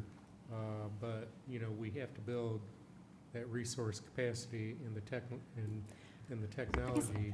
I guess I'm just, into our That ain't operating gonna I'm be confused. cheap. If what we do is we vote tonight, hey, y'all need to find a way to make it revenue neutral. Y'all figure out how to do it, and if you got to honor a few of these annual passes for a year because they got in there while the getting was good, what's the problem? I'm confused with what's wrong with the motion. We're just bringing that up as a potential point of Okay. conflict, just to give. Well, I want to more make sure I context. understand it, but I support the motion, and I'm Okay. not hearing why we shouldn't. And I think there's importance to having a sticker, because at least you have to go verify who you are, and whether it's a sticker or something, you have to go say who you are to get in there. All right, We just want to make sure staff has the opportunity Well- to design a process, that's all. That's what we're trying to do. Sorry for the interruption. All right, can I get the floor back, please? So, y'all about made me lose my train of thought here. Please. Are we I'm not losing. I just So, can't wait till I y'all find swear, out I how much just- these I just- stickers cost. Yeah, it's gonna be a nightmare, but, damn it, y'all made me lose. It's I already really been- lost that It's already train being of thought. administered. I love the It's not a county. nightmare. You get to see the sausage made. We're Yeah, transparent. we're making it tonight. I just don't see how, well, if staff figures it out, more power to them. But I do think we need to rethink the sticker issue, because I have 3 vehicles. Are we mailing out 3 stickers to each household by registration that's in the county? That would seem to be a logical thing to do. If I got 3 vehicles registered in my house, You get in The free to county- the park, you just got to come up here, and when you pay your tax bill, get your little sticker. Could staff have the time to develop a sticker program? It doesn't have to be a sticker. I was just saying that's, Okay. whatever happened to be. Something to verify that, okay. Because, just think about it, if I went to the park last year and had to pay, I had to pull my money out, somebody had to take it. What's the big deal of me showing my driver's license, hey, I'm from Rock Hill? because I have an annual pass and I just drive right through the gate, Because- that's why. Because It's part- not gonna Part of create the a backup. complaint at Ebenezer Park is that the traffic backs all the way up to Mount Gallant Road. It's gonna back up regardless of what we do, Well, because that is the Not populous so spot. much if you have a way to get through. I think the gate. motion's on the floor. We'll work on the I operations think that side. we need to have some kind of verification approach. Just real quick, did I clarify, I don't know that my motion was clear after y'all asked, I don't know. The out-of-county rates, all of them were open to be raised, not just the daily rates. So the camping, tent, Yes. all of that stuff, but I'm only looking to eliminate the resident daily use. Yeah, so that helps y'all with that. Yeah, okay. So county Oh, this is what it residents have, with a verification process, county residents have the right to attend any of the parks and access them without cost, except Daily. for specified areas, and that we're going to make up I wish you would have increased it so that we could get this events coordinator from the unincorporated, from the out-of-county, but Yeah, you didn't wanna put it. You want me to? I think it's a Ask me great, to amend it now. Pay by This- the pound for the Second fish. confirm. So it came back to me, Ain't that right, Please, Mark? can we make it clear, Josh, can we make it clear, Fish you catch. can we make it clear that this budget does not have the 1.5 mil countywide tax in it? we removed it. I want the county manager to say it, because we still got council members thinking that the 1.5 mil countywide tax is still in there. So I can answer that question again, but we do need a second for the confirmation. On the confirmation of what? Of what? Of the restated motion. I think The it's- sticker. The motion wasn't restated. He thinks it's It still was in there. refined. It's okay. Yeah. I'm getting ready to explain it. What I'm getting ready to say. So, All right, let's continue to move forward with this motion, if you can, Mr. my Roddy. question was, Wait, we're not, let's, you can ask that question when we finish this Second. motion. Second. We don't need a second. Okay. We need, is the motion clear? Motion to amend clear. It's clear now, yes. I missed part of it, so I appreciate the. Does the seconder agree with the confirmation. motion? I agree. All right. On this particular amendment, are your comments related to this amendment? They're not related to this Well, amendment. somebody's made the comment during the discussion that the county, 1.5 mil countywide is still in the budget. And that's why our citizens shouldn't pay, because they're already paying. My comment was, no, they're not paying because we didn't implement the 1.5 mil countywide. Right. That was said. That is correct. That was exactly what was said, that All right. county residents So- should be able to get in the park because they're paying the 1.5 mil. And my comment was, no, they're not paying the 1.5 mil because we took it out at the last budget meeting.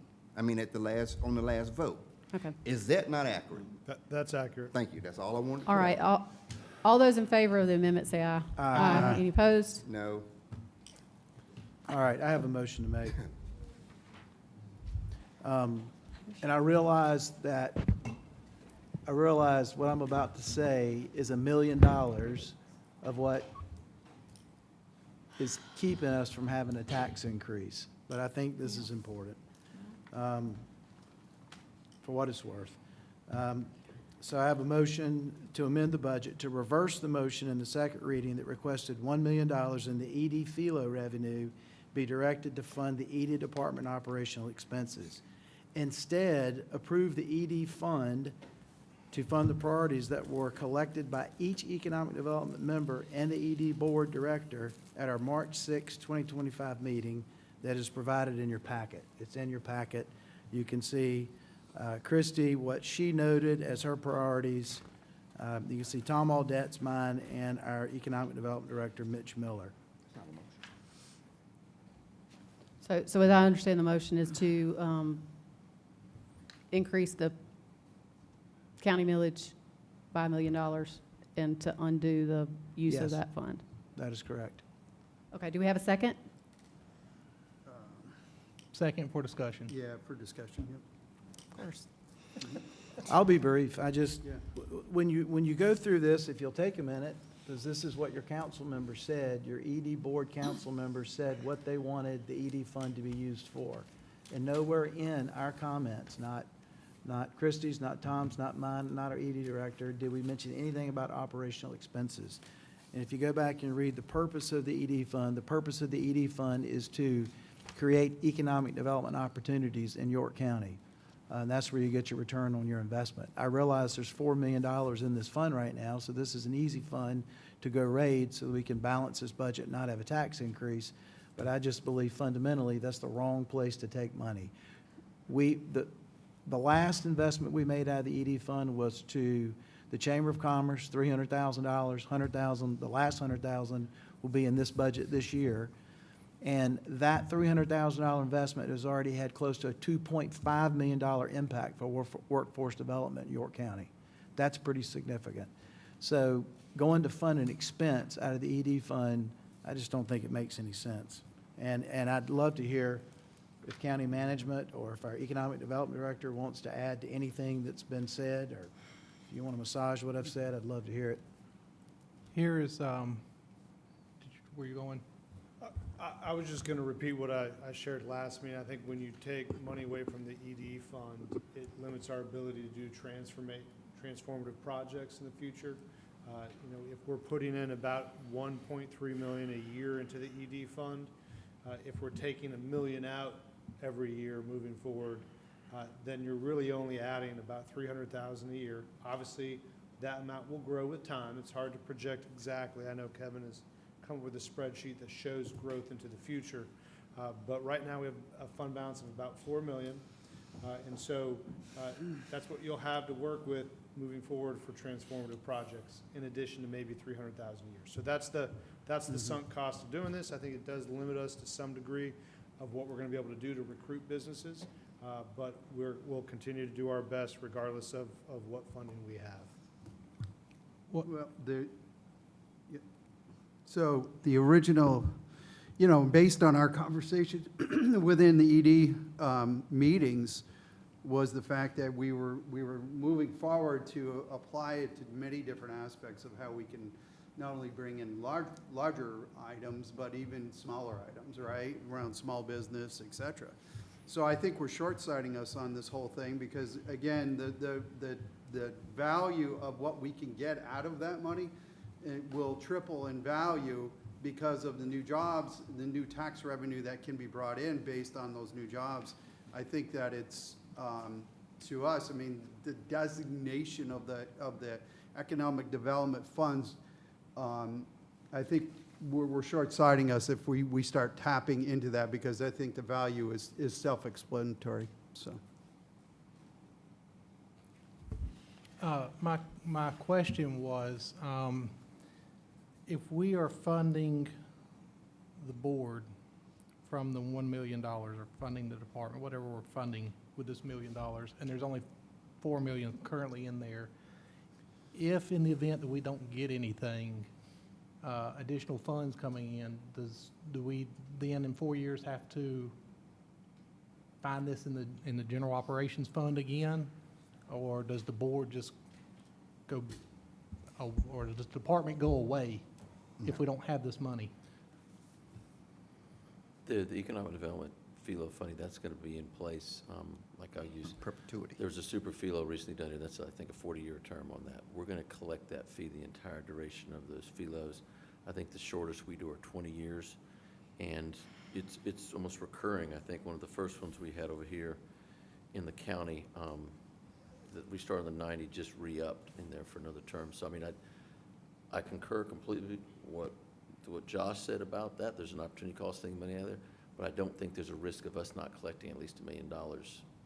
That's not a realistic risk.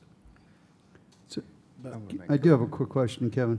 So when we start looking at fee and lieu coming in and projected fee and lieu, I mean, do we project a higher increase? I mean, where are we percentage-wise? I mean, what are our long-term projections there? Over the next 40 years. You just said it. No, go ahead. The spreadsheet, and I prepared one last year, going to last year's budget, and then prepared another one for this year's budget. We, of course, had a very large FILO that went away. But we do have continuous growth in that program. And I think you're looking at probably another 3-4 years until that revenue was going to double. And the way I had it figured, the growth rate of those was based off of what we've historically done. And we've got some existing FILOs that we've got right now, I'm going to say signed up, but the revenue hasn't generated, are driving that projection. But there are always things that come along that we're not aware of at this point in time either. And realistically, I don't expect the county to slow down in the growth of FILOs. I think when I got here, we had 30-something FILOs. We're north of 100 right now. And, you know, we're very blessed with the interstate driving through us and our proximity to Charlotte, where that will continue. Let me sum it up real quick. So what Kevin is saying, every year there's a tranche of money that goes into the economic development pot of money. That money is not going anywhere anytime soon. So the thought of money not being there to pay for this department is slim. Also, we're not giving up on being able to fund projects because every year we move money from our C funds over that can do road projects to help companies if they needed an intersection or something infrastructural. So there's money that we can use from the C funds that goes over there every year, and there's a pot of money that FILOs send money to a different pot every year. So we're not saying that we can't do some things for companies looking to relocate here. But keep in mind, if we put this back in the way it's being requested, we have to increase the millage, which is going to be it's going to be a tax increase to cover it. Because we just basically said we got over $1 million that we're going to run out of this economic development pot to pay salaries and do things for economic development. So if we put that back in play, we got to increase the mills to cover that. So let me clarify something since you shared that. So there are $4 million in the fund. It creates roughly 1.3, 1.4 a year.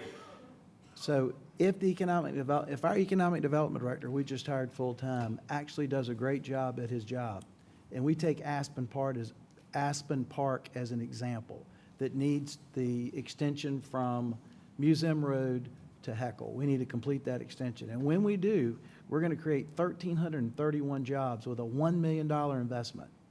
That's going to generate $5.7 million in tax revenue. Now, that's just one project with 9 or 10 new businesses in that in Aspen Business Park. One example. And if we come up with 3 more, and I would hope to hell we would, the $4 million's gone. And that goes back to what Josh said.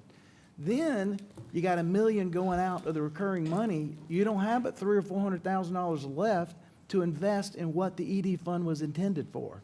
I understand we want to avoid a tax increase, but using ED funds to pay for operational expenses is counterintuitive. All right, so I've allowed all y'all to speak. Has everybody spoken on this side? Anybody want to speak over here? I think you already did. I'm Call for good with question. what I voted on. Yeah. no, stick You got with it. anything to say? Stick with it. I do not support the motion. I think that if you have a plan and there's a transformative idea, then you find a way to get there. There isn't a plan yet. I still stand by the comments that I made.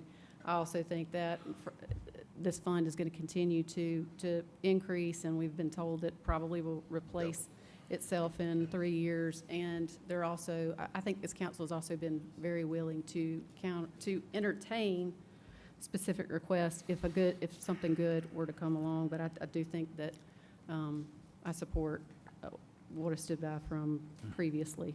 So all those in favor of the amendment, say aye. Aye. Aye. Those opposed? No. No. Amendment fails 5-2. Do we have any other amendments? Any other amendments? No. Any comments from management before we move forward? Anything lingering? I just want to say thank you to our staff and to county council for working on the budget. This is one of the most important things we do every single year. I want to thank our budget director, Trish Startup, all of our directors who spent a lot of time working with their staff to determine what they requested, our assistant managers and our directors.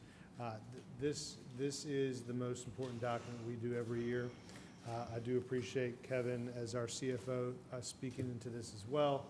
And the amount of dedication our 2 new assistant managers, Tom and David, put into this budget this year, being new the last 6 months, I greatly appreciate it.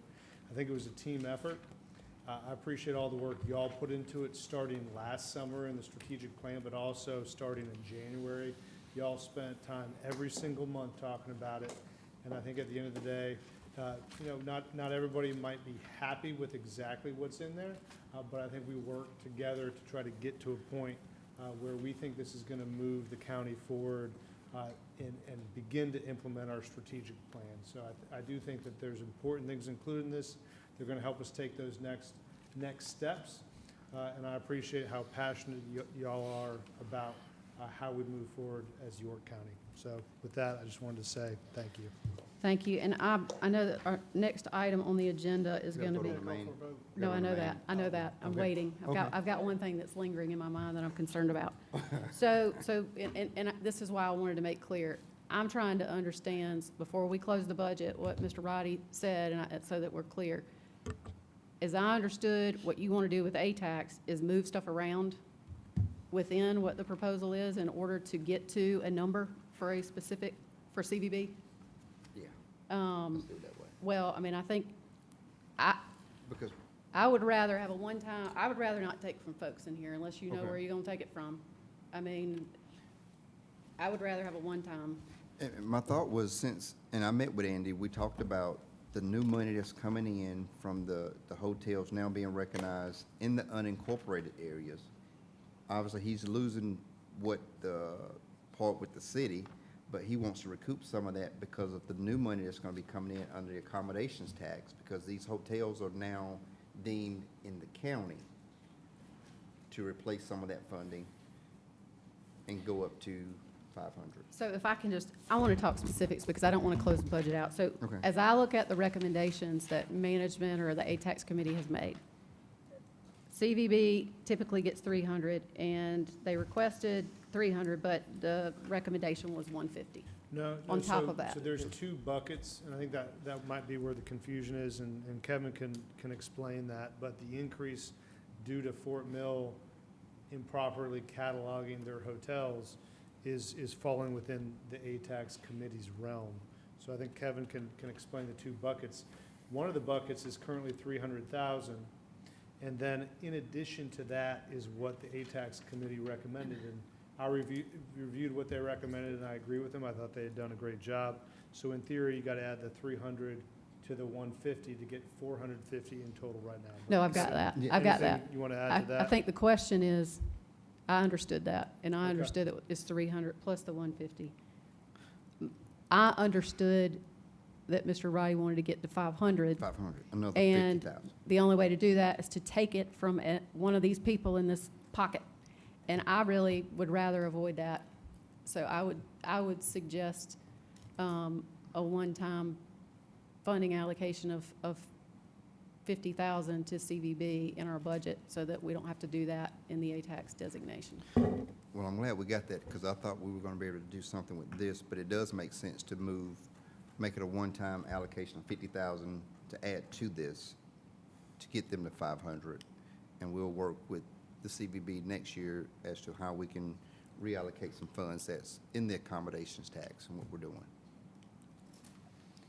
So- Yeah, I think the only concern we have is you're creating that ongoing expectation as a starting point. So, with one. I think this year is a little bit of an aberration because of the excess fees, so we'll have to deal with a total, it's going to be significantly different next year. So, is there a motion to amend to do that? Is that? I'd like to make a motion that we do a one-time give to the CVB out of the, it can come from, can we do it from reserves? Or where are we gonna pull it from? It would come from reserves if it's an appropriation like that, but I just want to make sure I'm hearing you right. So your motion is to make sure, to have the CV get to a level of 500,000 of funding. Yes. So you're taking into account Mr. Audette's motion that's going to have some money for them as well. No, that was No, eliminated. that's why I told him he could take that back out, because I was No, I looking was to told- do That's that right. anyway. Yeah. That's the part, We're good. Do I need to say the motion again? No. No. So that's my motion, to do a one-time allocation of an additional $50,000 to the CVB, paid out of reserves. I'll second it. Motion and a second. Any discussion? And I'll say it is not gonna increase the mill, it's not gonna increase taxes, because we're gonna take it out of the reserves. Any other discussion? All in favor say aye. Aye. Any opposed? Hearing none, amendment carries. We're now back to the main motion to approve the budget as amended. All those in favor say aye. Aye. Any opposed? Opposed? No, opposed. After Oh, all really? of that, Oh, 5-2, we still have a 5-2 approval of the budget. All right. Hey, point of motion, Visit York County is how they promote themselves, and we need to probably embrace how they want to be identified, because some of us are calling it the Convention and Visitors Bureau, which is not who they are any longer. It's Visit York County. So we probably need to adopt Visit York County, whatever we need to do to officially accommodate their name. Where are we? Well, I guess I'm just old school. Oh, God, we still got this thing. Yep. All right, so item number 2, council to consider amending and second reading of an ordinance to amend the Code of County of York, South Carolina, Chapter 153, Section 153.31, and 153.32 for the purpose of reconstituting and restructuring the Economic Development Board and its membership, to prescribe the new composition of the board, to set out the appointment of its membership and designation of board members, to provide for a public hearing, and to provide for other matters relating thereto. Motion to approve. Where are we? What did you say? We're on number 2 of old business. Number 2. This is the, It's for to approve the board, I need a second. and it's currently written as 7 members. Second. Well, you have one Okay, person motion for- and a second. Do we have any discussion? Yes, we had a recommendation from our Economic Development Director. It was sent to all council members to expand the board from 7 members to, and that's in the packet that you got in your stapled packet of information from me, But anyway, it had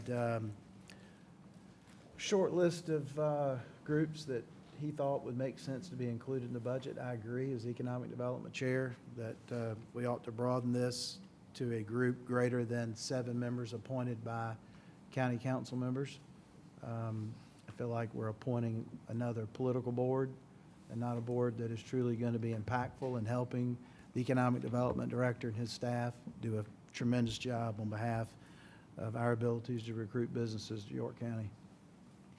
So I'd ask for an amendment to include these groupings. If y'all want to read them, or I can read them out loud. They're in your packet, not in your packet that the county gave you, the packet that I typed up. So I did just want to clarify, though, I don't think our Economic Development Director asked for 4 more positions. I think where we started as a starting point is there are certain things that we really need in our membership, and there's criteria that we would need if y'all are going to do only 7. And so I don't want to split hairs, but I'm going to try to do this. I think what Mitch and I are saying is there's qualifications that we think we need represented on this board, however many people y'all decide. If you're not able to get those types of qualifications or meet those criteria that we think are important, you could potentially consider ex officio members to represent that perspective. And so you could consider more of 7 too, but I just want to make clear that as staff, we're trying to speak more to what we need this board to achieve. And so as you see the ordinance that's attached, we've worked with the county attorney's office to include achieving the things that the ED committee set out to do. And Mitch and I can answer those questions, but I just want to make clear, we're not out here saying a certain number. We're saying we need the board to be able to do X, Y, and Z. And if with your 7 appointments, they're not able to do that, consider either adding more positions to do that, or ex officios, or potentially you find those in your appointments. But more than anything, it's important for us to know exactly what we're going to ask this board to do, which is what we spent a lot of time updating the ordinance on since you last talked about it. So, Mitch, if there's anything you'd like to add to that, I'd ask that. But I think I've tried to summarize that the best I could. Did you want to say? So, Mitch, were you going to say something? I'm sorry. Don't force him. He forced it. He forced him. While he's walking up here, has this been noticed for a public hearing? Don't know that it has. I'd like to know that, please.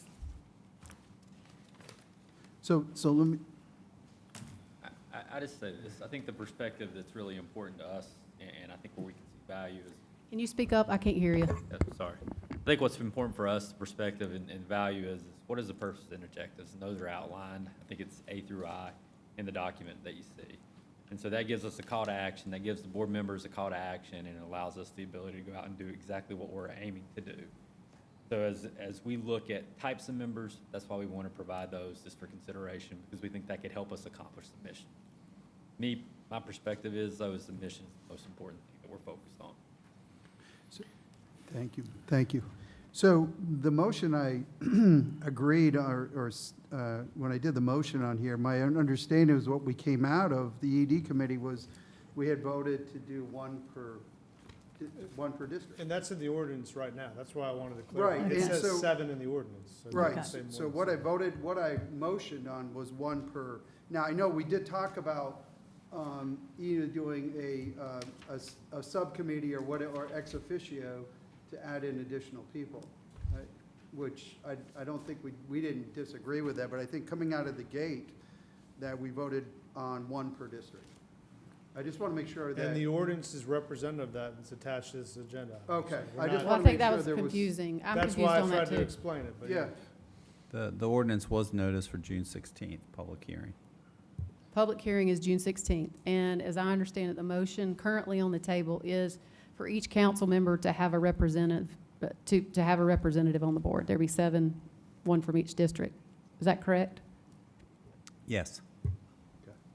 Motion on the floor tonight is not that, though. That's, Watts wants more. That is, well, that was the motion to approve. So the main motion was to approve that, 1 member for every district. Mhm. It was seconded. True, that's true. And now there is a motion to amend that, to change it to add folks to that. I Do can't we- remember, I think you probably need to be as specific as you want to be. Don't we have to vote on the motion? No, we got to do the before us? amendment first. No, we got to see if the amendment carries. So Okay. the amendment again is, The amendment would be, in addition to the 7 members appointed by council, the amendment would be to also include a member representing the York County Regional Chamber of Commerce Government Relations Committee, a member representing, one member representing higher education. That would be one person from either Winthrop, York Tech, or Clinton College. And the discussion is maybe every year that person, Winthrop would be on 1 year, Clinton College next year, York Tech the next year, and they just rotate around. A member who shall be from a small business owner or operates work in agriculture operations in York County, a member representing growth partners, a member from the banking, financial, legal, insurance, and accounting services sector. So you'd have one person from those groups. So that's in a total of addition 14. to, I think it's actually 13, but. Okay. So it's in addition to the 7. I actually added not what was in here, but not just a citizen from your district, but a York County, a business owner in your district in addition to. So it would be one or the other. It could be an appointee that lives in your district, or it could be a business owner in your district for the 7 council members. is there a second on the Second. amendment? All right, discussion on the amendment. I'm just solid on 1 member per district, because we came in and we gutted some boards that had 7 plus 3 or 4 ex officios. Yeah. We come in and we hire Mitch, and one of the first things we hear is, oh, we want to bring Mark, back to help Mitch. Now we need to put a board to help Mitch. Mark hadn't been to this chamber yet. I hadn't seen Mark, but we're supposed to be doing what we can do to help Mitch, but one board member per district. Now, if we want to say some criteria that we should consider for those board members to be appointed, yeah. But I remember the time we had 13, 15, 18 members, and we disbanded that board because it was too big, inefficient. Now we're going to start up with 13. If we need more, let's add as we go, but let's don't slam 13 people back on and then say we're going to rotate people off every year. If people are going to serve in these kind of capacities, they certainly need to be on there more than just 1 year. I think rotating off an economic development board in 1 year does nothing for that board. It's a waste of a whole year of anybody's time to get acclimated to what's going on. I don't have a reservation about putting some criterias in that kind of guide us as to what to look for in a board member. But I don't, because somebody's gonna say, well, you didn't have such and such industry represented. And I already know how these at-large positions go. The most political up here is gonna control those positions. But the most political can't tell Bump Riley who to put on that board in his district. Very few people are gonna get heavily involved in vetting these extra. It's gonna be the loudest voice in the room is gonna end up with 2 or 3 of the extra 5. It's gonna be a nightmare because we've been down that road with all these board members. Let's start with 7. If it needs to grow, it can grow. But let's don't put 13 people, 12, 13 people in the room and say we're starting the board up. I've been there, it's been a nightmare. Yeah, and I think we're doing what you're asking. We're saying as staff, we want to reflect on the purpose and objective of this board that y'all are gonna appoint people to. And so we wanted to make sure the work of the ED committee was built into that purpose and objective, because that's changed, and there's new categories now. And y'all have all shared some of those categories tonight in previous conversations. So you'll see that in the purpose and objectives area of the ordinance that has changed. In the recommendation on the agenda item, we did say, hey, look, when you're considering who you're going to evaluate for membership, here's some things we'd like you to consider. So that's in there, and that's from staff saying, hey, these are things to think about while you appoint. You could also consider ex officio as well, or some other option, but that's up to y'all. We just want to make sure that this board is successful, and is helpful in accomplishing the goals of economic development for York County. So, well, I think that, you know, what we walked out of the ED committee was, again, a balanced approach across. I don't have objections that we do look at additional people down the road, and I don't object to a subcommittee for that board that's put together. But I think starting off with 7, I think to me, is the right approach as we go forward. I had, if I could see putting some requirements on the type of person we choose, but my concern is, what if you can't find, or what if somebody in your district doesn't volunteer that kind of has those requirements? Yeah, I like to make sure all the boards and everybody is, you know, prepared for what they're doing and educated in what they're doing.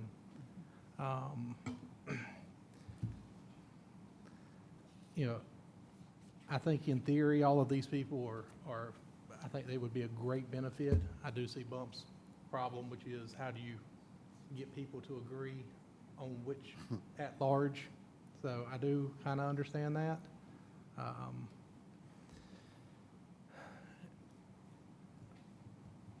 And I don't know, I was kind of in the back of my head thinking, well, what if we just, instead of being a citizen, what if each one of us gets to choose somebody from just the county in general? I mean, I'm hoping we can all find somebody from our district, but to get the best person, maybe, I don't know.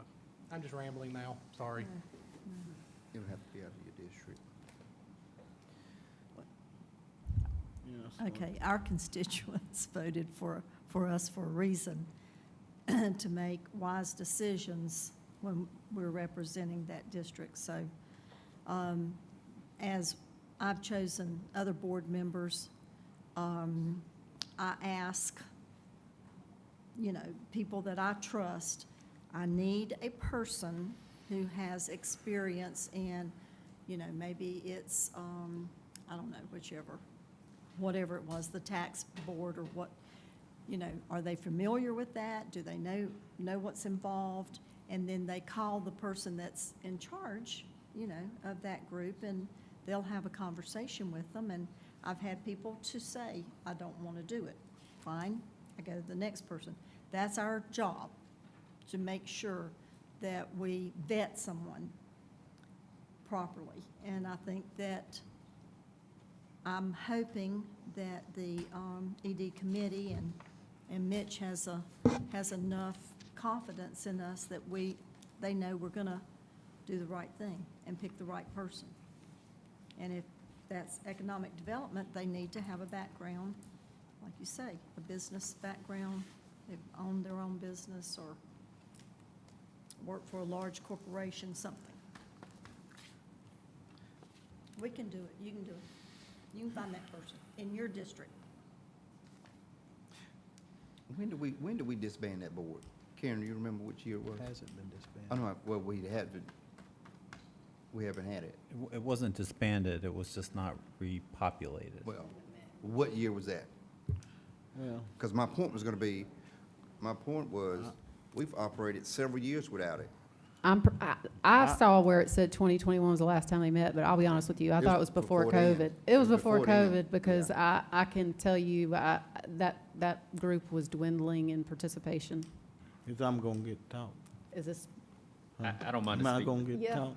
yes, Huh? you are. Can we, I don't mind to You speak walked to all that. the way I up here. just won't talk. How about that? Mr. Atkins, I'm gonna let you talk as soon as I hear I just won't his talk. response to this I question. won't talk. Sure. Andy asked some questions, pointed questions. I did some research. Last minutes that were ever taken on the board were from September of 2019. And essentially, 2019. as board members rolled off, the director that was in place chose not to replace those members. Don't know Yeah, the there's rhyme or the reason. there's a lot of history there. Yeah, I don't know the rhyme or reason. I wasn't here.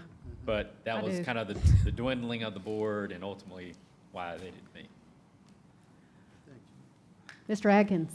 Oh, I can talk. Yes, sir, please do. Pick whatever we can find best in each of us' district. let them do the legwork and whatever consulting that they need to do, and let it go for that. But we'll get to piling too many on there. I don't want any one-sided of any district in the county to take hold and get too top-heavy to controlling everything. I mean, that ain't right neither. All right, so right now, the amendment is to change it to add more than 7. All those in favor say aye. Aye. Okay. Any of those opposed? No. No. All right, back to the main motion to approve with the 7 members. And so that we can get out of here before midnight, 'cause I gotta work, I want to make this comment. We can't be too strict as to what's the criteria to serve on the Economic Development Board, because the criteria to sit up here is just to get votes. You don't even have to have a high school education to sit up here and make these decisions. So we can't make sure that you got to be up here to serve on the board. Let's don't forget how this works, because there should be some level of understanding before we can sit up here versus making it on the Economic Development Board. So let's don't forget about that part, because we ain't the brightest bulbs in the county sitting up here. So we can't make it the Speak for brightest. yourself. You don't say that. We can't make it, you have to be the brightest bulb to be on the Economic Development. I'll just say that, because I've been up here with some people who've been smart, and I've been up here with some people who hadn't been so smart. And we trying to say that you got to be up here to serve on the board. Can't make it too high. I didn't say. No, They no, could no, I'm- own, they no, could I'm not own saying a that. hot dog They stand, can hot- yeah. you know? I mean, they're in business. They're a small business. I think, I'll say, as someone who sat on that committee, I do think that there's merit in having some of these discussions later. We have to start somewhere. I think if we have one member from each council member, and those folks that you pick have got to be committed to the purpose of what the board is set to do, clearly. And council needs to be, they need to be cognizant of that, and they need to choose the right people to serve in that. And then if those folks recommend, some steering committees, and I think all of these categories of folks are good people to serve on that, I think we've got to start somewhere. And we hadn't done anything since 2019. So I support the fundamental motion. All those in favor say aye. Aye. Any opposed? Opposed. Okay, motion. Is Good that a Lord. vote? Speak up. All Well, right. if I am a bright bulb in my All right. field. Tommy, you one of the brightest I've been up here with. All right, so Madam Chair, the next item I just want to share is a presentation, so if staff Is would. the what? Is a quick presentation, so staff I- has stayed late, and so I'm thankful that y'all have stayed for quick is this. quick? And Wait a minute, we hadn't done the ATAX. Where's That's, that? that's after this one. Oh, okay. Yeah, this is the first one. So I appreciate planning staff and Jonathan and his team taking an initiative in the strategic plan and running with it, and that's what you're going to see tonight. This is a fulfillment of one of the strategic plan initiatives, and with that, I'll hand it off to y'all. But thanks for sticking around till late. Yes, thank you, sir. So, as Josh mentioned, this is implementing one of the strategies that's in the strategic plan. This is in the Grow Responsibly goal. So, drilling down to the initiative, the task here is to publish an annual development report to track and identify emerging trends. This is something that Rock Hill has done for years. So the intent is to keep up to date on things that are happening in the county, whether they're demographics or other types of trends, specifically with development. And I just want to take a quick moment to thank a lot of the folks that contributed to this, and many folks internal to the department. We had some assists from economic development as well, but the majority of the work was done by Kimberly Vaith, who's our permit center administrator, and I liked her work so much I subjected her to a 4.5-hour council meeting. So just a couple of things to point out in the report, and I do hope you take the time to go through it. I think there's a lot of valuable information in there as you all make decisions up there to keep in mind. Some of the things that stuck out as we were putting this together is that we all know that property is increasing in value, whether you have a home or you're looking to acquire vacant land to do some sort of development. But specifically with owner-occupied homes, there's single-family developments. The median value of a home jumped about 48% in just 3 years in York County. And so it's a median, and it went from 218,000 and change to 322 and change. And that's the median, so about half the homes are more expensive, half the homes are less expensive, but a nearly 50% increase in value in 3 years is a pretty seismic shift. Just keep that in mind.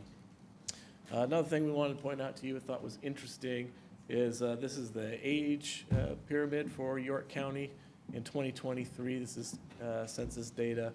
And so this is fairly typical for an aging American community, but for a couple caveats that I think you might be able to extrapolate some thoughts from. So you can see here we've got the dip is right around the young professionals. So that tells us that a lot of folks, whether they're leaving high school, they're graduating from high school, they're graduating from college, they're not sticking around because there might not be the jobs to keep them here. Whether they're entry-level jobs or they're going to move into Charlotte itself or other areas of the country, they're some degree not sticking around in the county. Interesting that the biggest bump out here is immediately after that demographic, so that doesn't really track. So, but you look down here where that dip first starts with the teenage group into the younger children. You can see there might be some correlation there. So a lot of the folks that are moving into the county are folks that have kids that fall in that demographic. I think we're seeing that play out in the Fort Mill School District, the Clover School District. So that has a lot of impact on what the shape of this pyramid is. And just for the long term, that tells you as that bigger group in their 40s starts to age out, York County's median age is going to continue to increase based on these trends. So the need for senior housing is only going to continue to increase. Some takeaways there.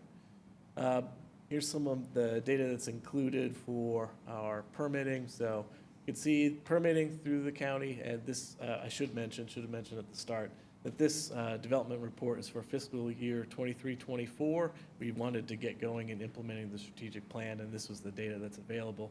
So you'll actually be getting this same report again for fiscal year 24-25 in just a couple of months. So just be on the lookout for that.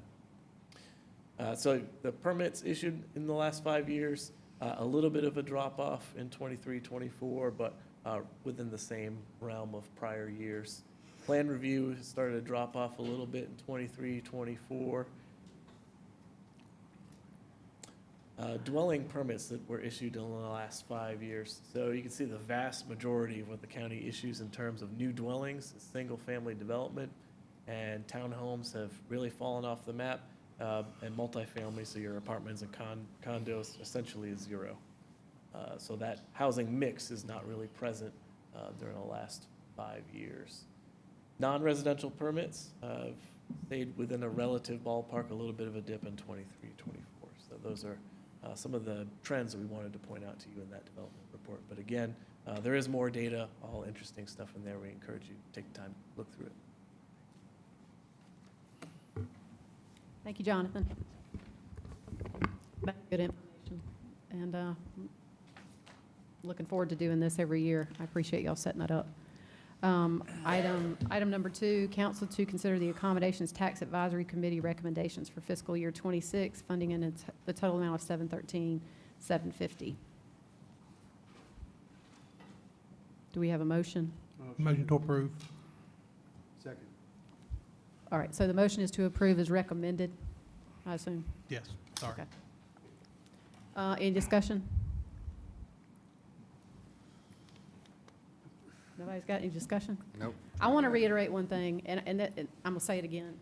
I'm very proud of the county and how we do funding. I certainly support this. I think this revenue is generated solely outside at the incorporated areas, and yet it's being used to go in the right places to help everybody and to help our municipalities throughout our county. And that's something I'm proud of, and I hope that we finally get that communications folks and get that information out, because that's what makes me proud to serve and do the things we do. I think we try really hard to look out for the whole county. All those in favor say aye. Aye. Any opposed? Motion carries unanimously. Committee and other reports, Finance and Operations Committee, Chairman Tom Audette. Yeah, tonight we met at 5:30 tonight for the meeting. We had present Councilman Romney and Councilman Atkins. I'm sorry, I had my hand, Romney. I had my hand over my mouth. Sorry about that, brother. All right, and it was at 5:30 tonight, and we went over several different items. Bethel Lake Wiley Acquisition and Preservation Park District, we nominated Winston Martinez for that position. There were several allocations for District 3 for allocations of discretionary funds. First of all, York County Fall Livestock Show for $4,000, Hickory Grove Volunteer Fire Department for $4,169, Sharon Volunteer Fire Department for $331, Great Ministry, with the Great Thing Ministry for the amount of $1,500. In District 4, we had an allocation of Great York County Top Ladies of Distinction for $2,500. In the meantime, in the amount of $1,200, Camp Keenan for District 6 for $2,000. And then the rest of these are mainly for District 6. Next one, Family Promise of York County for $2,000. Pathway for $2,500. Feed the Hungry for $2,250. Mex Abilities for $1,750. Safe Passage for $2,500. Bethel Shelter for $2,500. Life House for $2,500. Catawba Area Coalition of the Homeless, for $2,000. In District 7, we had Christ Basket of Blessings. That one was withdrawn on a previous request. And then we have three more. District 7 4-H for $2,000. District 7 Safe Passage for $1,000. District 7 for $1,000 to Keystone. We also reviewed the requests for local vendor preference. We're doing some final review on that, and in our next meeting, we'll come back with our final recommendations, and then we'll take a vote and move that on to the county council. We did a financial update also, and that was it. Thank you, sir. Thank you. We do not have any citizen concerns. Do we have any council member new non-agenda comments? Yeah, Well, wait a minute. Oh, I'm sorry. Mr. Atkins I'm sorry. has been getting my attention. Mr. Yeah, Atkins. go ahead. Yeah, I say that the York Comprehensive High School Lady Cougar softball team ended their season 25-5 as South Carolina 4A runner-ups, and I wanted to congratulate the Lady Cougars on the hard-fought season. And we lost a great advocate for the Western York County this past week, and he was a school board member, Chris Revels, who passed away and went to meet the Lord. Just be remembering his family. Thank you, sir. Want to come down the line? Do y'all have anything? Yeah, just, I do want to make a request out for my friend Paul Anico. He did pass away, and he was a great man of Rock Hill, and so I just want to pass that along. Anyone else? I'll just say, thank you to all of us sitting up here, everybody who voted for the budget, who didn't vote for the budget. I think we headed in the right direction with York County, and we do have to do a better job of letting the community know what all we're doing, because we do a lot of great things throughout this county, and for years, we need to really get our story out of all the different avenues of what we're doing, how we're doing it, because we do more than just what you see up here on Monday night. It's so much more that goes on through all of our departments, and I think it's a missed opportunity when we don't put that story out on a bigger platform or a bigger stage. We don't always have to wait for it to be reported in the news media. We got a good team. We just need to push our team to do more publicly about what we're doing for our citizens and the opportunities that's here in York County. So thank you, everybody. Anyone else? I'll say, budget times are always really difficult and it's tough. I want to say thank you to Josh, and to all of the management team for all of the work that you put into this. And it is always a give and take, and I appreciate the cordiality of the colleagues that I stood up here with. You know, it can be difficult, but I appreciate the people that I'm serving with, and I'm very thankful to staff and to our new manager, I don't think we can say He new ain't new anymore. no more. It's been a year. Broke him in. Thank you for that. I do want to let council know about one thing that I think is going to come up, and that I'm going to be requesting some support for, and this is something that our manager has been made aware of. Apparently, I don't know if any of you have had these calls. I get them all the time. When you have third-party contractors who go out using the encroachment, getting encroachment permits or using the right-of-way easements, especially for SCDOT right-of-way, I've been getting a lot of problems with the, apparently that is ramping up. It's resulting in, apparently the other day there were, how many, 17, or in one day, gas leaks, where they're not either looking to locate and it's causing a safety issue. And I know that everybody's looking into that about, is there a standardized way that we can approach this? Apparently, some municipalities have figured out a plan where they're actually sticking them with pretty hefty fines and they're paying them, and it's slowing down that problem. Obviously, we want to be cognizant of that, but I think I at least wanted to let y'all know about that to the extent that there's something that shows up on the next agenda to talk through that. And I also think that, I mean, I even had one resident who they went and started working in a graveyard, a cemetery of a church. And so that we've got to figure out a way to work cooperatively, and I'm hoping that the county can help, maybe help standardize that, similar to what we've done with some of the sheriff's ordinances. Yeah, and we're looking at it, and we're engaging with our stakeholders, and we're gonna have a meeting with them this week. I think one thing to think about, and I thought maybe this is where you were going, Madam Chair, was potentially assigning this to the Public Works Committee, because that's an option too, but happy to talk more about it at a later meeting. If we need to, this is something that's ramped up and has a pretty short fuse on it. It's an emergency issue. I mean, I don't know if we have to do that, fine. I mean, if there's something quicker that can come about that you want us to consider, I think we'll also, you know, I don't know how far along talks are going, but the communications I'm getting are that they're very concerned right now. They're very preliminary, and at this moment, we really need to investigate how it impacts countywide, because a lot of the examples have been presented on a municipal basis, which are much smaller scale, and they also have other avenues that they impact this through with business licenses. So when we look at it with a county perspective, it may need to be a committee recommendation because it is a county-wide issue. So there's so many avenues to go down, we're really gonna have to look at how we approach it. But agreed, it is a public safety issue, and our emergency management office actually responded to some of those last week as well. So we're continuing to work with those partners.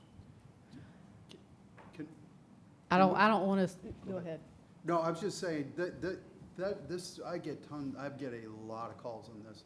Can we set up some type of war room? I mean, literally, like a one-stop shop for everybody, anybody in the county can, because that's been the biggest complaint. They don't know who to go to. When I talked to Piedmont Natural Gas about it, I made that suggestion, but you've got water getting cut, you've got natural gas getting impacted. So if we had a one-stop, one-number place where they could go, I think at least to leave a message that we could all work together, I think that would be important. We're actively looking at this, and we're willing to talk about it further at a later date, but we've got to engage with these folks as well to better understand what they're sharing. Yeah. Madam Chair, is it imperative that we have executive session tonight? Are there pressing issues we have to cover? My understanding is every time it's put on here, we have to deal with it, so I don't know that we can dispense with it, but I think we should make the motion and go in there and find out how long we have to be, and then we can come right back out. All right. Well, our next meeting should be really short since we got all this budget and all this other stuff on there. All right. All right. The bump's gotta go. Do we have a I'll go motion? Go ahead. Yeah, I'll go ahead and do the motion. Receipt of legal advice, legal matter, litigation update, contractual matter, outside counsel conflict waiver, receipt of legal advice, contractual matter, project universal, contractual matter, recreation tax, IGA, receipt of legal advice, contractual matter, interstate exchanges. Do we have a second? Second. Motion and a second. Any discussion? All in favor say aye. Aye. We'll go into executive session.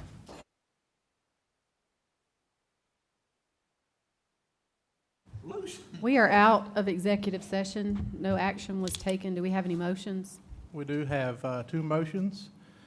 Motion number one is to waive any conflict for Borough Foreman in order for its attorneys to represent the company for Project Elevate in negotiations with the county. Second. Motion and a second. Any discussion? All in favor say aye. Aye. Any opposed? Hearing none, motion carries. The second motion is to authorize the county manager to formally terminate any and all outstanding IGAs with the municipalities regarding allocation of rec tax funding now that the York County Recreation Tax District has been abolished. Second. Motion and a second. Any discussion? All in favor say aye.